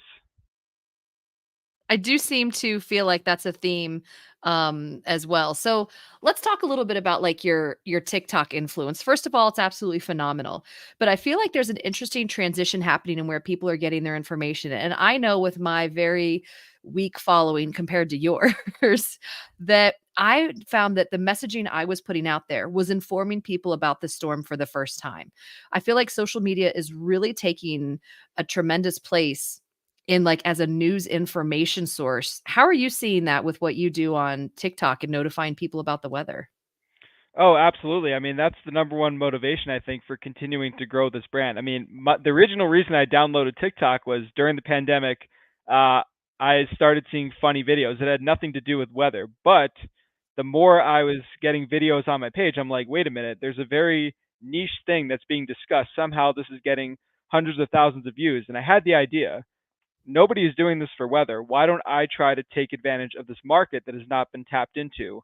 And so it took a lot of trial and error. It took probably a year and a half to get from 0 to 1,000 followers. It was very difficult to make videos and then not go anywhere. And then eventually, January 2022, we started getting snowstorms in Boston, and that's kind of what started to put me on the map. But then Hurricane Ian was really the first one that went from getting a modest, very niche size following to one that's, oh, wow, like I'm actually making a difference in people's lives. Like I was doing a lot of streaming and making videos, and I want to say I reached well over 1 million people. And so that was kind of the moment there, a little over 2 years ago, where I was like, this is actually something that is going to change people's lives, because more and more people are moving away from traditional broadcast television. So, because of that, there's kind of a void in the market where the only way they're getting weather information is from a weather app, which, we love it or we hate it. I personally don't like it. There are problems with it. Or they're getting it from someone who posts an hour 384 GFS that shows 880 millibar storm. And it's like, that's where you're getting your information. So there are a lot of people that I think have the opinion of, well, it's a cesspool, we're going to avoid that altogether. But what I believe is that we should instead attack it head on and be that source of reason in the midst of, all this chaos or people trying to post outrageous things for clout. So that's kind of been my motivation. Andrew, that source. Listen, Phil and I are of an age. So like I'm a 54-year-old guy, right? And so like getting the news from like the news is kind of what we do at this age, right? Phil, would you agree with that? Like we watch the news and stuff. But how many times have I said over the last year, like, oh, the other night on the news I saw, and what I actually mean was the other night somebody sent me a TikTok, and so I get what you're saying, but how do we avoid the disinformation world that we live in, right? Like how is the viewer, the user supposed to make that distinction? Because I'm with you, man. Like I think it's awesome. I love the format, but how do you weed out the crap? It's a very, very tough question, and there's not really an easy solution to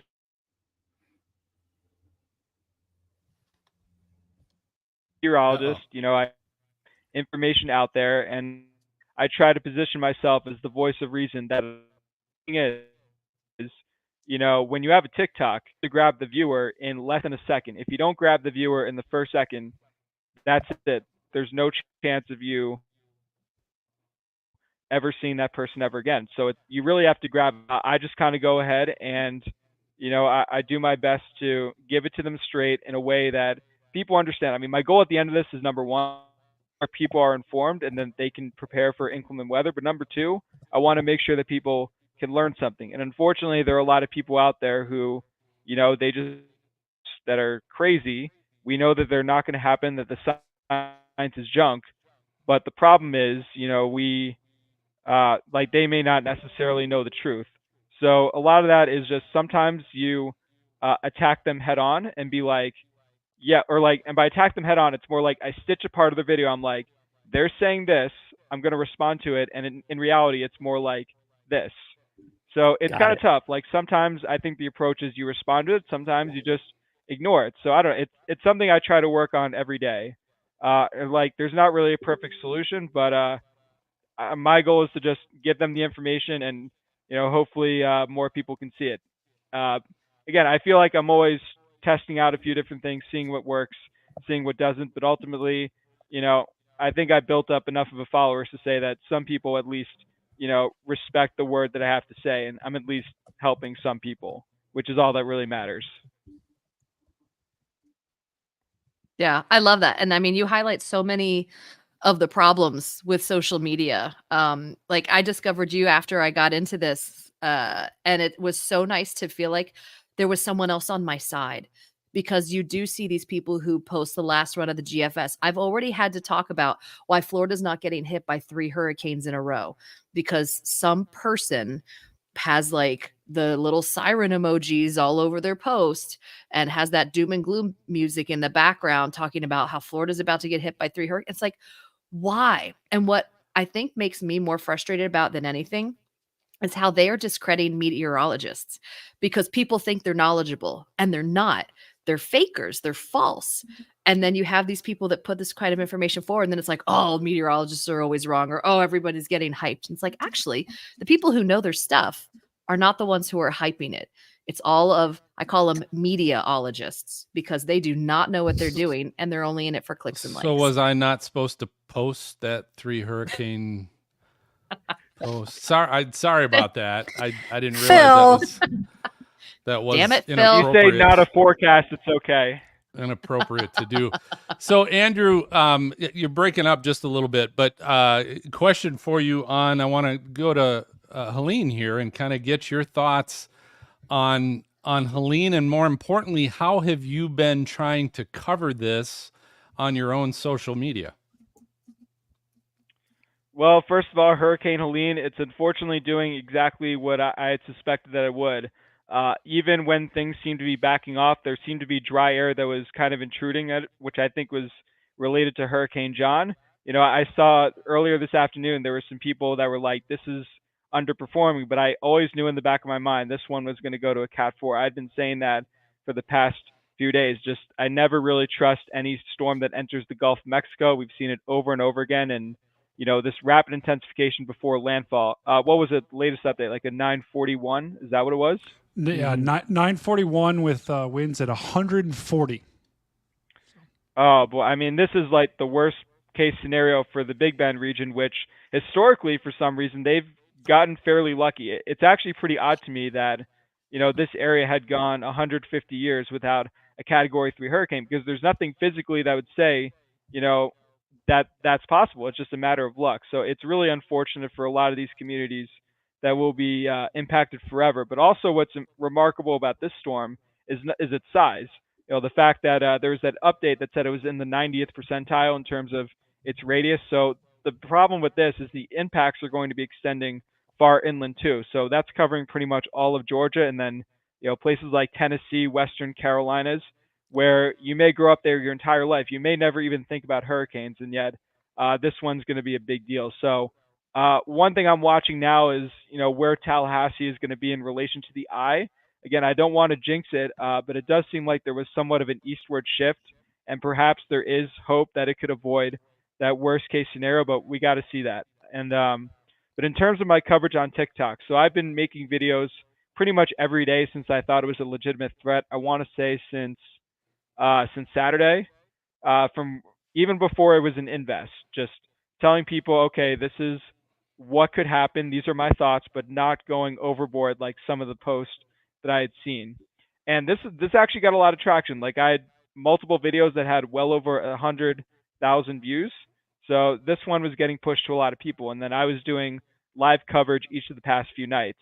And with that, I was getting, at one time, like 1,000 people or so, which I think is pretty good.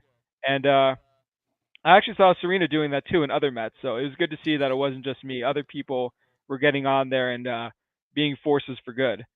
Okay, So Andrew, I yeah, have I a mean, question I've for reached. you. Let me. Can I jump in here, Andrew?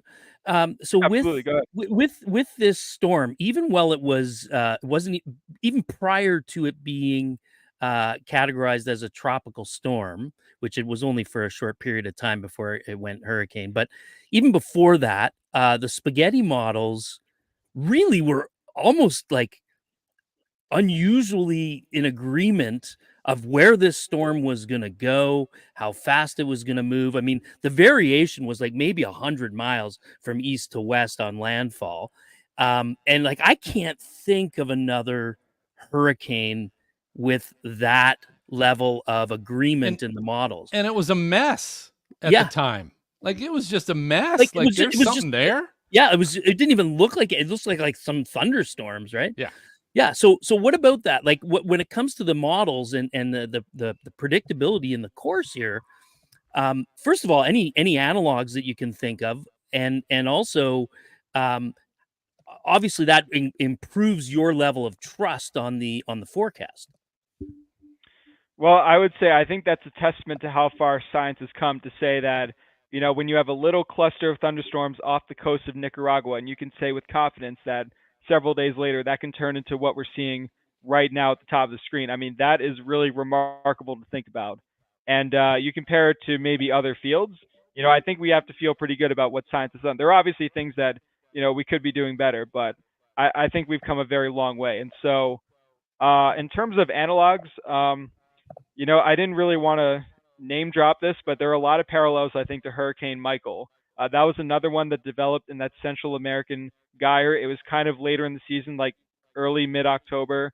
And what was surprising, though, is like I looked at the sea surface temperatures, and it was not impressive at all.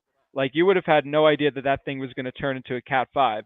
But in terms of the track kind of going northward, being lifted by a trough, and that rapid intensification, I can't help but feel a little bit of deja vu looking at what's happening with Helene tonight. Idalia, I also thought was fairly similar, but I'd also been emphasizing for the past few days that, based on what I'm seeing, Idalia feels very much like a warm up compared to what we're about to see for various reasons. In terms of historic, I mean, this is before my time, but I felt like Opal could be a similar analog for Georgia. But yeah, I mean, that's So the thing. obviously that's something that, like, I'm not alone in seeing that sort of that pattern and the consistency in the models. So obviously people are looking at what was the analog, like what could we compare this against? And I think, like you said, the science being as good as it is now, to be able to like days out, say this is where this thing is going to go, and this is where it's going to go. Hopefully it makes people in the future take heed to these hurricane warnings, get out of Dodge. Yeah, what's interesting with this is too, I was hoping people would take this super seriously and get out of Dodge. And this is something we talked about on the outbreak a little bit earlier, is that I think there's a lot of people who were impacted by Ida in Fort Myers and in Cape Coral and places like that were absolutely devastated, that have taken this storm very seriously. But people who had the near miss in Tampa and don't realize how much they lucked out in that area from Ida have not taken the storm as seriously. And it's been a very interesting thing going on there too. Yeah, and I mean, I can't tell you the amount of people just on Twitter, like from Tampa, that were just like saying, it's like, why are you hyping up? It's going to be nothing. And guys, I mean, we've seen it on stream. The storm surge forecasts have verified, if not exceeded, the expectations. I mean, there are portions of Siesta Key that have gotten 5 to 8 feet, maybe 10 feet plus in some of these areas. I was just scrolling through Twitter and it's bad. I mean, it is really, really, really bad. And that's not, I don't want to say the entire city is underwater, because it depends on where you are. But these storm surge values all up and down the west coast of Florida, unfortunately, are verifying. And so I don't even want to know what's how much storm surge we're going to get in places along the Big Bend, because that's, I mean, if the eastern portions of this is verifying, the center of this thing is going to, it's, 20 feet plus is scary to think about. So Brady, I'll tell you what. So as we're recording this right now, it's 9:23 p.m. Eastern time on Thursday. Why don't you go ahead and just give us and Dr. Hobgood as well, kind of a little update on right now where we're at with Helene. Kind of let us know what's going on and if there's any tornado warnings currently out there. Yeah, we'll do. And Dr. Hobgood, I'll go first and then kick it over to you. So what we're looking at on screen right now, this is Helene. This landfall is imminent. So we are probably about 30 minutes to an hour away from landfall in the Big Bend of Florida. And we talked about Tallahassee earlier. And for those that are listening to the audio version, this is about 9:24 p.m. Eastern time. This hurricane is moving almost due north. You can see a little bit of a wobble due north. So Tallahassee, this is going to be really, really, really close. What we're looking for in Tallahassee is for this storm to maybe wobble a little bit this way so that we don't get the direct eye from the hurricane. Now, if this wobble would continue, this hurricane is actually kind of headed right at Tallahassee. So that has me very concerned for the city of Tallahassee, because if a Category 4 hurricane with winds of 140 mile an hour, guys, once again, that's the latest advisory, 140 miles an hour sustained winds with a pressure of 941 millibars. Guys, if Tallahassee takes a direct hit from a hurricane like that, that is devastating. That'll knock out power to millions. That'll do a bunch of damage, and you really don't want to see that for the city of Tallahassee. So we'll keep an eye on that as well. We also have tornado warnings up here in portions of Savannah, Georgia, and also Savannah, South Carolina. And Savannah, Georgia. My bad. And also we have about 3 tornado warnings right now. All up and down the South Carolina and Georgia coast. So that's something we're going to have to be tracking throughout the day or throughout the night tonight, because as this hurricane continues to spin, we're going to keep seeing these supercells come on shore. So we're going to keep seeing tornado warnings all night long. We'll be sure to keep you updated. Right now, all of them are radar indicated, except for this one near the city of Georgetown, which is an observed tornado warning. So that means the National Weather Service has basically seen enough to be able to indicate that there is a tornado, or there was a tornado on the ground here. So if you're just to the west of Georgetown, you're going to want to take shelter right now, because we do have a possible tornado on the ground. Dr. Hobgood, I'll kick it over to you right now. What are your latest thoughts on Hurricane Helene? Thanks, Brady. The NOAA Hurricane Hunters and the U.S. Air Force Reserve Hurricane Hunters have both been flying inside Hurricane Helene this evening. Latest maximum sustained wind speed is 140 miles per hour. The pressure is 941 millibars. So Helene is a legitimate Category 4 hurricane. It looks like it's going to make landfall as a Category 4 hurricane in the Big Bend area of Florida pretty soon. It's crazy. Well, very good, and I'll tell you what, we're gonna keep checking in on the progress of Hurricane Helene. So we'll keep going back to Brady and Dr. Hobgood and others on that. Plus, when we're done with the live podcast show, we're just gonna go right back into our live outbreak coverage with Brady and Dr. Hobgood and the rest of the freaks. So just kind of stick with us as we go through this and kind of keep you updated on what's happening. But before we go to our video break, I'm going to have MJ bring in Chris White. Chris White is a storm chaser, but he also is the one that kind of started and has been running the Mid-Atlantic Severe Weather Conference. And we've been proud to be partners with them since day one when they started the event. But Chris, wanted to bring you on and give you an opportunity really to update people on what the conference is and where they can get information and get tickets. Sure. Well, I'm glad you're talking about the hurricane, by the way, because I have some family involved, cousins in Tallahassee, a brother further west in Santa Rosa Beach. And then I also have another cousin that flies with the hurricane hunters. So it's kind of hitting home here. So yes, exactly 1 month from today, we will have our 7th annual conference. Last year, we relabeled it from a Chaser Con to a Mid-Atlantic Severe Weather Conference because we've added in emergency managers, we've added in severe weather researchers, and of course, we still have chasers and broadcast and National Weather Service meteorologists as well. So this year, we're actually partnering, or actually we're doing a crossover with the American Meteorological Society, because they're having their Severe Local Storms Conference October 21st through the 25th, Monday through Friday, in Virginia Beach, which is right down the road from our conference in Richmond. So we have our conference that Saturday, and we've co-opted 3 of their speakers for our Saturday morning conference.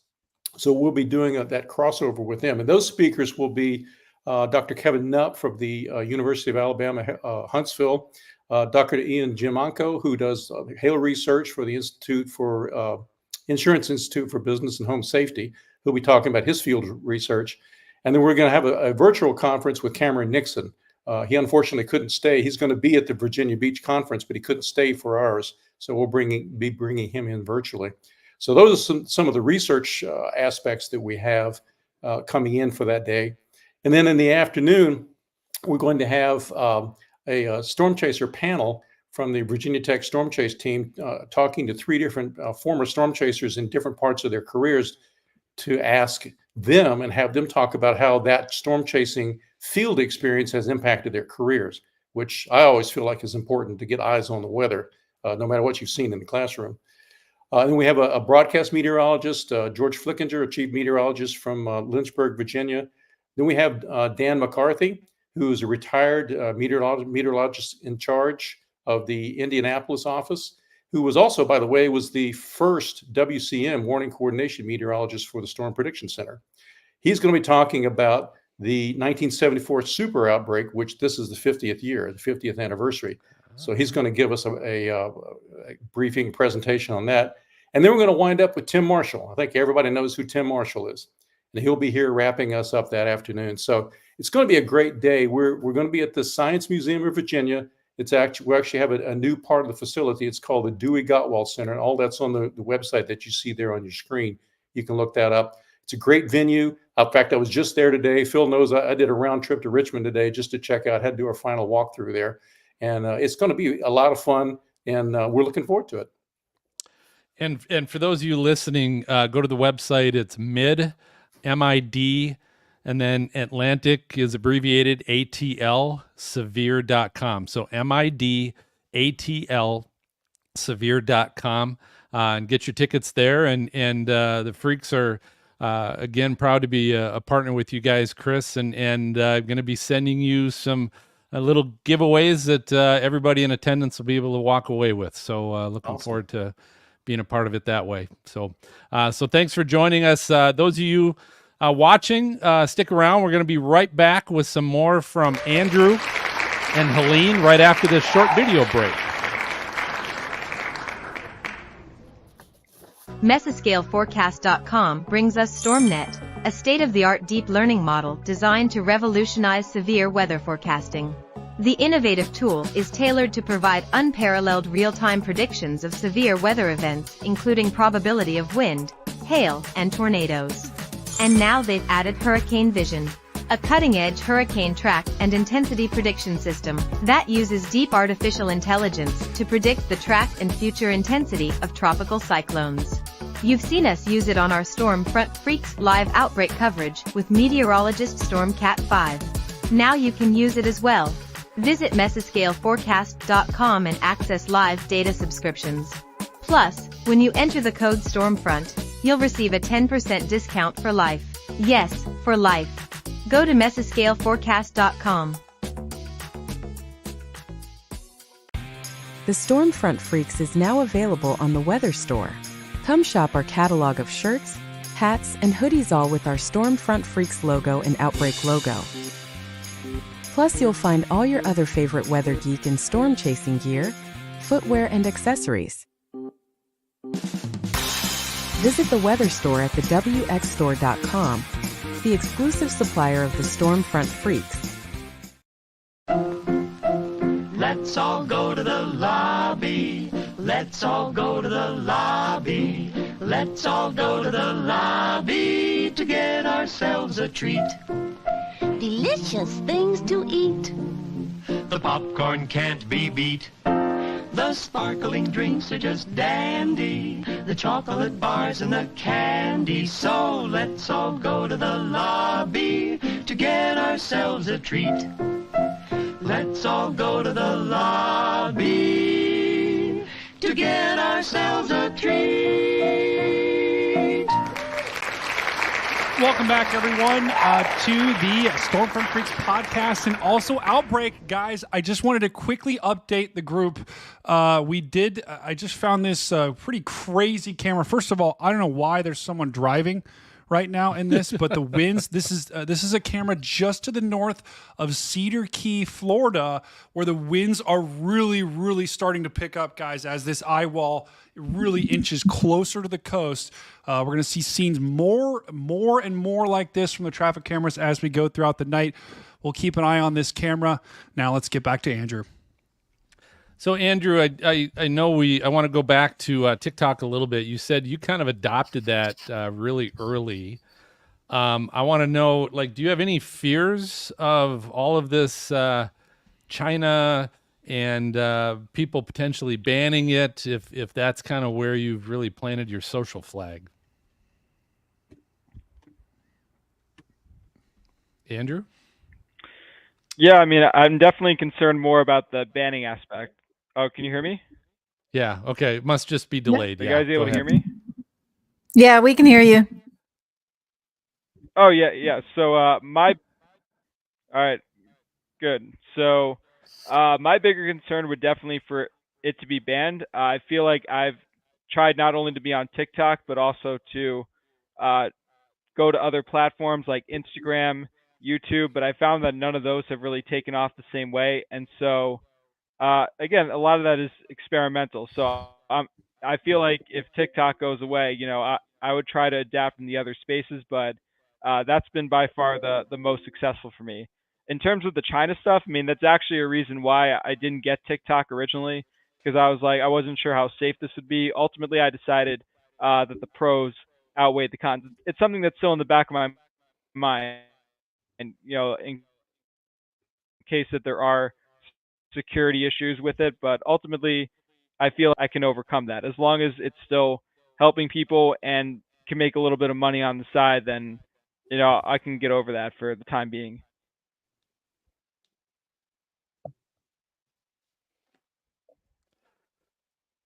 Very good. So Greggles, I see you shaking and nodding your head up and down because I know you're a big TikTok adopter. But I guess I want to jump to Serena, because Serena of all of us probably is the most adept at TikTok that we've all She's figured tried to out. teach Phil and I how to do it. She's a pro. Oh, we're not going there. We're not. We going just there. let We're not Serena showing do it that all. TikTok. So I want to because I want to get some tips, and I want to use this opportunity to get some secret tips from both Andrew and Serena, kind of find out what they've discovered works and things that are good that maybe all of our viewers and listeners might be able to adapt as well. So Serena, I'll start with you first on just sharing some things that you've discovered with TikTok that work really well for you. Yeah, so for me, for TikTok, I think the biggest thing is just being genuine. The more effort I put into producing something, to record it and edit it and do all that, the less well it does. The more I wake up and roll out of bed and hear there's a big weather story, put my camera on selfie mode and probably haven't even wiped the day before's like mascara off the under part of my eyes, takes off. And it's, I know, Greg, you have the same problem. I have the same problem. Gotta wipe that mascara. I know. Morning. So I think there's just like an authenticity part to it. And, just like Andrew was saying, I post on Facebook, I post on Instagram, on YouTube, I've been doing all these other places, but it just hasn't taken off like it is on TikTok. And for me, I think a big part of that is I include a lot of what I do on STEM pages, so the science, technology, engineering, math, and they have an entire STEM feed. And I'll get comments all the time where people say that they found me just on the STEM feed because I will talk about just generic weather stuff. It's not always forecasts. And so as weird as it sounds, TikTok's the last social media I got on, and it was actually a bunch of mom friends that told me I should do it because of the stuff I was already posting. And they said, "Oh, your stuff would be perfect for TikTok." And I was like, one, I don't need another social media, and two, I think that one's going away because of our U.S. government. But it's still here, and I'm still on it, and it is by doing the best by far.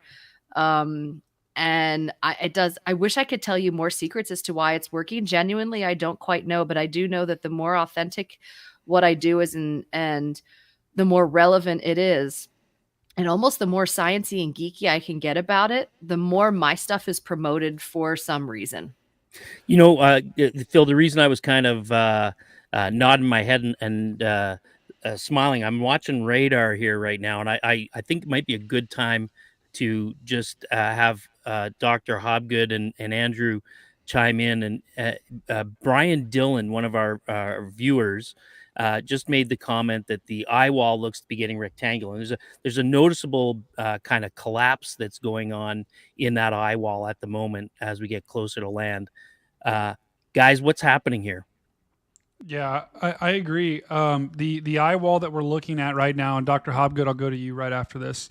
But if we zoom in on the eye wall, right, it does look a little bit. You see that right at the last frame. It almost looks like. I mean, I don't want to say it's falling apart, but Dr.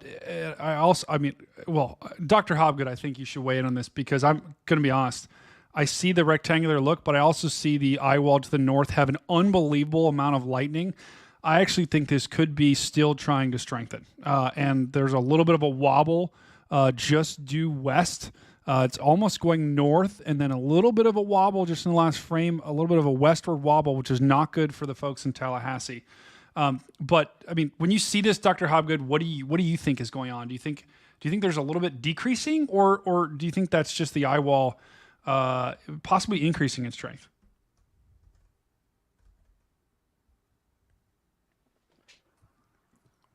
I was wondering if maybe those trying to form in the eye wall, because now it's 140 miles an hour, pressure's 941 millibars.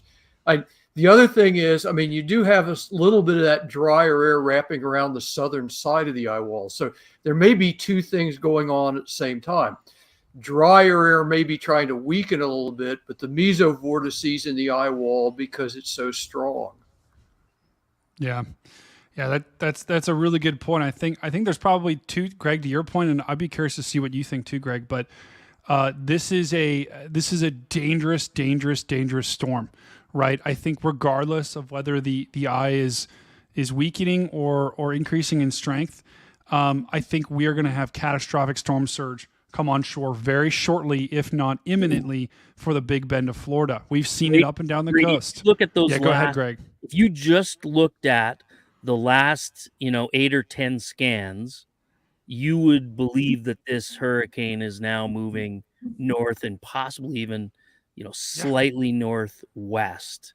Yeah. If you just looked at the last 8 or 10, over the longer haul, that's obviously not the case, but that's what it looks like to me right now, is that it's maybe made a slight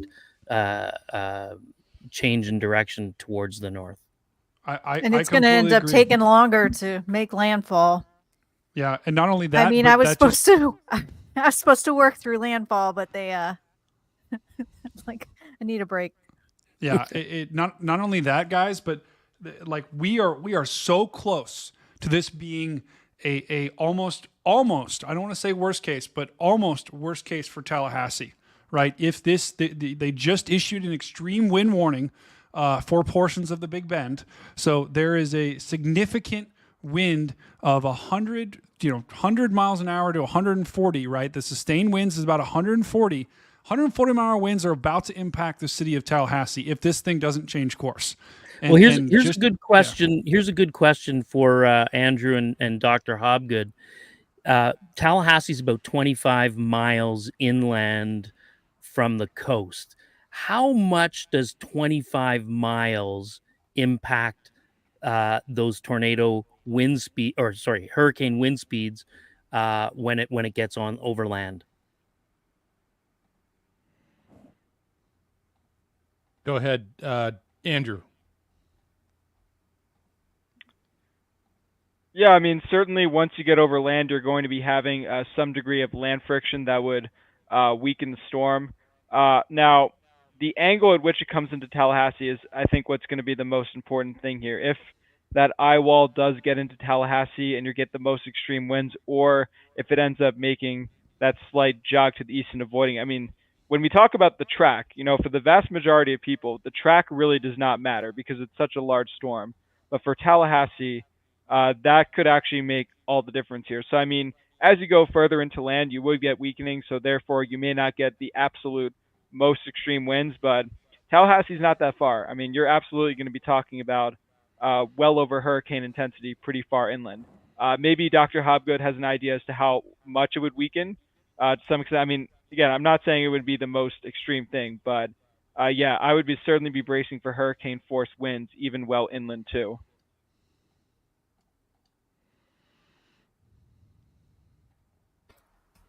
I think North Florida will definitely see hurricane force winds, probably all the way up into central Georgia. The hurricane warnings extend as far inland as Macon. I mean, they're not that far south of Atlanta. And so big and intensifying almost up to the point of landfall. It's going to take longer to weaken than it would be if it. We're getting some connection issue challenges with you, Dr. Hobgood. You and Andrew, we gotta send you and Andrew some hot spots or something like that. To I do want to add one more better thing. Right. Go ahead, Andrew. Yeah, I do want to add one more thing too. So one thing that you've noticed is how much this storm has accelerated. I believe, is it still going more than 20 miles per hour at this point? Yes. So, It is. It was like 23 or 25 last I heard. So that is a bit of a 23 miles an hour. Yep. So that is kind of a double-edged sword in this case, because on one hand, that means it's not going to be like a Harvey situation where the storm stalls out for days. It's basically going to be like, okay, one day and then the next day things should be clearing up. However, the one problem with that, and that's the reason we're seeing the hurricane warnings extend so far inland, is because, well, it's an intensifying hurricane and it's basically going to beat the clock of when you would normally see these storms die out. So that's kind of a reason why I think this inland wind threat is much greater than we typically see. Just another reason why I think Helene is going to be more impactful than other storms. It's certainly going to be one for the books, but that forward speed in this case I think is actually going to be a detriment as opposed to a good thing, at least for the areas in Georgia and Florida near the landfall.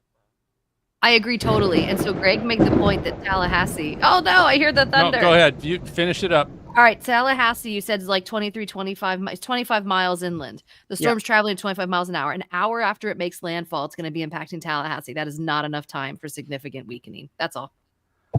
Cool. Well, folks, that was the sound. It's time for our lightning round. This is our game show of flashy and brilliant questions we get to play with our guest. And so in honor of Helene and in honor of Dr. Hobgood, who's with us tonight, we're going to play the good old classic Hurricane or Supermodel.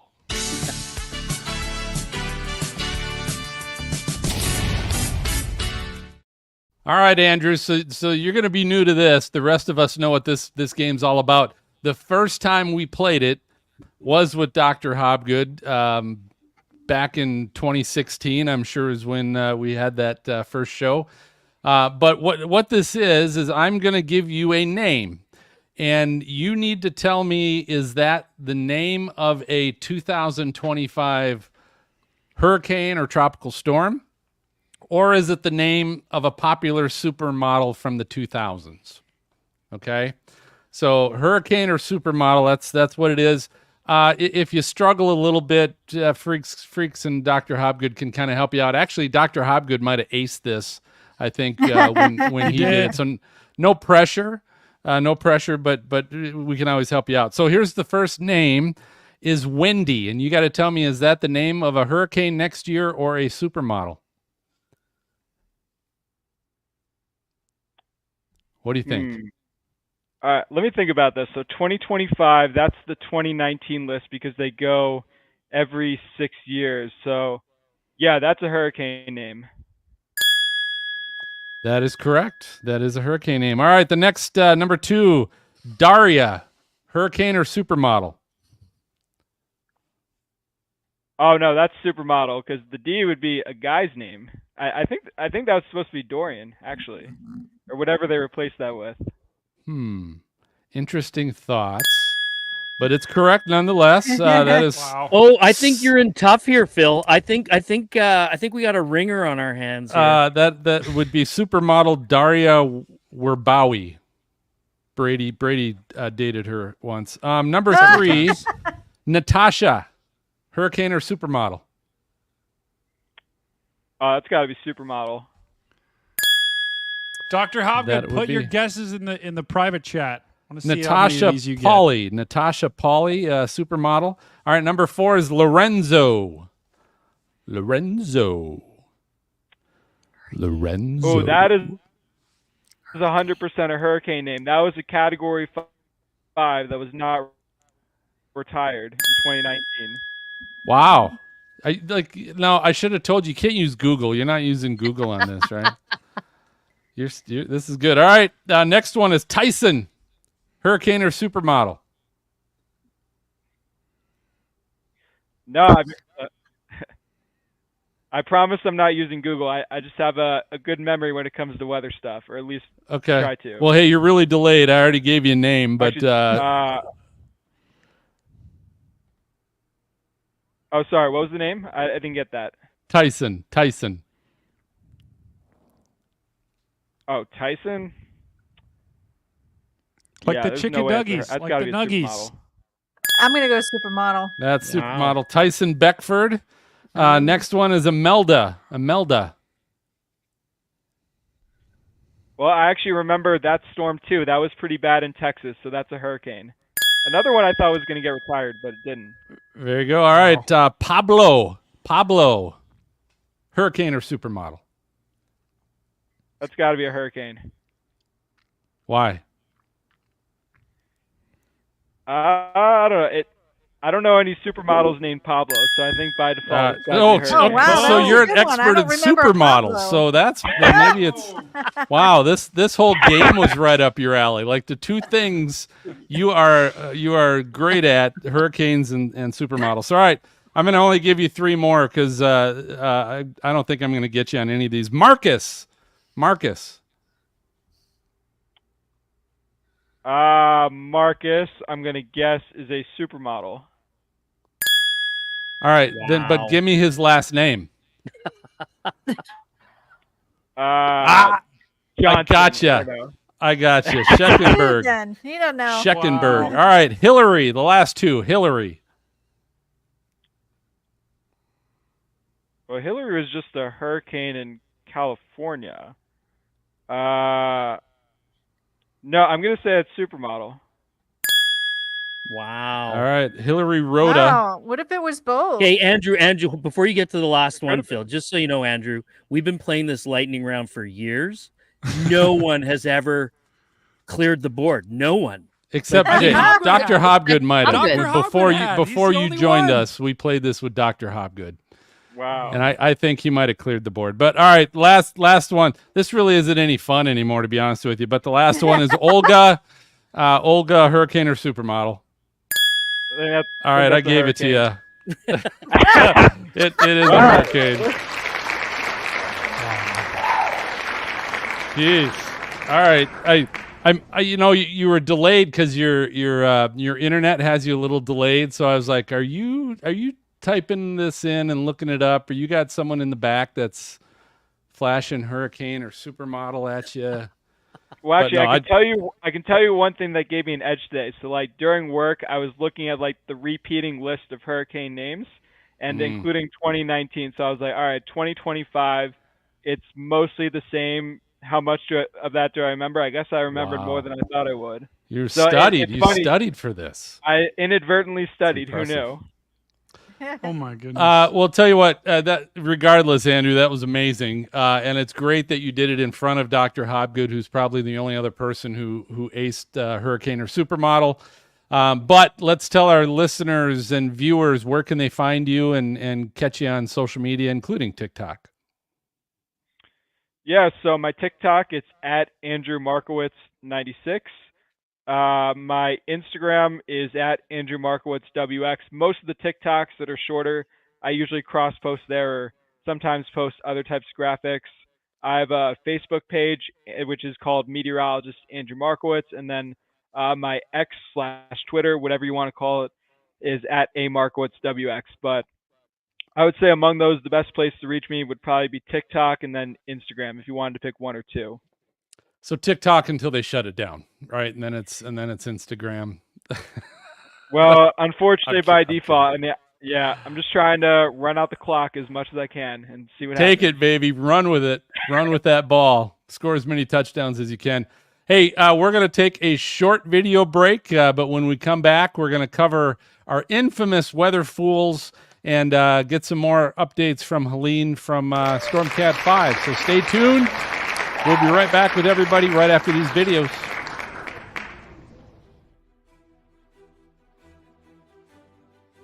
Hi, Stormfront Freaks podcast listeners. Did the release of Twisters get you pumped for getting out and seeing some storms, but you're just not sure how to get started? You can kick off your adventure with Girls Who Chase on March 1st, 2025 at the Storm Chasing 101 training event we call Spring Training.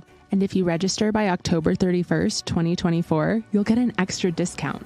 The annual Spring Training event, and yes, the pun is intended, provides accessible, entry-level, and foundational information and training material for storm chasers at all levels. Spring trainees will range from those who want to begin their chase education or brush up on the basics to more advanced chasers who want to learn more about in-depth specialized topics. Just like in baseball, we gather every spring to shake off the rust, refresh our skills, and get ready to hit a home run. Spring training is provided in partnership with the leading meteorology education organization, ComEt's MedEd program. This allows for the program to always be held virtually and remain affordable. Girls Who Chase is a global community, and we believe strongly in making science and learning accessible to everyone without the constraints of travel or financial hardship. And if you can't make it on March 1st, don't worry. All presentations will be recorded and made permanently available to registrants. For information on the topics, speakers, and schedule as they become available, visit our website, girlswhochase.com/spring training. That's girlswhochase.com/spring training for more information. We hope to see you there. Don't miss Vintage Stormfront Freaks. This one here, we do have a few dents in the new Suburban, but my truck, that hood's a trophy. You might as well put 2 GoPros on there. Yeah. Oh, yeah. What it looks like. So I'm like, I'm going to drive this thing into a tornado, and then they all start laughing. Good. You'll be the only sober one by the end of the night.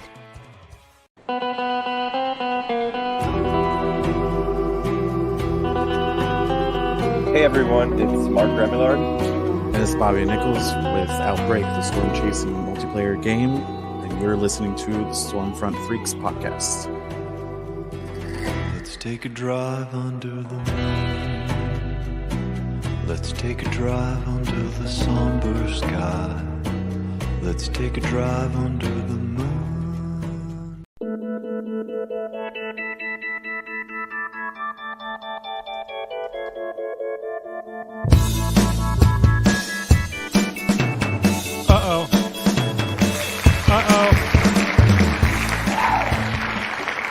Uh-oh. Well, welcome. Oh, yeah, Greg, are you up?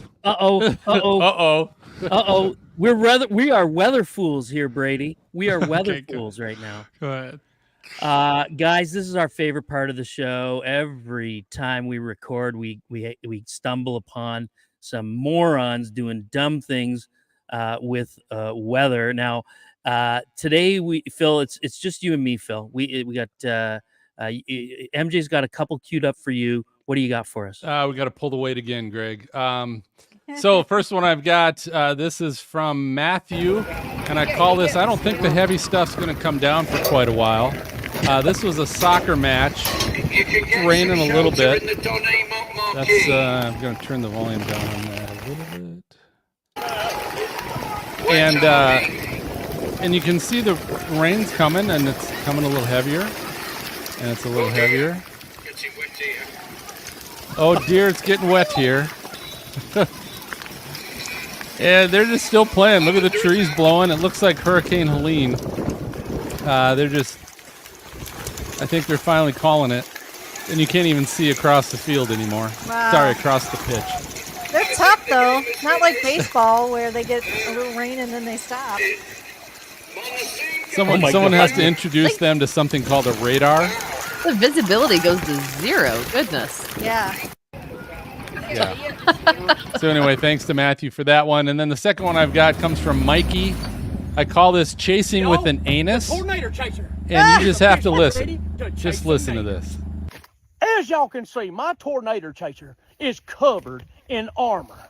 That way, when I'm chasing that tornado, if it starts slinging debris at me, I'll be protected. And here, on the back of the vehicle, I have my severe weather locating antenna that is connected to this satellite dish in the front of the vehicle. My God. I call this system my Advanced Notification and Advisory System, or ANUS for short. And as you can see, my anus has picked up a severe storm heading my way. This is one of my 2 augers.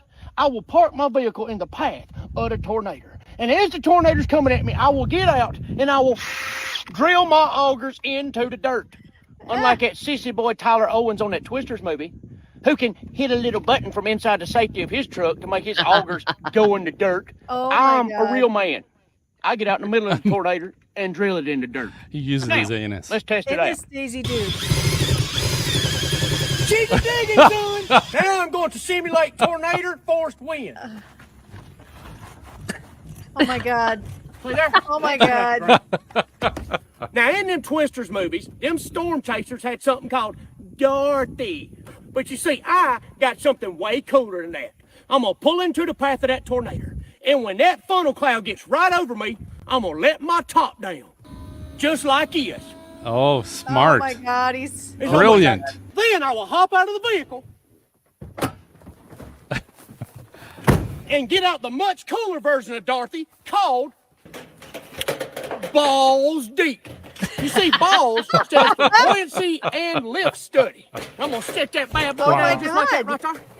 I'm going to pop that top off, and I'm going to go balls deep in that tornado. That tornado's going to suck up all my balls.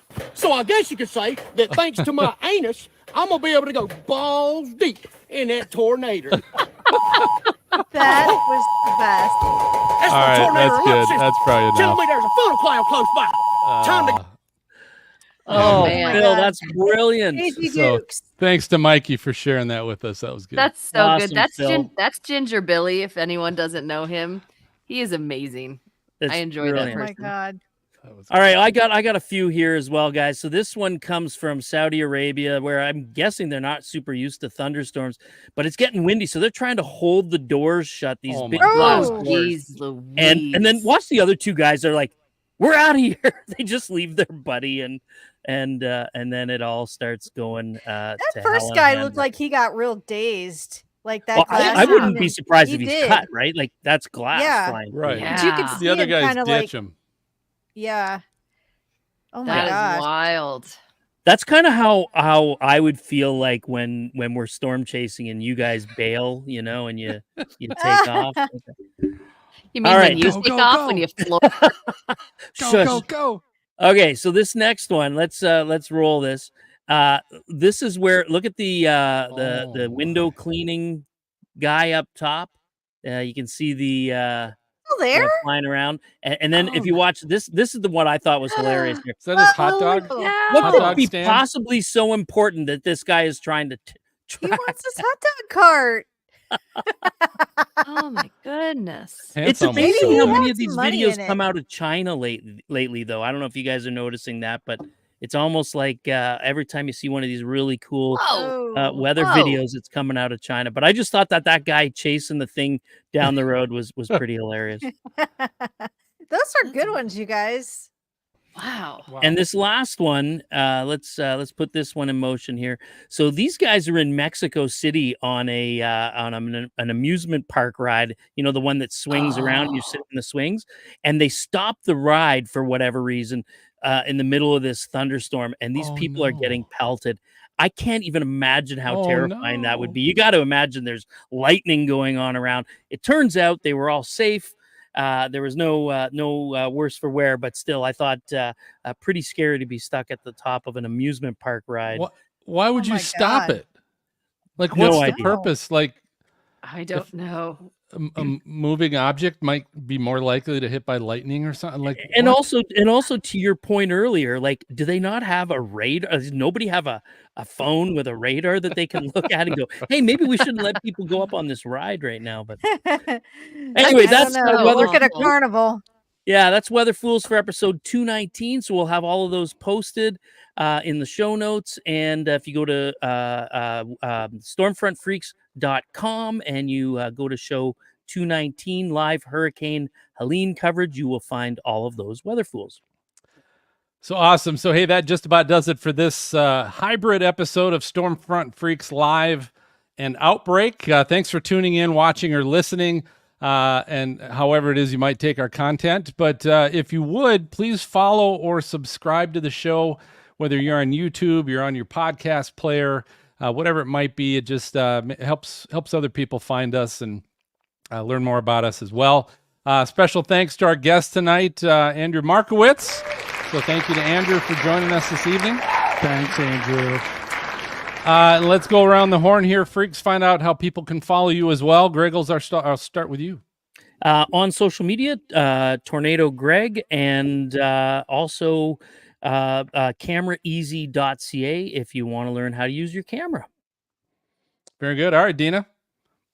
I'm Lady Pilot 70. That's pretty much the easiest one you can remember. It's on everything. Pretty simple. All right, Brady. Stormcat5_. Wow, sexy.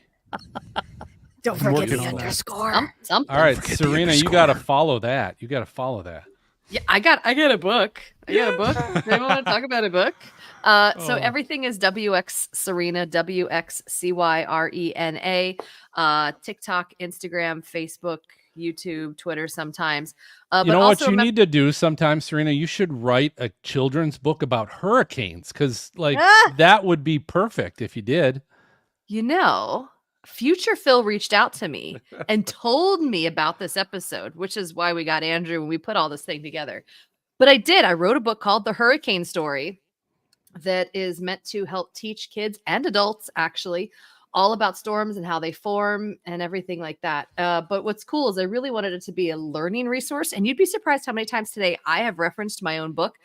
I've got 2 pages of hurricane term glossaries in here. I have the Saffir-Simpson scale, explain the difference between hurricanes, typhoons, and cyclones. It's an educational piece. You can get it at francisfoxstories.com or find me on any of those social media places and tell me you want a copy and we'll hook you up.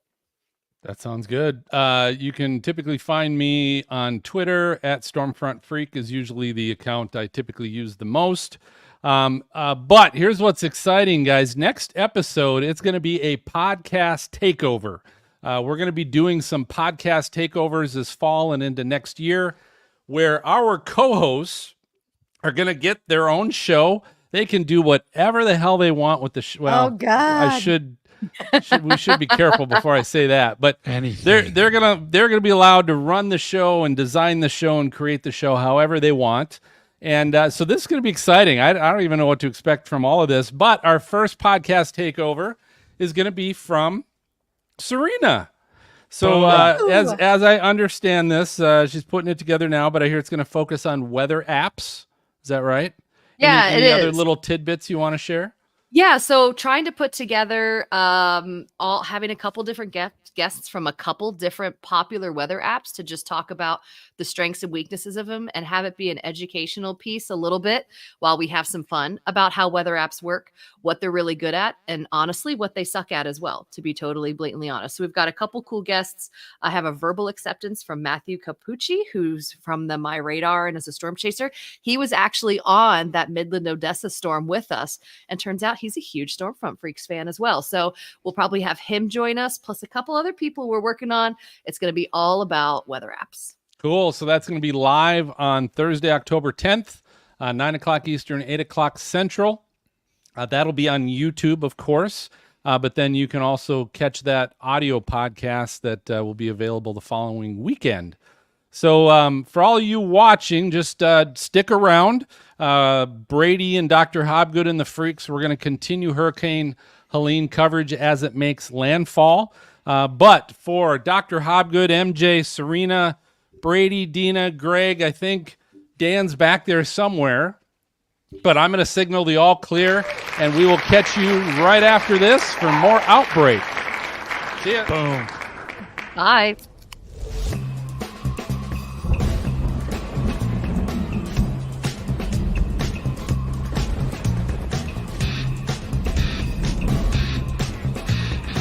Thank you for tuning in to the Stormfront Freaks podcast. You can watch our bi-weekly show live on youtube.com/StormfrontFreaks and download the audio version on your favorite podcast player. For links to our Patreon team of exclusive benefits, show notes, past shows, new videos, merchandise, and more, visit our website at stormfrontfreaks.com.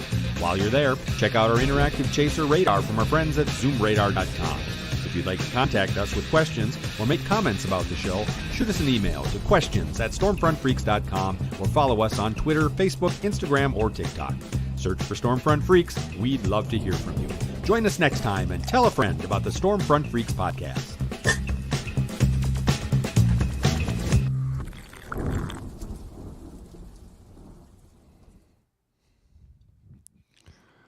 Uh-oh. Uh-oh. All right. It's getting close. Are we We're doing close. weather pools again? No, well, maybe. But Quick, Greg, jump in and talk about the storm. What's happening? Okay, so did you guys see we actually had a weather fool on stream? Someone was just driving through the floodwaters. Oh, wow. Why? Wait, is that a bus? Why? Is that a bus That is or like a truck? it looks like a military truck. I was gonna say, actually, it looks like a Oh, it military does. vehicle. Okay, if it's Oh, that, so- then that may be acceptable. That's fine. yeah, that may be acceptable. They Okay. probably have a snorkel on it then, too. Yeah. They do. The other thing I did want to bring up, guys, too, just really quickly, because this just happened. The hurricane hunters just flew through the center of Helene, and they found a pressure of 938 millibars. So the pressure was 940. It's now 938. Goodness. It is still continuing to strengthen, guys, as this approaches the coast. So it's just unbelievable what we're experiencing. Oh my goodness! We just had a massive power flash too on this. Oh my goodness, huge! You guys see that? Yeah. You guys see that? That's just massive power flashes here. Power just go out? It did. It just went out again. Here, let's go. Let me go back to this layout here. Oh, whoops. Let's go to this one. That's better. The power just went in and out here. This is the camera feed we've been looking for a long time. And it looks like power went out, came back on, and went out again that we just saw. Wow, what a unbelievable. I'm actually surprised the camera still has power. But That's amazing. Yeah, that's You unreal. know, I have to interrupt real quick. You know what else is amazing? My mom is watching tonight. I just saw her post a comment. My mom is in the house. Hi, everybody. Serena's mom. Oh, hi, Say hi to- Serena's mom. Say hi to say hi to my mom. Wow. Hello. Guys, can we spam? Everyone spam the Serena emotes in the chat and put like the Serena emote, then put mom at the end. Everyone spam the Serena emote to welcome Serena's mom to the stream. Thank you, Serena's mom, for tuning in. Brady, I was just looking at radar scope, and it appears that just a few moments ago there was a surge of wind on the northeast eye wall in the 150s. Yeah, that would not surprise me at all, because looking at the flight level data, right? The hurricane hunters are absolutely flying through this like left and right. There was a 122 knot wind, which is about 140 miles an hour. This is just a crazy system. Yeah. And wow, Serena, how badly do you want to be on that airplane? Oh, you have no idea. Put it into words. So bad. And so you know how you're talking about radar scope too. I know I've had a couple people send me some messages tonight, and I've also been seeing on our live stream chat we've seen observations or radar indicated wind speeds on radar scope between 160 and 170 actually. Wow. Now it's radar indicated, but still. Yeah, and I mean, I wonder, like, that. I guess the question then is, with terrestrial radar, how far away, like how high is that off the surface too? So it's a little bit hard to determine, but still, either way, impressive. Still, it's so impressive. It is still so impressive. Have you seen? Look at these deep blue. So this is like what you guys were talking about, right? This is the flight. Yeah, that's exactly where I was winds. just looking at, Brady. I mean, look at the deep blue. I can't remember ever seeing, like, even in tornadoes, right? I mean, obviously there have been tornadoes that have been stronger than that, but like this just widespread, like deep blue, almost magenta colors coming out. And what are you here getting on the radar. west side, Brady? What sort of speeds are you seeing over there on the west side? The west side, and this has been the trend all day, is the west side has not been as strong. So, anywhere from 100 to 120 is what we're getting on the west side. Well, that kind of makes sense coming off, coming offshore, right? Yep, Yeah. exactly. So one of the drop zones from one of the hurricane hunters recently, right on the eye wall, measured 108 knots, 124 miles per hour at surface sea level. Wow. Yeah, that is crazy. We are so close to landfall, though. Keaton Beach, probably the Steinhatchee, which I think Reed Timmer was there, and I saw some other reports people were there. Definitely going to be on the eastern side of that eye wall, but Keaton Beach, just south of Perry, Athena, look like they're kind of inevitable here for landfall areas. I have to imagine that in Steinhatchee, the surge must be almost at the peak level of surge based on wind direction and how this hurricane's been behaving so far. Yeah, and I think I read the elevation there is 7 feet. So just so you know, downtown Steinhatchee is 7 feet. That's not great. Where at least Perry was, I think, 42 feet or something. I know, and with this 15 to 20 foot surge expected. Well, you do the math. This is a camera from inside of Perry as well. Go ahead, I Dina. can see in Cedar Key they're in major flooding now, but I did look up some of their high tides, and they were like around 2:30 in the morning. Some were 3 in the morning. So really, like, you got to almost coincide it. Like, luckily, high tide is not right this second. Yes, we might be closer to low tide at this point. So that's actually a bit of a that's a little bit of help. a saving grace. Yeah. Yeah. Wow. Yeah. So once again, guys, if you're just joining us, we're tracking dangerous Category 4 Hurricane Helene that is about to make landfall, guys. Landfall is imminent in the Big Bend of Florida. What we're looking at now, this is a camera in Perry, right in the Big Bend. There's a lot of storm chasers actually here. It looks like they still have power for now. There's a car that just drove by. I don't know if I'd be out and about on the roads tonight. But this is the eye wall is about to come on shore in Perry and areas to the west. Now, the strongest winds for this particular system are actually just on the eastern side, where we're expecting kind of the greatest surge values. So this image that we're looking at on stream, this is only going to get worse as we go throughout the next couple of hours. Go ahead, Greg. Well, I was just saying to Dr. Hobgood's point earlier, when you remember when we were talking about how the eye wall appeared to collapse a little bit for a while, it's now got a perfect, I can imagine if it was daylight out there, there would be this stadium effect, where you'd be able to see that inner eye wall as it makes its way on shore. So it's definitely reformed and looks great right now. Yeah. I have a feeling this is going to be just under an hour, though. Like, not minutes, like just for the fact that you've got to get the center over land, and you're still kind of moving away from, you're getting that further away land just because you're in that bend. I've been looking at this timing all day, and when I realized, I'm like, oh my God, this thing's going to be kind of late. I was like, oh man. But I do want to talk about one thing. Not only is this making landfall, but this thing is so big. It's like the size of 2 states. And yeah, 700 miles across. What's this guy in the miles. car doing? What's this guy in the car doing? What is he doing right there? It's got to be a chaser. I don't right? know. Go ahead, Like, Dina. I'm just saying, like, I'm in a high risk flood area right now, and it's been raining. I've got about 4 inches at my house because I have a weather station in the backyard. I didn't want anybody driving in my house. They're all mad at me because I wouldn't let anybody go anywhere. But That's a good call, you know, Dina. well, I mean, they're like, "Oh, we'll be fine." I'm like, no, you're not. You're just not. You're not going anywhere. We're in a high risk flooding. I mean, we're probably going to get it the worst here near Atlanta, you know, in the middle of the night. But I've been charging everything. I haven't taken things off the cord because we're probably going to lose power too. So it's, you know, yeah, Florida's going to get it, but I think we can't discount the inland flood threat that's coming. Completely agree. Yeah. And I'm not looking forward to that because when you don't have power and you don't have internet, it's like zombie apocalypse. Like if I look out the window and I start seeing zombies, like it's just like the whole world has stopped. Or how did we ever get through this before this? You know? Yeah. And Dina, you hit on a great point where this storm, and maybe Dr. Hobgood, you can talk a little bit about this, but this storm with the forward motion and how fast it's moving, how strong it is. This is going to push well inland, and with it, it's going to take a little bit to weaken because it's moving so fast, right?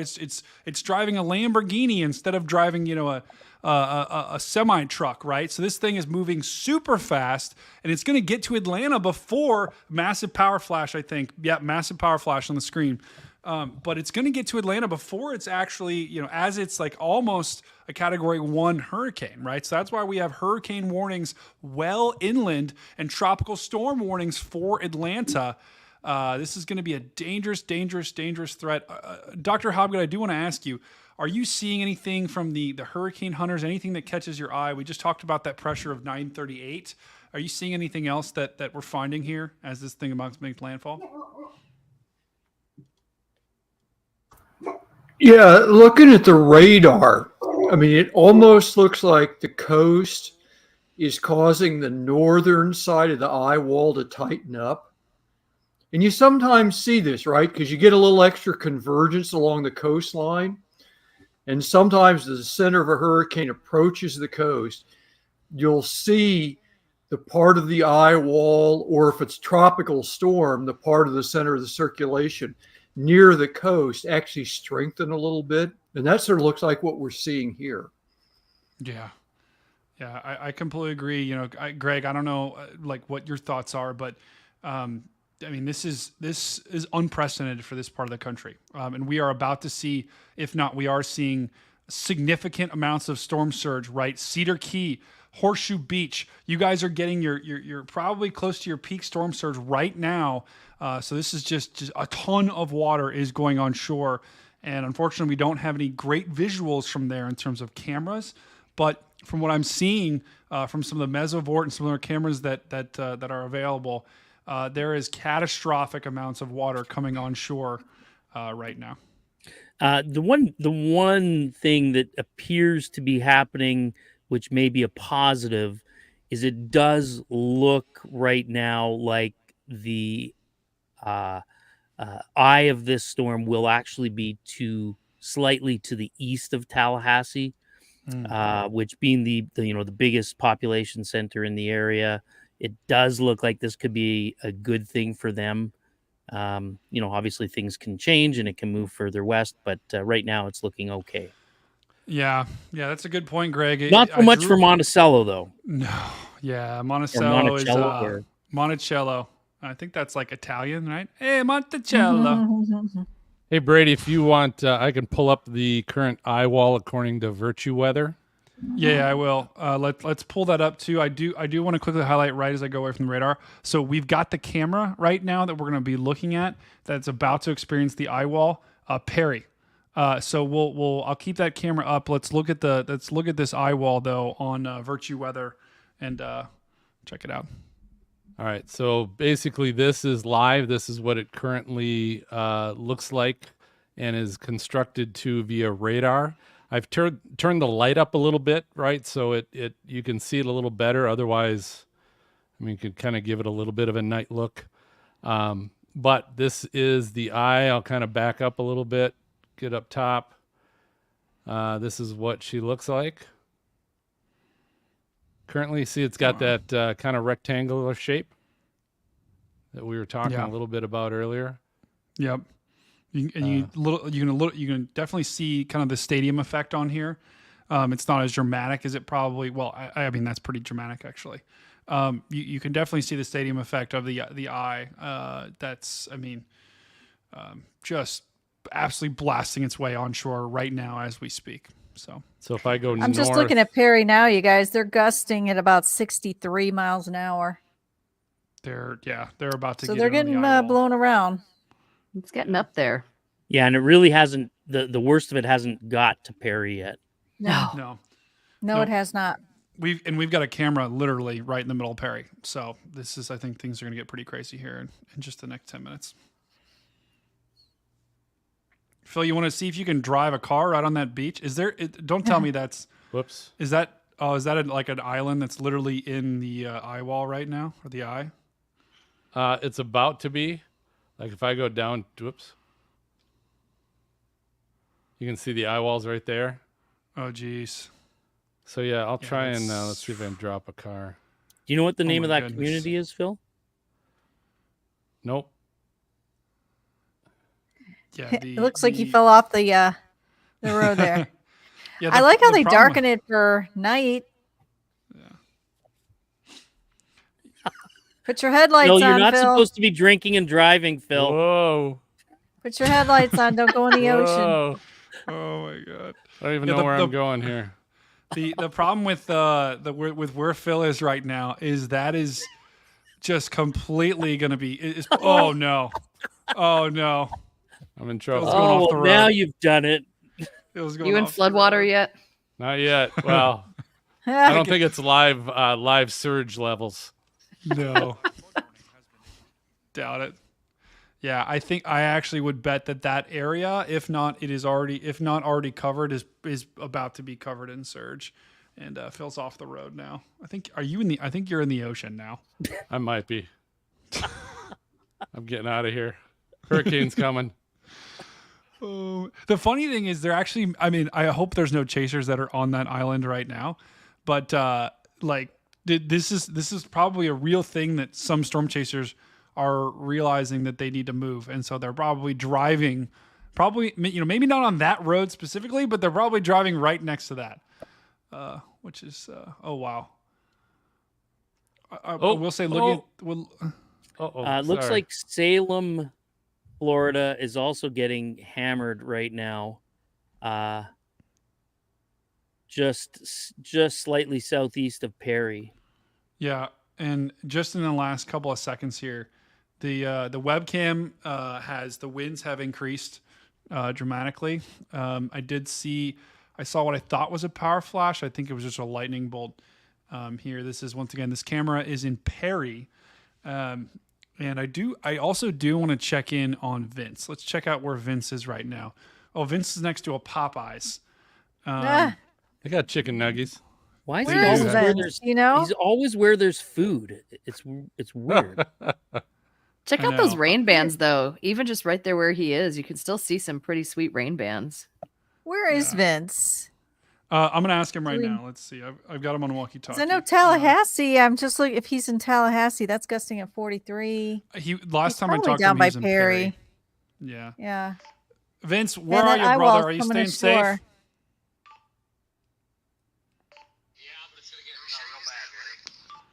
Where are you right now? He's in Perry. All right, be safe, brother. Be safe. All right, so Vince. All right, so Vince is in Perry right now. So this is from Vince's live stream. So, wow, I wonder if we could try to find the intersection he's at. That looks a lot like our web camera. Wow. Does it not kind of look like our web camera a little bit? Let's go, Vince. I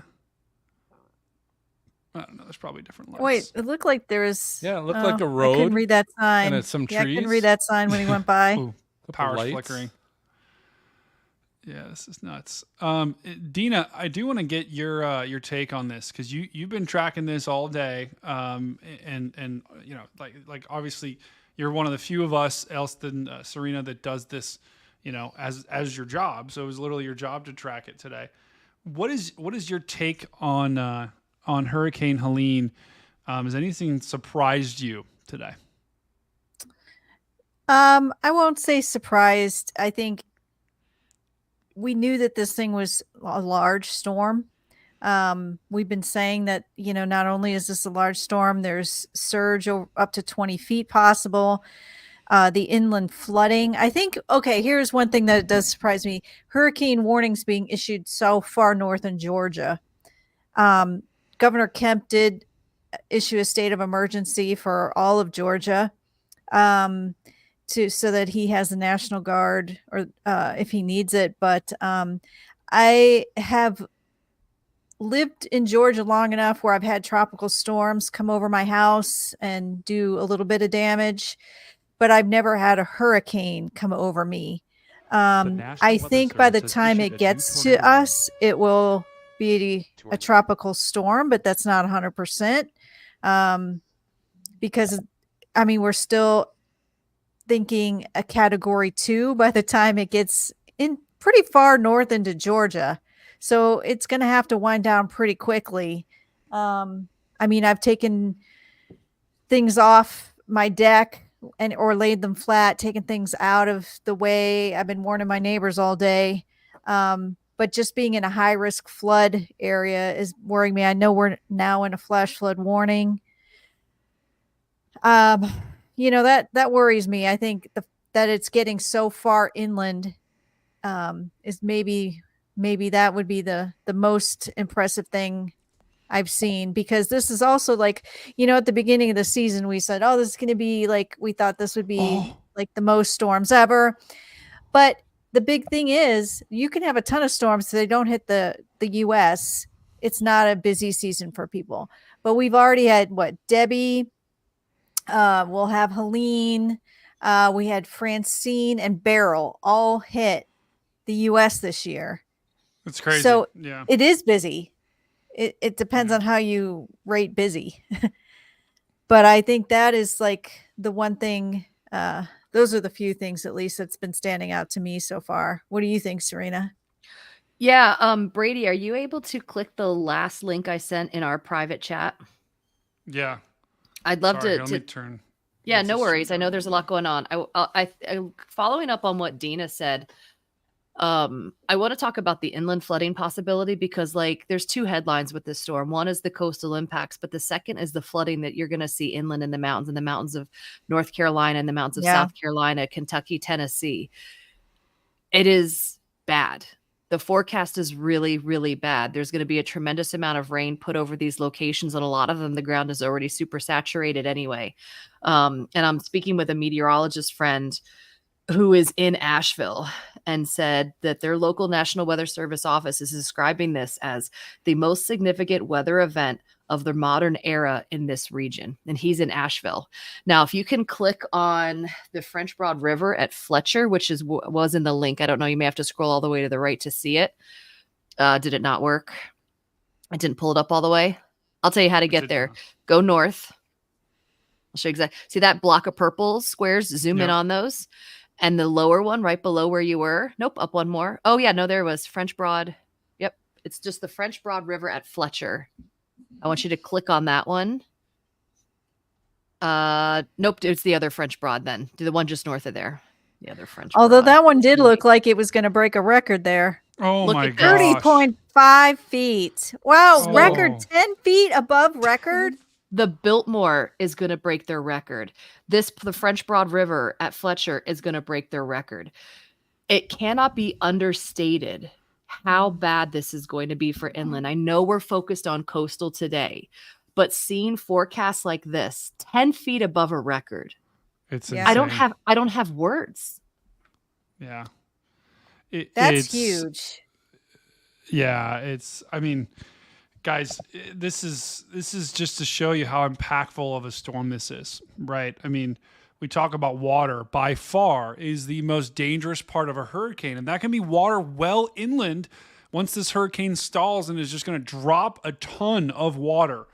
So that's catastrophic, guys. That's catastrophic because everyone around that area probably didn't plan for a river to be 10 feet above where it is. So that means that's going to impact houses. That's going to impact people. I mean, that's 20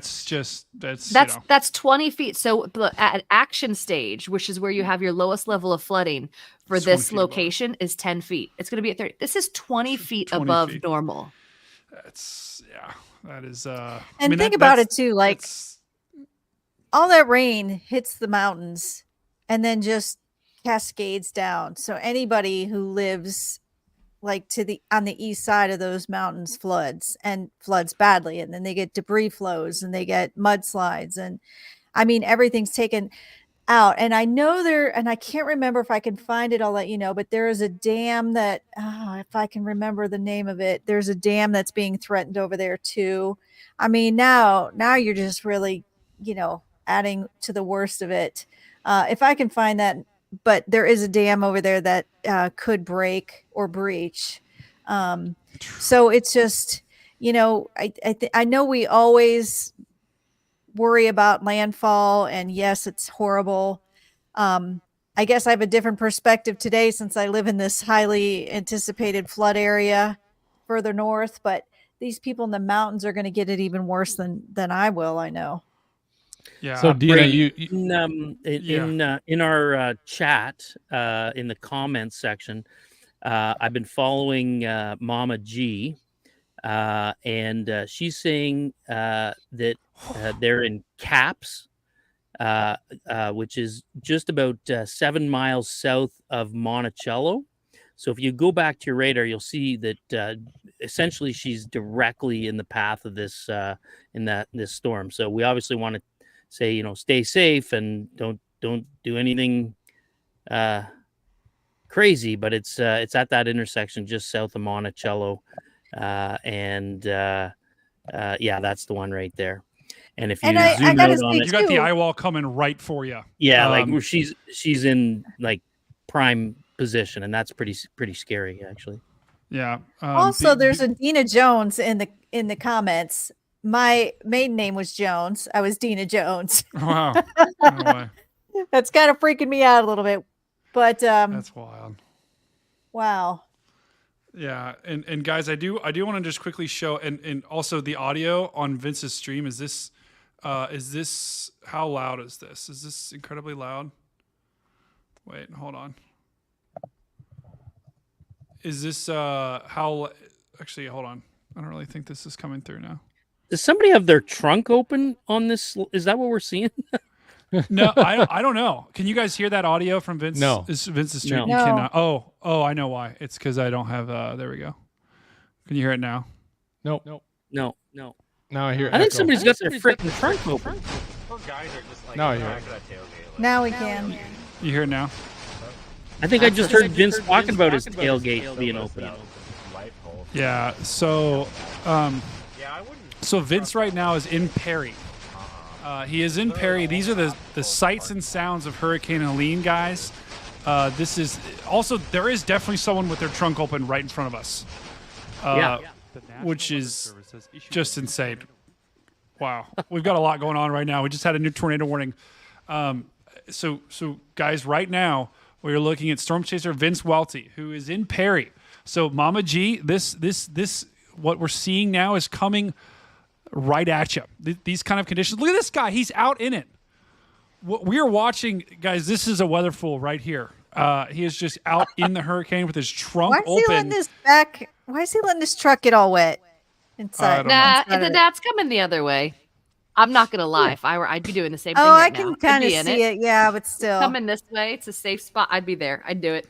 Sorry. Now I would do it if I had a wind meter, right? I'm talking about keeping the back hatch Brady. open. Shut it. I do. Hey, so you guys were talking about the extent of this storm as it goes offshore. And Dina, you really hadn't seen this yet, but living in Atlanta, I think this is important. So this is atmosphere analytics. We had Andrew Brady on the show once that had this. This is Hurricane Vision. So this is the computer learning model that he's put together. And what I'm showing right now is Hurricane Vision's probability of a 64 knot wind being in any particular area. And of course, this is right where the hurricane is right now, and 64 knots. So this is about close to 80 miles an hour wind in the 70s. But what's 64 interesting, knots is a Cat 1. but look at the colors. Look at the colors on this. So many power flashes and as I move it up, Oh, Dina, shit. look at this. Atlanta has roughly a 50% chance that they're going to get close to 80 mile per hour winds. I mean, in the 70s. I shouldn't exaggerate. Everybody thinks I'm overhyping. I'm like, I mid 70s, all the way up to Nashville, 50% chance. It's crazy of getting winds over 70 miles an hour. Wow, it's absolutely. It's not overhyping. There's a lot of people who are going to be in the outside effects of this, right? That are going to be in Alabama, that are going to be in parts of South Carolina, where it's like, yeah, it was kind of stormy, got a little breezy, but I don't know what everyone was talking about. And it's a syndrome that drives me absolutely crazy, that it didn't happen to me syndrome. But there's a whole bunch of people that this does happen to, and it has to be taken incredibly seriously. And just because it doesn't happen to you doesn't mean it doesn't happen. There's a lot of people that need to understand how bad this is going to be, because it's going to be rough. And Brady, look at this up in Columbus. There's a 20% chance you're going to get 57 mile per hour winds. Woohoo! I can guarantee it'll be cloudy and terrible. That's exactly. I've been talking about this all day with Atlanta, and especially my neighbors, because I keep them up to date, and they can even access my weather station. But I'm like, you're off by 5 miles or something, and somebody else's shingles or roof gets damaged, then that's one thing. But if it doesn't happen to you, you're like, oh, you were wrong. You're wrong. I know. It's such a selfish perspective. Brady, 100 mile per hour winds right now in Perry. That's wow. That's what's going on with Vince's. Oh Vince's currently 100 mile per hour winds. Yeah, you got a 100 mile per hour wind. Yeah, this was the so I'm going to bring back in the camera. We're going to go right back to Vince in just a second. But this is the traffic camera that we looked at just a little bit ago. Remember the traffic lights that we saw? So it looks like they've completely lost power here. Yep. And it's hard to tell, but look at it almost looks like fog. I mean, the entire image is just like white. From these traffic lights and from you can kind of see the trees blowing in the background, but Perry right now is getting slammed. They are getting the eye wall, the eastern eye wall, which is the strongest part of this particular storm. Huge power flash. You guys just see that right at the center of the screen. We got another power flash. This is all from these catastrophic winds that are coming on shore right now. No sign of storm surge on this webcam yet, but I guarantee you it's coming on shore. Dr. Hobgood, I want to go to you right now. Are you seeing anything? The hurricane hunters are continuing to fly through this storm. Advisories are continuing to be put out. Are you seeing anything new from your end, or any comments you want to make about Hurricane Helene?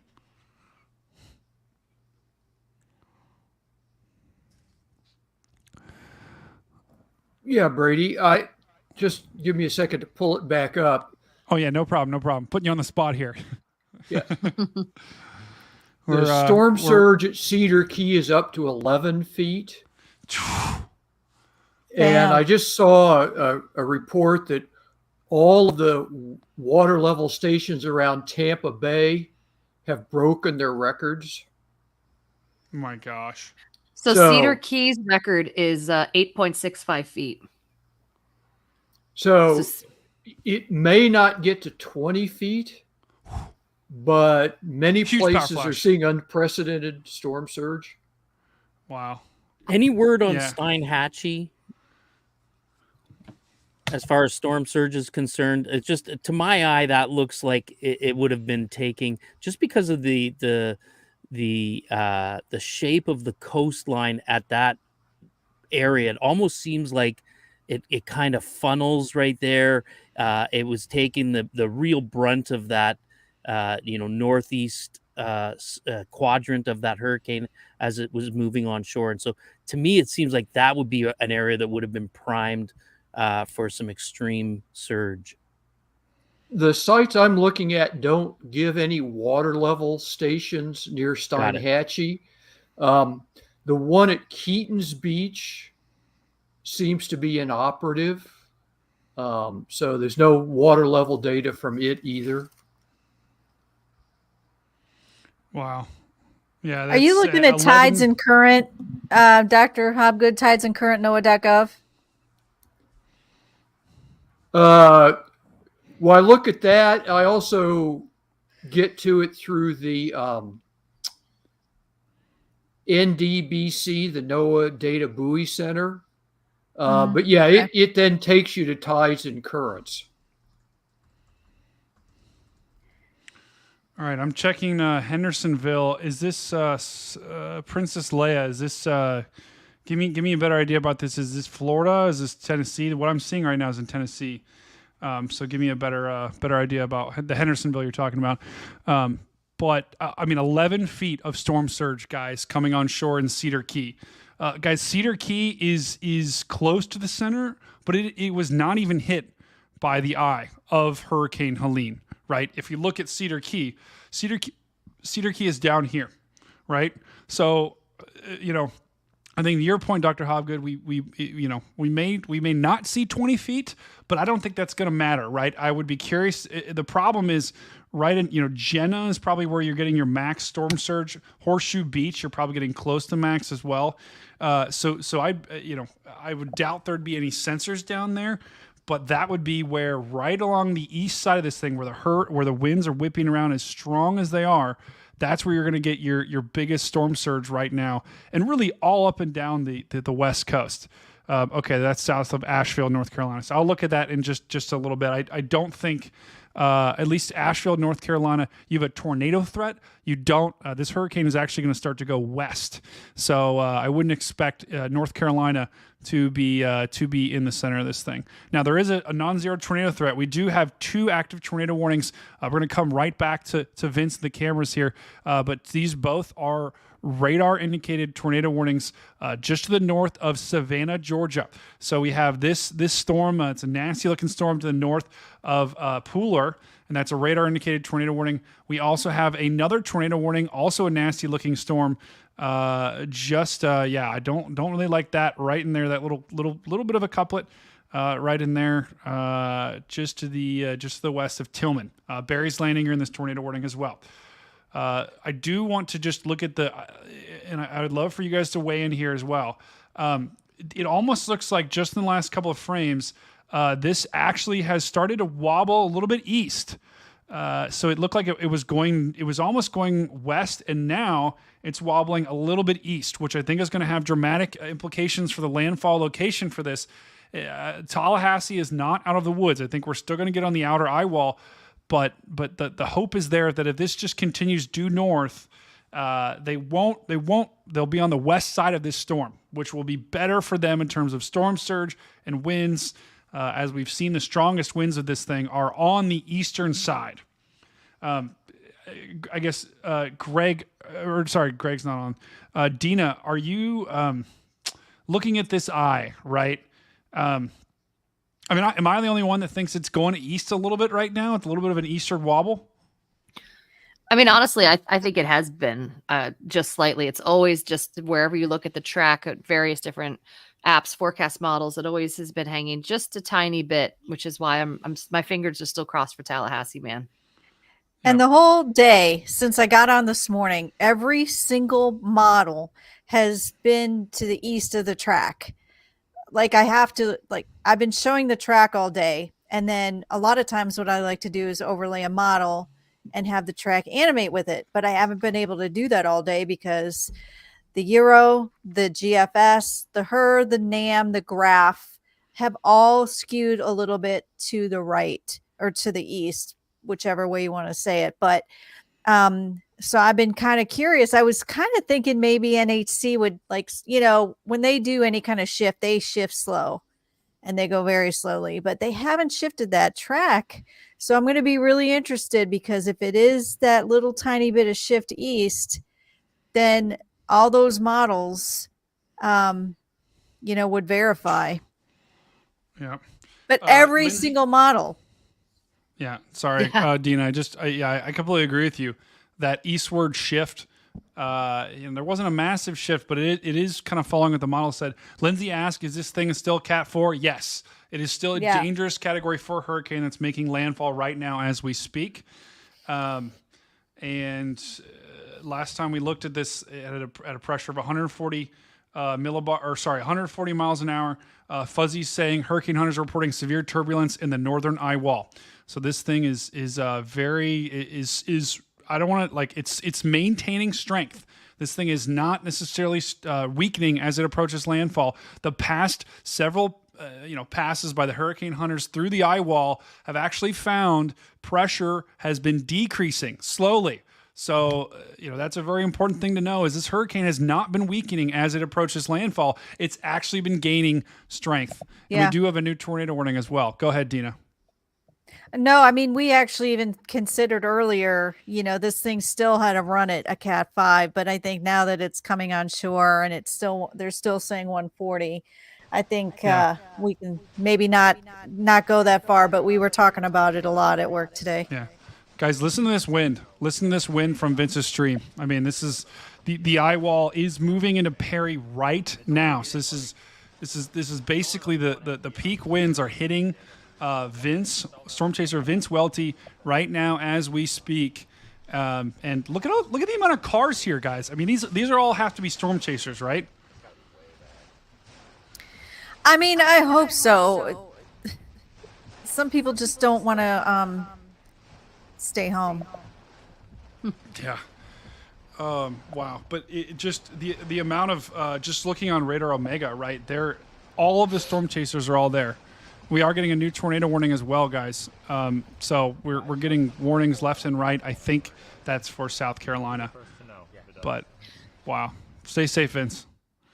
And looking at places too, just like we talked about earlier. I'm looking at the tide gauges and flood gauges. Cedar Key has passed its record for flood stage. We have Clearwater Beach has passed their record for flood stage.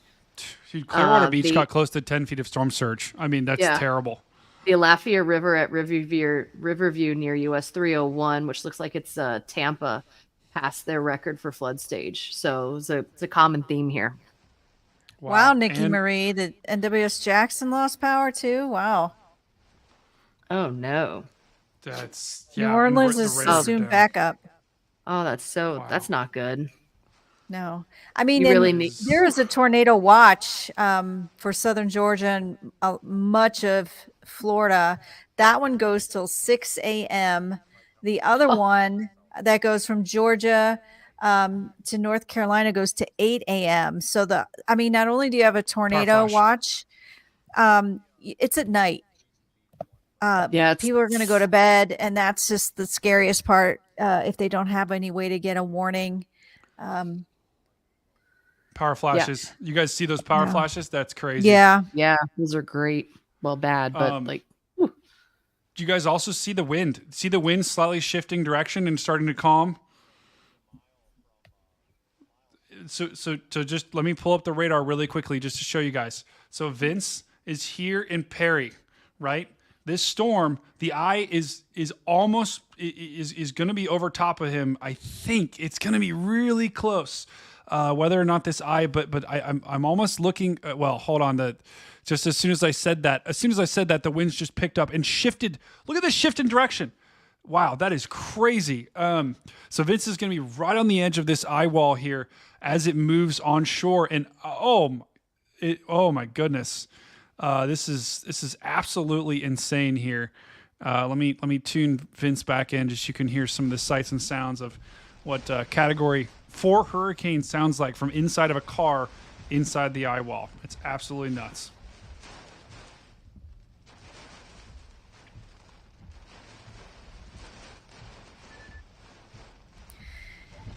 That's one thing when when you're going to chase hurricanes. I mean, it's not over quickly. It's not like tornadoes. We get an echo when you have Vince on, Brady. Oh, really? Do you still get it? Yep. Yeah. But hey, wanted to share with you guys too. In the last 15 minutes, there's been an additional 100,000 power outages reported just in the last 15 minutes in Florida. Florida's now up to 875,000 without power. Seriously? Damn. I mean, I think that's probably going to go over 1 million easy. Like 15 minutes ago, it was 788,000. Did any of you guys see any of the videos on social media of where there's all the line power guys are stationed ready to move in after the storm comes in? That's good job for them. So, like, I don't know. I'll have to see. Do you know where it's at? Or where they're stationed? I don't know exactly where this is, but I don't know if you'll be able to see it or not. But it is like hundreds, thousands. It's like rows and rows. These guys got up in their bucket trucks. And as far as you can see, it's literally like 1,000 of these lineman trucks ready to go. These guys are some special kind of hero, man. Yeah, they are. And I'm looking too at the same website Phil's looking at. Even here in Georgia, there's over 28,000 already out of power. I know some of my coworkers have said their power is like flashed here and there. I've been lucky. I still have it right now. So I know I think I'm up to 4 inches at my house now. Whew. Oh, man.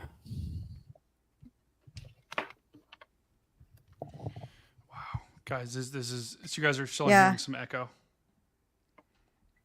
It's good now again. Yeah, I think when you don't have the other one on. Oh, there's still a little bit. Okay, I don't know what's going on. I'm just trying to get the audio to work. But I mean, this is just it's insane. It absolutely. I know what I'm gonna do. I'm just gonna share my screen. That way I can just control the audio that way. You could see though how the heaviest rain bands and now they're coming right at him now. Like you can't even see the road most of the time right now.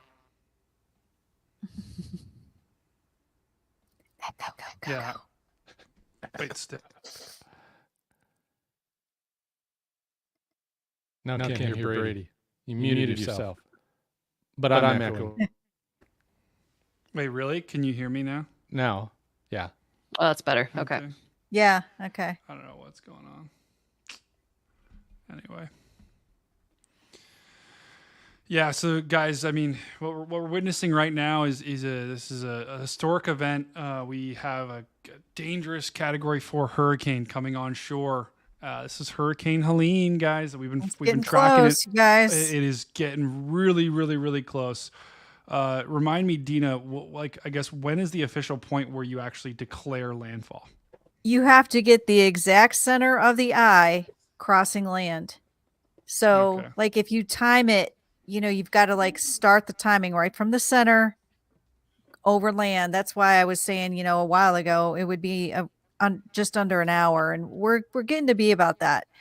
So, but that, I mean, you could say it's coming ashore. That's correct. You could say, making landfall, but it's not officially landfall. And of course, we could say it's made landfall when we see the center, but it's really not even official in quotes until the National Hurricane Center says so. So, but even though the eye is coming ashore, it's not made landfall just yet. It's so close. You can see there's that green line. There, you could tell it's like the center of the eye is really close to passing whatever that green line is. I think that's a flash flood. Is that flash flood? There's so many lines on this map. There's so many lines, but you could see so that's lines and counties, close. And yeah, I can't tell if that green is a flash flood or I think that's a flash flood outline. You would think so. Blue, I think the blue is the I think that's the blue's the coast. Yeah. So you had to back up a little bit to see it good. We're close. So you're getting there. You're getting there. And they actually have a They have high wind warnings. I believe there's I gotta turn it on. I don't know why the warnings went off, but I believe there's like a high wind warning, which is not, it doesn't always happen with hurricanes, but it indicates just a really, really, really strong eye wall that's coming on shore right now. That's just doing an immense amount of damage. So let me turn that. When they do the extreme wind warning, that's the one that they don't do very often. I think that's actually what they issued. Yeah. Yeah, that's what it was. And they issued that, I think, around 9 p.m. So like 2 hours ago, they issued it. And that's usually as it's starting to come on shore, Yeah.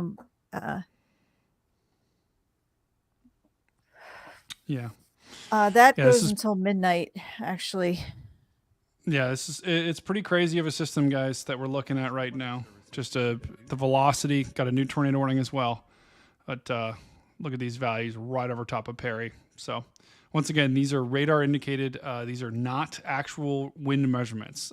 It's very important to know that just because the radar says 150 miles an hour, that does not mean you have 150 miles an hour at the surface. Right. Having said that, looking at Vince's stream, they are getting absolutely pounded here, where they're having an extreme. They have an extreme wind warning.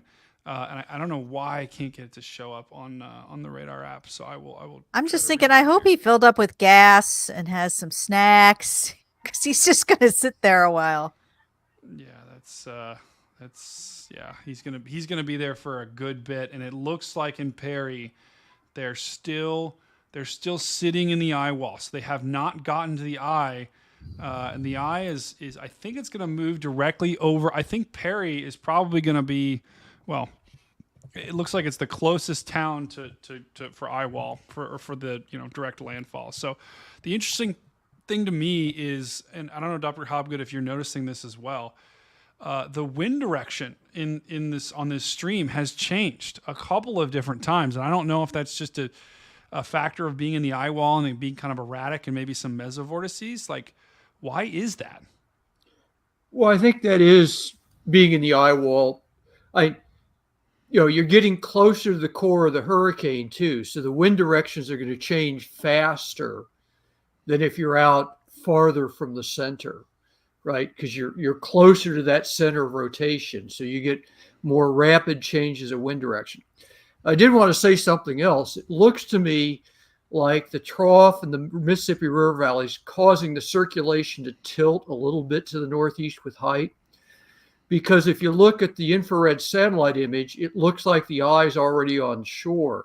But if you look at the radar and the surface data, you can tell that the eye is still hanging back near the coast. Wow. The satellite is pretty. Cool. Yeah, it's pretty good. Wow. Let me transition to the satellite. Yeah, that is crazy. You guys see that? To Dr. Hobgood's point, according to this satellite picture, the eye is already fully on shore. Whereas if we go back to the radar, right, check out the eye. The eye is still it's still like barely on shore here. So, Dr. Hobgood, you were saying that's due to the trough kind of tilting this system a little bit? Right. The trough in the Mississippi River Valley is producing southwesterly winds that are blowing towards the top of the circulation. And they're not causing enough shear to cause it to weaken, because obviously we saw it go to Cat 4 tonight. But it does appear to be very slightly tilting the upper part of the hurricane a little bit northeast of the lower part. Not much, but a little bit. Wow. Yeah, and I noticed that a little bit earlier, where the system, the eye or on infrared didn't necessarily align to where the radar was showing. That's really interesting. And I mean, are you surprised a system like this with the tilting that happened? Because normally, you want to be vertically stacked, right? Are you surprised that all this thing reached that kind of intensity? Well, I mean, we're getting into sometimes what people call the good trough and bad trough argument. That depending on where the trough is, and this one's still fairly far to the west, right? It's over the lower Mississippi River Valley. It can actually then cause a little bit of ridging over the hurricane. and promote a little more divergence. So it can enhance the divergence, and that'll cause the surface pressure to decrease. So I think we had, an intensifying vertically stacked hurricane that got tilted just a teeny bit, but as part of the tilting, the trough also enhanced divergence, and that caused the pressure to drop down through the 940s to the upper 9. Yeah. It's just evacuating that air out of there, isn't it? Yeah, it is. It is, and it's unbelievable to watch. Let's go back and check in on Vince's stream. Hold on. So when I unmute this, guys, does this echo? Wait, it's not even playing now. I don't know. I don't know what's going on with the. I don't know what's going on with the audio here. Oh, you hear you? I hear my echo. That's weird. Do I have one? Oh, okay. I know exactly what it is. All right. It's a problem with you fixed it, whatever you did. All right. Cool. Well, this is what we an got update cooking from right NHC now. though. Yeah, I tell you what, we are very, very, very close to landfall here, guys. This is I think. Oh yeah, wait. There's no. So the Hurricane Center should be coming out with an update, correct? Yeah. They had. Yeah, they should. Yeah, the 11 o'clock advisory is out. It is. Okay, let's look at it real quick. Oh wait, do I see it? There it is. Yeah. Cool. Very close to making landfall. Wow. What, Dr. Hobgood? What do we got? What do we got cooking? Did they increase? Still the winds 140, pressure down to 938, moving northeast at 24. That's picked up by I think 1 mile an hour. Pressure's dropped, so that was the same. That was the same pressure that we saw that was measured in the eye wall. So that's where that came from. That's 938 millibars. Winds still at 140 miles an hour. So this is still a Category 4 hurricane that we are watching make landfall live here on stream. So this is a really, really, really crazy, just a deadly storm. This has already claimed one life in Tampa. Tornado warning for new tornado warning northern here. Columbia County in northern Florida, southeastern Hamilton County in northern Florida. Go ahead, Serena. Yeah, it's up. The storm's up to 3 fatalities now. So the others were in either North Carolina or South Carolina, an accident from driving on wet roads. Wow. What the other? I know there was one near Tampa. You said the other 2 were where? In the Carolinas, I saw. I can't remember exactly where. And that's always horrible because you think you're like, all right, the storm's still down near Florida. We're all right, and that it just doesn't. No. And 700 millibar flight level winds from hurricane hunters, 136 knots. It's 156 miles an hour. Now it's at 700 millibars, but still. Oh man, guys, does this scream tornado to you? Look at this. This is no. This guys, this is an observed tornado warning. This is, I mean, let's look at the velocity here. I wonder look how far out the... you are, though. You can see from the curve here. Hold on, let's. Because remember the Jacksonville radar's out, so you're not looking at that one. Here's the this is a Georgia radar, I think, near the Valdusta radar. I don't know what to call it, but even that isn't showing. Let's look at the correlation. I mean, nothing. I mean, this was reported by emergency management. So interesting that we have tornado for that. I mean, honestly, guys, anything can happen in a system like this. So actually, let me make sure I'm looking at the most recent frame. Yeah, I am. No, this is not the most recent. This radar's out too. Hold on, let me look at this. Which one are you on there? I'm on the Tallahassee now. Okay. Because I realized the Jacksonville and the radar to the north was also delayed. So, wow. But guys, we are almost at landfall here, and it looks like, checking back in with Vince Welty, it looks like the winds are. I keep saying this, and every time I go back to him, like the winds kind of calm down and then they pick up again. So he is right on the edge of the eye I think they're going to be in the eye shortly here, and this is the eye of a dangerous Category 4 hurricane that's already dropped dangerous storm surge up and down the coast. Tampa Bay had 5 to 8 feet and 10 feet in some spots. Clearwater, oh gosh, we got the LED lights going now. So that's just great. But this is a crazy situation here that we're watching live right now as Hurricane Helene makes landfall in Florida's Big Bend. I still can't believe the fact that we had such significant storm surge, even down into portions of Southwest Florida. In Central, Fort Myers had, the downtown Fort Myers Beach, which was devastated by Ian, had, almost 5 feet of storm surge there. So they had some of the same areas that were flooded by Ian got flooded again in Fort Myers. Tampa had even more storm surge, almost 8 feet, maybe plus. Clearwater Beach, I think, was almost 10. And they're probably still getting some storm surge now. Dr. Hobgood reported earlier that Cedar Key got almost 11 feet of storm surge. I don't know where Vince is going now, but it's absolutely crazy, the numbers that we're seeing right now up and down the board. So just a wild storm that we're following, and we're far from over here. At least in terms of the winds. I think we're almost at landfall though, guys.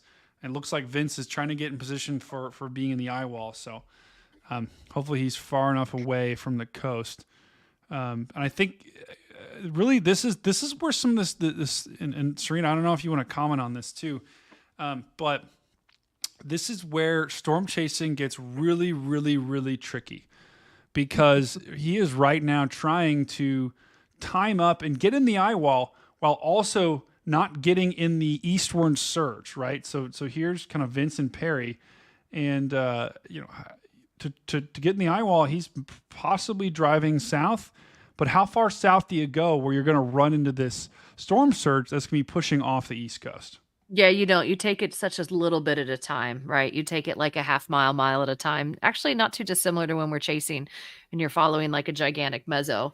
You want to stay a little bit ahead of it, but not too terribly much. So, I've been in a couple hurricanes. I have not been fortunate enough to get into an eye of either of them. But it's an interesting thing. Plus, not only that, you think, oh, it's real simple. Let me drive down this road. No, because there's trees across that road, and you've got to find alternate routes. And then there's also flooding. And then if you head down this road, you're going to be able to get back out again. So you have to think a lot more logistically about what's going on when you're chasing a hurricane than you do with a tornado, because you'll have other routes. That's not a large scale event. You'll be able to get around eventually, even if you have to go a long way. There may not be a way around here. You're right along the coast.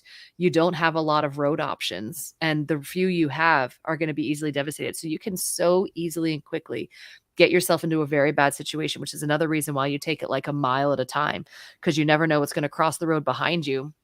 You can get locked into a piece of road that's, a couple 100 feet across. You can't go any way on either side. And now you've got storm surge coming in. So it's a chess game out there when you're doing this. Yeah, I completely agree. And it would be so stressful to be there right now. And it looks like he's actually in the eye. Things have completely calmed down. Look at the amount of storm chasers that we have there right now, guys. They're literally lighting up the night with how many people are there, which is pretty wild right now. Wow. Oh, look at that. It sheds That's not upside supposed down. to be there. That's upside down. I'm actually trying to get the audio here of Vince's Where'd that little stream, shed come from? Well, there was some like parking sheds, I think, across the street. Did that thing? Oh yeah, look at all the sheds across the street. I was just thinking, how you go by the highways and they're always selling those little mobile sheds and things like that. Yep. Like, oh man. Wow. Let me know if you guys can hear. Actually, I do not. No, it's doing the same thing. I don't know what's going on with the audio right now.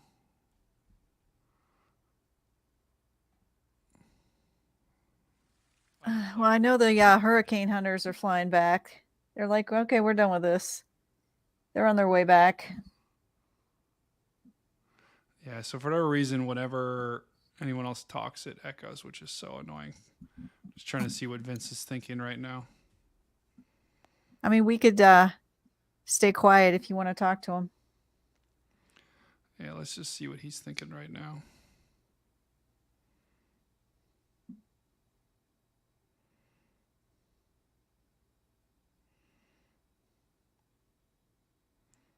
Wow. And they're in the eye, guys. They're in the eye. Yeah, that's pretty cool. Show me the moon. I want to see the moon. The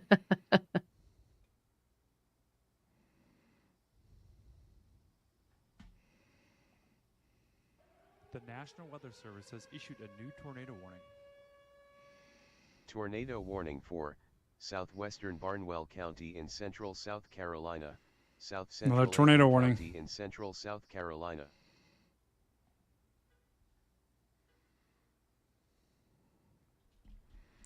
Wow.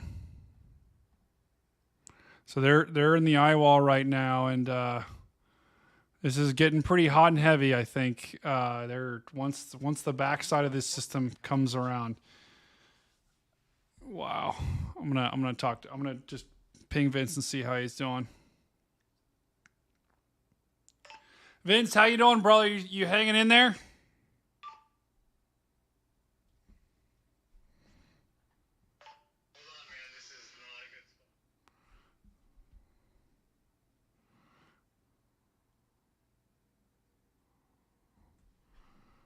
Wow.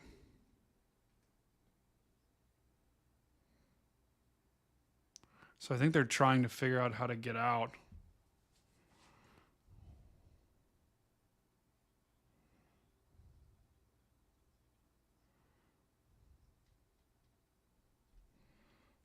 Wow.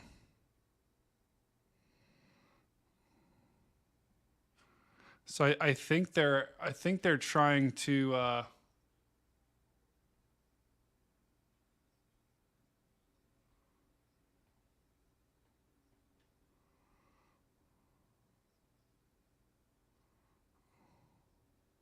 Are you able to talk to him? Yeah, I just talked to him, and it seemed like they were in the ringer here, so I didn't want to. Is that a cop go in too front of crazy. him? I don't think so. I think that's a storm.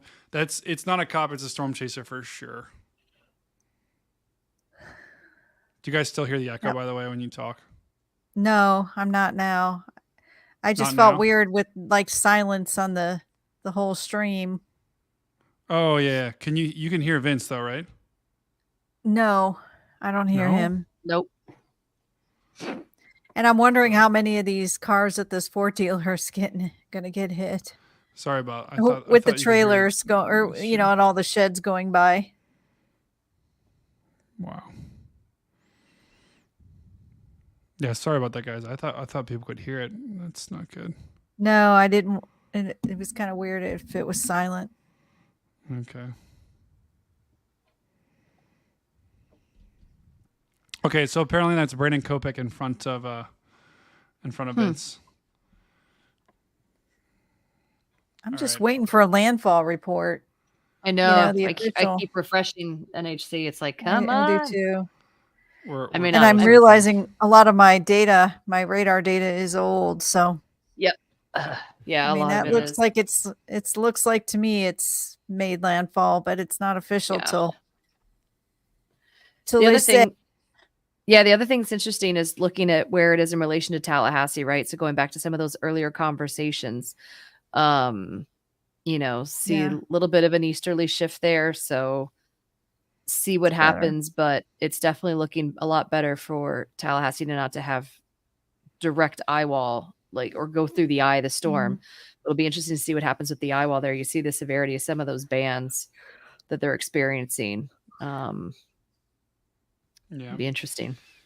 Yeah, this is. Tallahassee's still going to get walloped pretty good here, but if this track holds and they can just stay a little bit to the east, I mean, if this can just keep kind of moving to the north, yeah, they won't. They hopefully will not get in the worst winds. Now, in the long term, that'll probably convince people that Tallahassee can't get hit with hurricanes, and I'm hoping that doesn't. I'm hoping people don't think people because someone in Horseshoe Beach is going to be saying much different things than someone in Tallahassee tonight, right? Yeah, people in absolutely. People in Tallahassee might think bust. It didn't. Meteorologists are always wrong. Meanwhile, people in Horseshoe Beach, their houses are going to be completely gone. Yeah. Yep, and also Monticello, Madison, these places that are east of Tallahassee are going to get the full brunt and feel the full effect. Yeah. Yeah, it's Tallahassee's it's gusting about 47. And Last I checked, it was still old. That's Yeah, still I old. couldn't. Damn, I keep looking at the thing and I'm not getting any current data.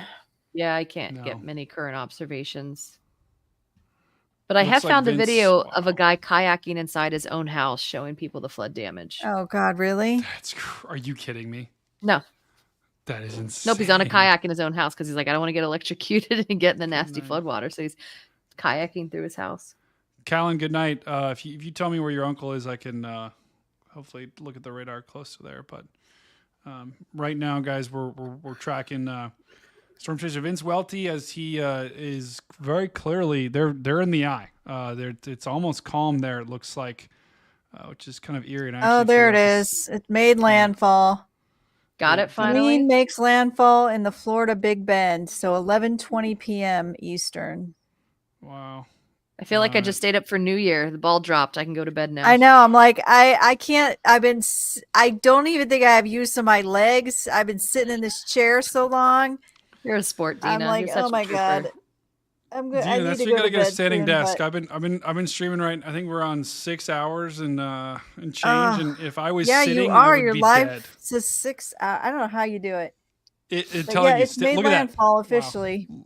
Look at that damage on Vince's stream. Yikes. Well, see, and that's exactly it, because it's like now the storm's half over, right? So you can't put yourself in a bad place to where you're not going to be able to get out again because you still have the other half to experience. Yeah. Yeah, this is but Dina, I'm telling you, standing desk. Standing desk. Standing desk. I don't know how to use my legs. It's a lifesaver. No, it's a complete lifesaver. So A asks, okay, need some clarity. Is the storm actually currently at its worst? I would say so. This is probably what we're looking at, and I don't know, Dr. Hobgood, you can probably weigh in here as well. But this storm, as it moves on shore, is not going to continue to strengthen, right? Unless we're talking like day after tomorrow scenario, but I don't think we're talking end of the world yet. Hurricanes, when they go on, on land, and Dr. Hobgood, you can probably talk a little bit more about this, but they tend to lose strength, and it really depends on the system. But sometimes they can lose strength rapidly. Sometimes it takes a little bit of time. Dr. Hobgood, do you want to talk more about why that happens? Right. Hurricanes like Helene get most of their energy from the warm water in the upper part of the ocean. So in this case, the Gulf of Mexico. So when Helene moves inland, it's moving away from that source of energy. And of course, it's the energy that ultimately drives the winds. And so when you move it away from that source of energy, the winds are going to start to weaken. Then you add in the effects of friction, right? There's more friction over land than there is for the ocean. And so that's going to also slow the winds down. And in this case, too, the wind shear will pick up tomorrow because as Helene goes inland, it'll get closer to a trough over the Mississippi River Valley. And so there'll be more wind shear. So all of those things are going to make Helene weaken. Now, Helene was intensifying almost right up to landfall, and it's a Category 4, and it's a big hurricane. So it is going to take hours for it to weaken substantially. And that's the reason why there are hurricane warnings inland into Georgia. Yeah. Yeah, great explanation there. And A is asking, is the storm currently at its worst? I would probably say so. If not, it's close to worse, right?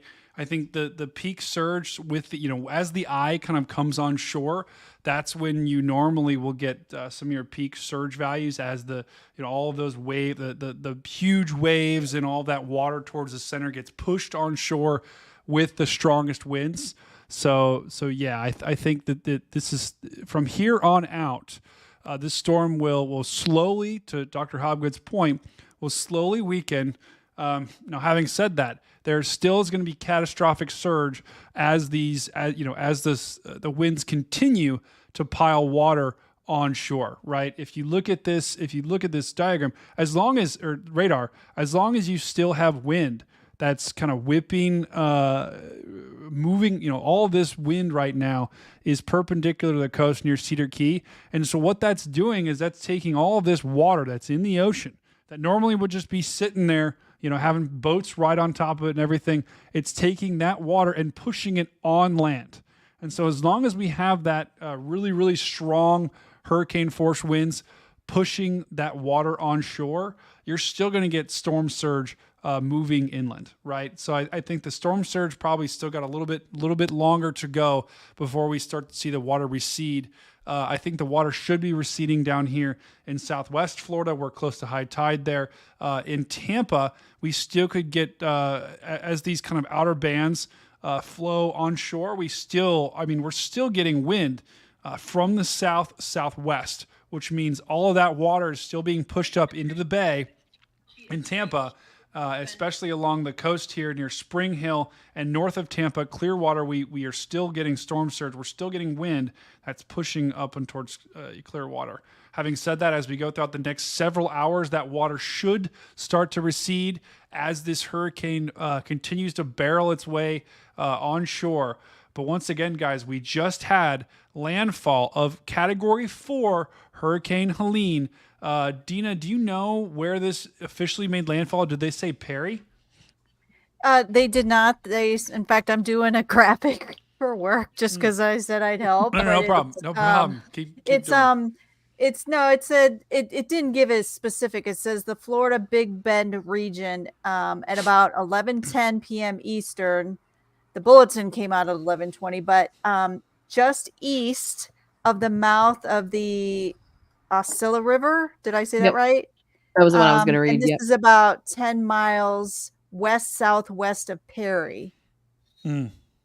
So it was close.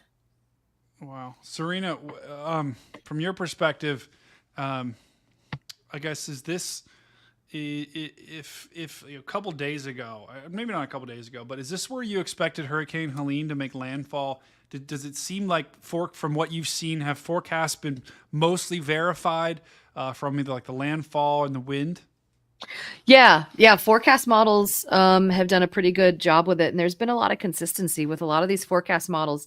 We look at the spaghetti plots and they look like spaghetti and it looks like an absolute mess. These forecast models for a solid week have been looking like spaghetti in the box before you boil it. Like the lines have been straight, they've been consistent, they've been tight, which helps to show you that there's just a lot more consistency and a lot more faith in that forecast. And so it was actually a little bit disconcerting in the very beginning to see how tight some of those lines were a week out. It's like, you're not going to fool me. But we're keeping an eye on it. And to see that same consistency run after run, day after day, like these models had, it's been very interesting. Now there's small wobbles, obviously. We've been looking at Big Bend. We've been looking between Apalachicola and through the Big Bend area for several days now. Before this thing was even labeled as a hurricane, that's the area we were looking at. And honestly, I expected to see some movement and there just never was. So it's a pretty interesting forecast, an interesting storm. It's the reason that you see so many chasers here that have made it to Perry is because of the consistency of those forecasts. Yeah, I agree. So A asked if we have any cameras facing the direct landfall. So this is the storm chaser we're looking at. A right now is Vince Welty. He's a good friend of the show, and he is in the eye right now in Perry. That is why it's calm in Perry. Vince is in the eye driving, I believe he's driving north. It looks like. So I think he's trying to stay in the eye and kind of follow this thing as it pushes off to the north. So we do have a storm chaser on the ground. I think, what sticks out to me here, guys, is there's no power. The traffic lights even are out. So there's a lot of debris on the roads. There's trees down. And the good news is Elston storm chasers, I don't see anyone on the roads. It looks like most of the folks hopefully have evacuated from this area. But this is our storm chaser on the ground that we have right now that we're tracking. Another thing I want to show you guys, you're going to be shocked by this. Guys, I want you to guess, where do you think this is? Where do you think this is right now? This camera. Fort Myers. Dina, you got a guess, or Dr. Hobgood? Hang on, I just had to look. Tampa? Dr. Hobgood, you got a guess? Oh, sorry, you're still muted. Here, let me unmute. I can't unmute you. So I'd say Tampa, St. Petersburg. That you nail right on the head, guys. This is the Siesta Key webcam that we looked at earlier in the stream. They are still getting significant storm surge flooding. We looked at this earlier. This was dry. This was not ocean. This was not angle. This is literally an intersection, and you can see a little bit. It's a little bit hard to tell, but this is water. Siesta Key is still underwater even after. let me show. Even after the hurricane made landfall, let me show you how far. I realize you can't. Let me do this. While you're looking for that too, confirming 8 to 10 feet of surge in Steinhatchee. Wow, that is actually. I'm surprised it isn't. Actually, let me look at the winds. I'm surprised it isn't more. Yeah, I mean, it may be. That's an estimate from a chaser. Yeah, it also could get more in the next hour, right? Because Tampa is 167 miles. The camera that I looked at is about 170 miles away from the center of Hurricane Helene, and we still are having significant storm surge flooding, right? And I think this is around high tides. This is kind of coinciding with that. But I was not expecting to see that, guys. I really was not. I was fully expecting to see Siesta Key as being cleared out. Let me show you exactly where this camera is to give you guys some perspective here. So this is Siesta Key. If I zoom out, I mean, this is actually to the south of Tampa in Sarasota. And this is that cam right here along the coast that we looked at. So granted, this is right on the water, but still, to see this kind of storm surge flooding that far away from the system is sobering, I think. I actually saw I'm scrolling through all the social media stuff right now. I saw people's playing in flooding in Fort Myers, which is what's the reason I guessed that, because there's video flooding even that far south. Yeah. Oh, Fort Myers. I've been getting pictures from, because my friends and family, some of them live down there. I've been getting pictures of them all day, and listen, it wasn't an Ian down there, but it was more than I think a lot of people expected. And they just, especially Fort Myers Beach, they just can't catch a break with these hurricanes. But I mean, I'll be fascinated to look back and see how this hurricane compares size-wise, because when you see a hurricane that is 150 miles off the coast of the west coast of Florida, Tampa, Fort Myers, the west coast of Florida, Elston, up in where it made landfall, you kind of breathe a sigh of relief, because you think, hey, this is not going to hit me. I'm not going to get any effects from this particular system. And then you get these kind of storm surge numbers when the eye wasn't even close to Tampa. That just goes to show you guys, like, sometimes hurricanes can be, just because you're not, I think Tampa was in a hurricane warning, or maybe close to her. I don't know. I'd have to check. I think they were in tropical storm warning right? They're in a tropical storm warning, getting 5 to 8 feet of storm surge. I can't remember something like this with how big this storm system was and how expansive the storm surge was. I don't know, Serena or Dr. Hobgood, if anything comes to mind, but I can't remember a storm in recent history that had this kind of wind field and had this kind of expansive storm surge. Well, the storm surge is record setting in some of the places along the coast, but to put it in perspective, Helene is a little smaller than Irma was in 2017. It's much bigger than Ian was in 2022. I've seen some people talk about it was one of the biggest storms in the Gulf of Mexico. It's a lot smaller than Wilma and Katrina were in 2005 or Ivan was in 2004. So it's big, but there have been much bigger hurricanes in the Gulf of Mexico. Yeah. Yeah, and I guess it just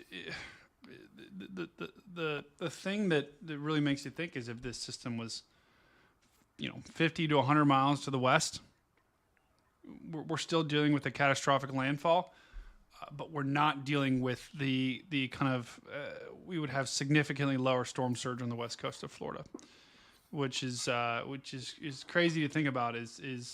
We're still getting outer bands down here, by the way, guys. We're still getting outer bands in southern Florida that are pushing on shore. That even these. Look at this, guys. Look at these outer bands right now. These are. The hurricane doesn't even show up on radar down here. The Bahamas is getting Freeport is literally getting the outer bands of Hurricane Helene, guys. This is. If we do this, that's almost 400 miles away. Yeah. 400 miles away, and that is just showing you how expansive this system is. All right, I gotta go, Brady and Dina. Yeah, no problem. Dr. Hobgood. No problem, Serena. Appreciate you guys, but I have to wake up in a few hours. It's fantastic. Yeah, no, it's I fantastic decided to have help jump in at work, so I'm just gonna sit here for a second. If you see me do. No, Serena, thank you for joining us. It's been a memorable night, and you were able to join us for landfall here of historic Hurricane Helene. Is there any final thoughts you have that you want to leave the people with? No, just know that this is chapter 1 of the story, and that its impacts as it moves inland are going to be equally, if not more, devastating. So in a lot of ways, I think the storm is just getting started. We were looking at some forecast river gauges around the Asheville area here moving forward, and the Biltmore is expected to see the river that goes by it at the highest level that's ever been recorded. The French Broad River outside of Asheville is going to hit 30 feet when it typically its record flood stage is 20. We're talking 10 feet above a record. So what's about to happen in the Appalachian Mountains, Appalachia, depending how far north or south you are, depends on how you say it. What happens there is going to be really bad. We're talking flooding. We're talking mudslides. It's going to be very catastrophic. This is a storm that's probably going to make worse of an impact up there than what it's doing down here on the coast. So just remember that it's really getting started. And if you're in any internal places, please don't drive through floodwaters for any reason at all, ever. Yeah, I completely agree. And Serena, great analysis there. And thank you for joining us. And we'll sleep well, and we'll see you on the next one. Yeah, sounds great. Take care, everybody. Thanks, everyone on the chat. Give a lot of love to Serena in the chat. Everyone spam the Serena emote. Give a lot of love to Serena in the chat. She's awesome. And to my mom. I think my mom's going, go to bed, Mom. Go to bed, Mom. If my mom's still in the chat, please go to bed, Mom, as well. I'm going to bed. I'll be right behind Tomorrow's you. going to hurt. But that's okay, because I'm not getting hit by a hurricane. Good night, y'all. Good night. Take care. Good night, Serena. Sleep well. All right, guys, we are down to 2. We are down. You know what? You guys are the best for sticking with me to the end. This has been a crazy stream. We've almost been live now for about 6 hours here. So we are actually it's 6.5 hours. So Dr. Hobgood, you've been a trooper. You've been just killing it. Dina, you've been on almost on for 3 hours now, so you've been killing it as well. I'm telling you, you got to get a standing desk though, especially on these 6-hour streams. Standing desk is essential. So we got people spamming the Dina, Serena emotes in the chat. T. Alfred says, thanks, Serena and the moms. Thank you, moms. Moms are the best. Nikki says, go to bed, moms. So it's pretty hilarious. Just checking Vince. Vince is still in the eye. So this eye is moving on shore. It's made landfall, and now it's starting to, as this eye continues to move on shore, it'll start to lose some of its structure, but it'll take a long time for it to completely lose its strength. Now, we do have a train cam in Valdusta, so they're about to get into the eye wall for this. Looks like Vince is coming across some pretty significant damage here. Looks like, maybe a gas station or something that he's showing on stream. But there's going to be way, way more pictures like this emerging tomorrow in the aftermath of this particular, of Hurricane Helene. The wind damage is going to be catastrophic. The storm surge is what I'm really interested in, because that's by far the most deadly part of a hurricane, and the most damaging is the storm surge, and we've already seen expansive storm surge. Now, Dina or Dr. Hobgood, I don't know if either one of you have seen a report. What's the highest report you've seen of storm surge so far? Go ahead, Dr. Hobgood. For me, it's about 12 feet near Cedar Key. Okay. Dina, you seen anything greater than 12 feet? No. No, but hang on. Yeah, take a second, no rush. But that is. Yeah, sorry about that. I'm doing something at the same time. I was pitching go. at work. Hang on. I'm going to mute. Go do I'll something. be right back. Okay, go. That is 12 feet is still significant, and Cedar Key, keep in mind, is they did not get the direct eye. So I'm thinking further to the north, like Horseshoe Beach. I'd be really curious to see what their storm surge was, but yeah, I think you're right. Closer to where the eye made landfalls, where the bigger surge is going to be. I'm sure the Weather Service will be out surveying after the storm. And at some point they'll make a report on what they found in terms of where the biggest surge was. Yep. Yeah, and it's so hard, especially because of the fact that this is making landfall. Because this is making landfall in a relatively, it is populated, but it's less populated, I think, than a lot of other areas of Florida. There's a lot of swamp, etc. Getting precise, up-to-date storm surge values is going to be tougher than in a city like Tampa, where you have millions of people in homes that are essentially, and you have a lot of sensors and you have a lot of people reporting there. So there'll be a lot more pictures and video out of Tampa than there will ever be out of the Big Bend of Florida. So that'll be why that's why it's a little harder to get real-time measurements for Hurricane Helene. But 12 feet, 12 feet is unsurvivable. That's double my height. That's the ceiling of your home. That's the first floor of your home, maybe creeping up to the second floor. So that is a very, very high number. I would expect that number probably to climb for certain portions of the Big Bend. And an update on Tallahassee here. I do want to just quickly show the radar here. The eye, it looks like the direct eye hasn't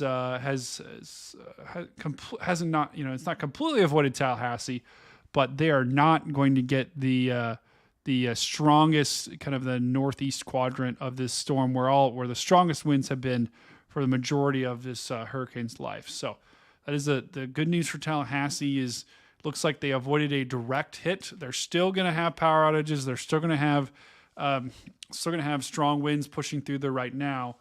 But Tallahassee looks like it's going to remain on the west side of this storm, which, if you have to pick a side in a hurricane to be on, right?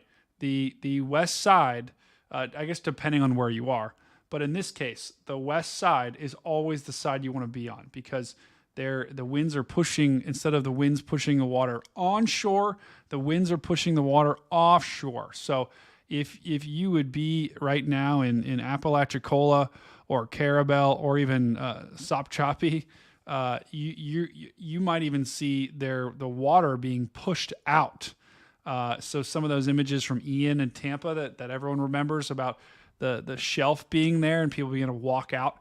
I don't want to say that's happening here, but it could be, right? Because the water is going to be pushed out into the ocean, and actually some of that water is probably going to continue to be pushed all the way on the other coast here near Jenna. So that water, even though it's being pushed out here, is going to keep funneling here and then eventually be pushed on land. So it's not like the water is just going to go sit out in the ocean. Unfortunately, the water, the one man's luck is another man's misfortune. I think I forget the exact phrase, but that's unfortunately what's happening here in portions of the Big Bend. So really impactful, really impactful hurricane here that we're unfortunately witnessing. And it did just make landfall as a Category 4. So it's pretty wild. Let me see if I can check in on Vince looks like he's still in the eye, man. That is wild. That is just absolutely crazy. Guys, if you are new to the stream here, make sure you like and subscribe to the channel. Thank you so much for watching. It has been a long ride tonight. We've been streaming for about 6.5 hours here. So it's been just a crazy time. So thank you guys for watching today. I'm gonna we'll wrap up in just a little bit here, but for now, I wanted to quickly just show you some of the other impacts that we're expecting over the next couple of days, because this is a long duration event, and I really quickly, before I do that, wow, look at the damage Vince is discovering right now. Looks like a fence that's down. Good news is we're not seeing any storm surge just yet, but this area could be getting in on that action. Or that storm surge could be coming behind this particular system. Look at all these cars here, just parked in this parking lot. Wow. I'm hoping that the hurricane stays east of this parking lot, or else they could be in danger of some storm surge. Nikki says dangerous storm surge occurring in Steinhatchee. Mobile homes moved by 8 to 10 feet of storm surge. So. That's wild. Thank you for joining us, Cindy. Landfall report just came out on CNN. Yep, yeah. The hurricane did make landfall a little bit ago. Here's the wind history. I always like to look at this to see if this verified. Check this out, guys. So the orange is tropical storm force. The red is hurricane force. Looks like a little bit of like a corn dog right there. But we had tropical storm force winds on the entire Florida peninsula. That's Jacksonville to Miami, Naples to Key West, Apalachicola, all the way down to Key West. I mean, that's just, guys, that is insane. This storm had a massive wind field, which is why we had storm surge all the way up and down the west coast of Florida, from Key West all the way up to Apalachicola. The hurricane winds, if we zoom in here, the hurricane force winds were fairly limited to the Big Bend, right? Tampa Bay, they did not get hurricane force sustained winds, but they did get hurricane force winds all up and down the Big Bend, from probably about Cedar Key to close to Apalachicola. So that is an interesting thing to know is for the future, guys, just because you're not in the center of this thing. I know I've been saying that over and over and over again, but this just illustrates, right? I mean, the west coast of Florida only got tropical storm force winds, yet they had anywhere from 3 to 8 to 8+ feet of storm surge. So that's a good thing to note in the future for these really strong hurricanes. They can have impacts well outside the center of the particular. I do want to look at the peak surge now just to see if these things verified. So, Dr. Hobgood, maybe you can jump in, but I think from seeing the reports, this was a storm surge forecast that we had. And I think the values down here, and I'll go ahead and circle them. The values, and let me just move this so we can do this. I'm not 100% sure, but I think we had a report of at least 3 feet here. So this verified. And we had storm surge in Charlotte Harbor, definitely of 3 to 5 feet, maybe even more. Inglewood, I didn't see any reports out of there, but I'm assuming if we had close to 5 feet in Charlotte Harbor, that probably verified as well. Tampa Bay, I mean, we had reports of 5 to 8 feet plus, right, Dr. Hobgood? I think, yeah. Yeah, that's correct. So, I mean, that would pretty much verify there. Yeah, verified. In terms of the Caloosahatchee, whether we had 10 to 15 feet here, that's pretty close to Cedar Key. And I believe Cedar Key, they had around 11 feet. That was the latest report, right? 11 to 12, right. So, yeah, again, Okay. that seems to be pretty good there. Yeah, so that verified. Now the question is, in this Big Bend area where they were predicting about 15 to 20 feet, obviously that's still ongoing right now as we speak. So these numbers could go up. But the big question is going to be, did the storm surge verify here? And it's going to be hard to know for sure because this area is a little bit more remote. There's a little bit less, there's less sensors, there's less people there. So it's harder to gauge, but that'll be a question mark that I think the National Weather Service will try to answer tomorrow. But regardless of if or if not this verifies, 11 feet in Cedar Key, which is well outside the center. If you'd extrapolate towards the center of that thing, I would think this is gonna verify. I mean, we've seen storm surge numbers up and down the West Coast to verify, so I don't see why the 15 to 20 feet wouldn't. So. Really good forecast from the National Weather Service here on the storm surge, and a catastrophic day for portions of the Florida West Coast. I wouldn't really describe it as catastrophic down in Southwest Florida. I think that would be more like damaging, and then Tampa Bay would be more like historic. They're going to see some scattered damage there. I mean, we saw portions of Siesta Key and Sarasota. Still under feet of water. So, even down in Sarasota and Siesta Key, we had some crazy impacts, 11 feet in Cedar Key and possibly greater up in the Big Bend of Florida. So I think the storm surge forecast verified here, which is crazy to think about these high numbers seem to have hit in every major way. So.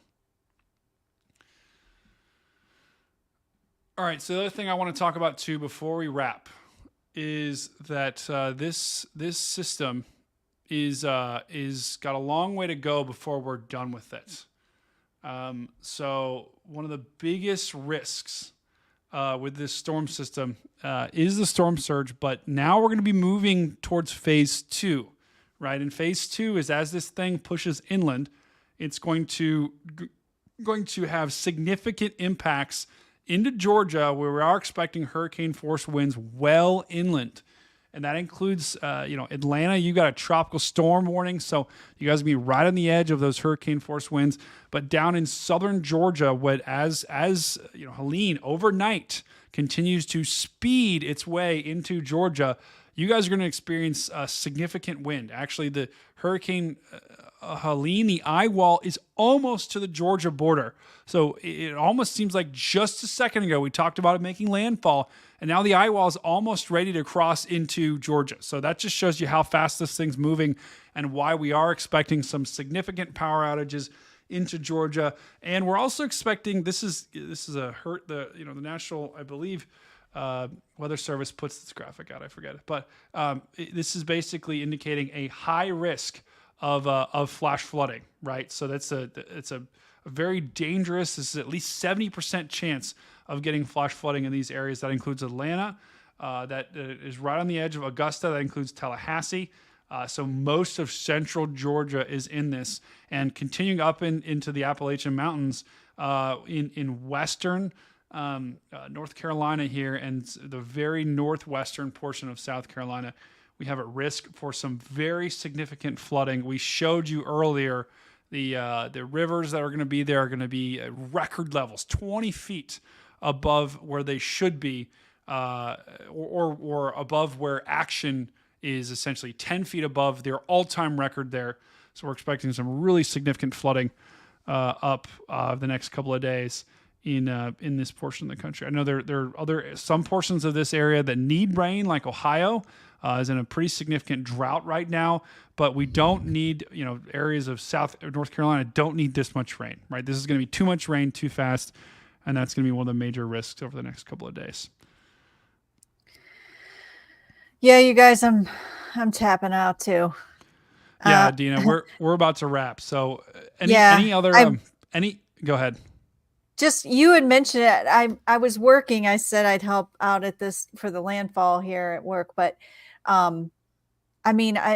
you mentioned it. I heard you say, now we have to shift gears to inland flooding. And I'm near Atlanta. I've gotten over 4 inches. I'm in a flash flood warning, a high risk flood area. That's going to be all night. I know we're going to have the worst of it probably overnight before I have to get back up, but you can see, the watches and stuff going all the way up. But see that other flash flood warning go up north, like if you go up there, like you'll see it in Alpharetta and Roswell. I'm not too far from there. So, there's something that was saying like basement was flooding and things like that. So, yep. Man. Yeah. I'm just hoping to keep power. Yeah, it's going to be a long night because, look how far this. Look at this, guys. The hurricane is almost crossed over the border, right? If we zoom in here, there's still it's still got a little ways to go, but the eye wall is almost in Valdosta. So that is it's going to be crossing borders now. That's Georgia, and this thing's going to just continue to work its way to the north. And you're right. Look at this in Atlanta. We are already getting significant rainfall that is just sitting. This system is so massive. Are massive. they getting reports way up there near Gainesville and Dahlonega? Like zoom in there. Yeah. Yeah. Was that reports you have on there? No, those are. Or what was? Oh, those are videos or cams. Yeah. Yeah. Atlanta's going to get a lot of rain, and they're also going to get significant wind, right? We had someone talking about, I was worried about that because we were getting rain for a long time, and that just loosens the soil. It loosens the roots on the trees. The trees get loose, they come down, they take down the power lines, and then everything goes to hell. So, yep. Yeah, it's tomorrow in Atlanta, or really overnight tonight, and then continuing into the morning hours for Atlanta is going to be when these winds arrive, and it's going to be a long night in Atlanta. So Dina, please stay safe. We had someone talk about Augusta as well. It's not a time to panic, right? If you're in Atlanta, if you're in Augusta, if you're in Georgia, this isn't going to be the end of the world, right? It's not. It's not like you're going to have 20 feet of storm surge come over top of your house. At the same time, though, this is this part of these risks, like the winds that we're talking about, the rain that we're talking about. This is not normal, and this is not something that you should take lightly because we are going to see significant power outages. We are going to see significant flooding. And so while you aren't necessarily going to get 20 feet of storm surge, you still could see very, very significant long-lasting impacts that are going to make life a pain probably over the next day. Yeah. I wouldn't be surprised if we end up with 7 inches total where I live, and that's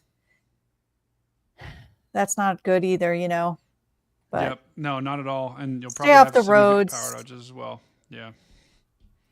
All right. I'm tapping out, you guys. I'm glad I got to see you, Dr. Hobgood. I was going to joke. See you too. I pulled out my folder. I got to show this. This was from Dr. Hobgood's class. Guess what year? Here, Here's show it the again. syllabus. Wait, hang on. if you can see it. Wow. And guess what the course syllabus it was from? 1996. Oh, no way. It was Brady even born yet? I don't know. I was 2 years old. So guys, what Dina's talking about. So Dina, literally both Dina and I had Dr. Hobgood as our teacher at Ohio State for meteorology. So we're both pupils of Dr. Hobgood. And look at us now, right? If it wasn't for Dr. Hobgood, we would not be where we are. So it's pretty cool to see. I definitely wouldn't have made it. Oh, you both turned out well in spite of my teaching. Oh, right. Get out of here. Oh, thank God we had you. All right, you guys. I'll check in and make sure we didn't wash away tomorrow. Absolutely. All right, yep. you guys. Thank Have a you, good Dina. night. Yeah, have a good night, Dina. All right. So I think Dr. Hobgood will wrap in just a second. I did want to just kind of quickly show. So we looked at the radar. We looked at the rain that we're gonna have the next couple of days. And Willow, thanks for joining as well. Make sure you like and subscribe. Thank you for. I realize I recognize you here. So welcome to the Stormfront Freak family. Thank you for watching. We talked about the rain. We talked about the wind. We talked about the surge. And the other thing I did want to hit on too was the tornado threat, because that is we still have an enhanced risk today. And let me actually pull up the better one. So if you don't know, by the way, there's SPC Partners. If you type that into to Google, you can actually pull up a SPC this is a storm prediction center, but this looks a lot better than the other one. So. We still have a 10% risk of tornadoes tonight. That's continuing into the overnight hours in portions of Georgia, South Carolina, and a very small sliver of North Carolina. So we still have a risk for tornadoes in that area. So do not let your guard down. If you live along the eastern kind of coastline of North Carolina, South Carolina, Georgia, we could get some more tornadoes tonight. Tomorrow, we also have another enhanced risk for tornadoes. Wait, is this the same day? No, yeah, this is a different day, but it's not. Okay. Oh, yeah, there it is. Okay. So this is day 2. This is our tornado outlook for day 2. It's a little bit smaller, but we still have a 10% risk of getting some tornadoes here in Fayetteville, Morehead City, Wilmington, as well as North Carolina. You're in a 5% risk of getting some tornadoes. So tomorrow will be an eventful day for weather. We are expecting Helene to continue moving onshore and continue producing a wide swath of damaging winds. So that is what we expect for severe weather. Okay, let's take one last look at Helene here and just see what she's showing us. So, and I'll put this full screen. So, Dr. Hobgood, before we leave tonight, does Helene? I mean, Helene still looks like she's holding strong here. But I mean, the structure still looks decent. The eye wall still looks pretty good, and yeah, it's still going to be a hurricane when it gets into Georgia.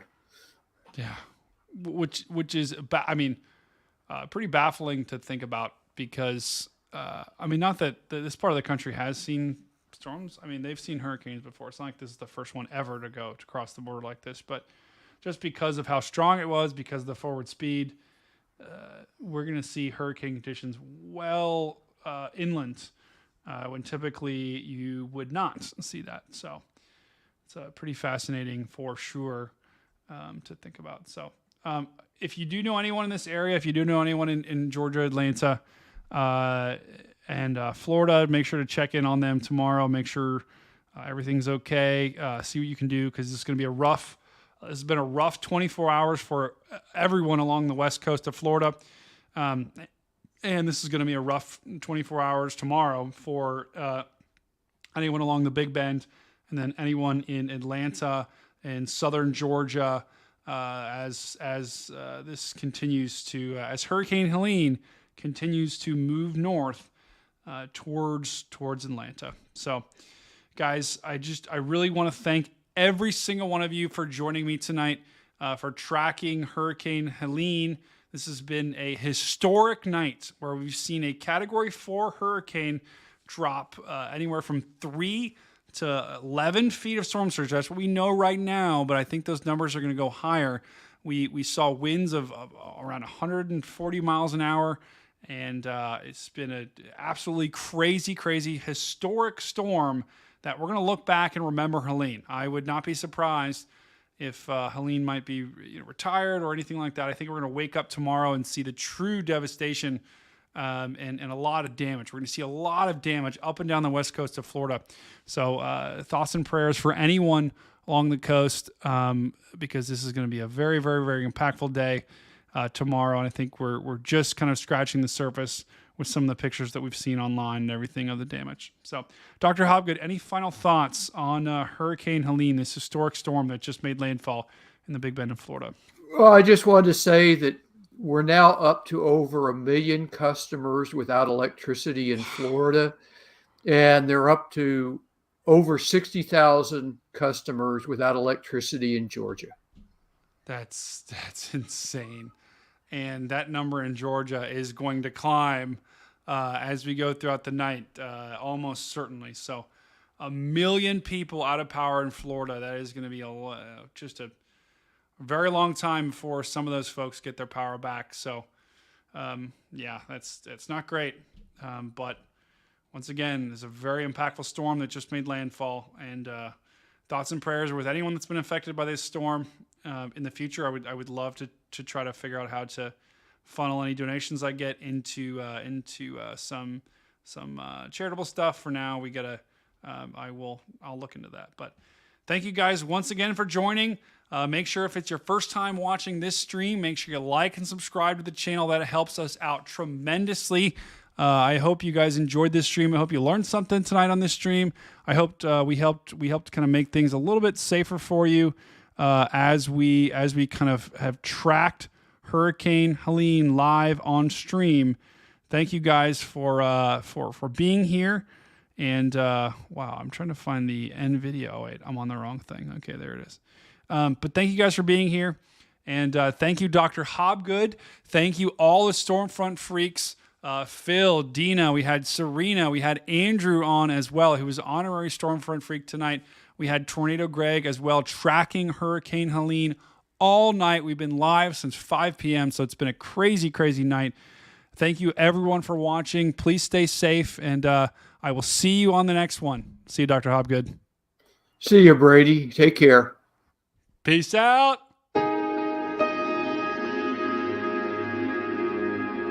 Wow, what a night.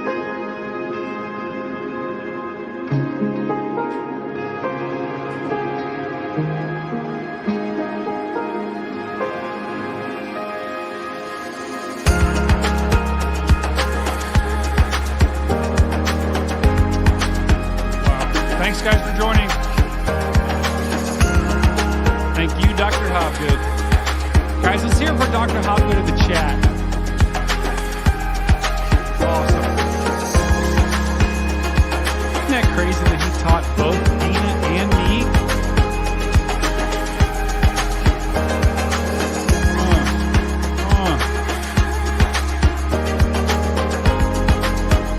What?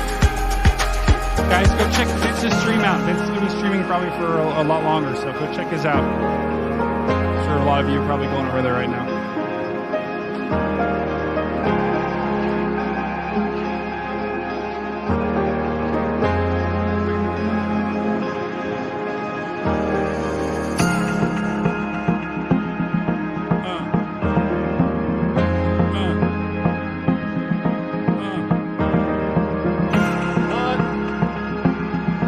Gotta get a little dancing before you go to bed, guys. You gotta get that positive energy, right? We gotta stay positive here.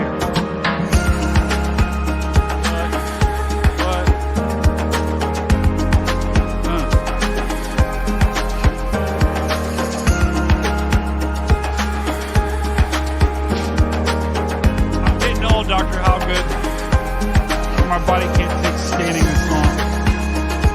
I hear you.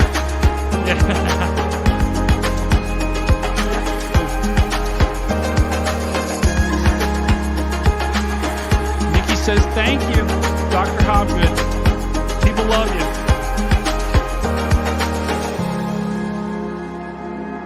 Wow. Thanks for joining, everyone. Thanks for watching. Yeah, it's true. Hopgood's the best. Peace out.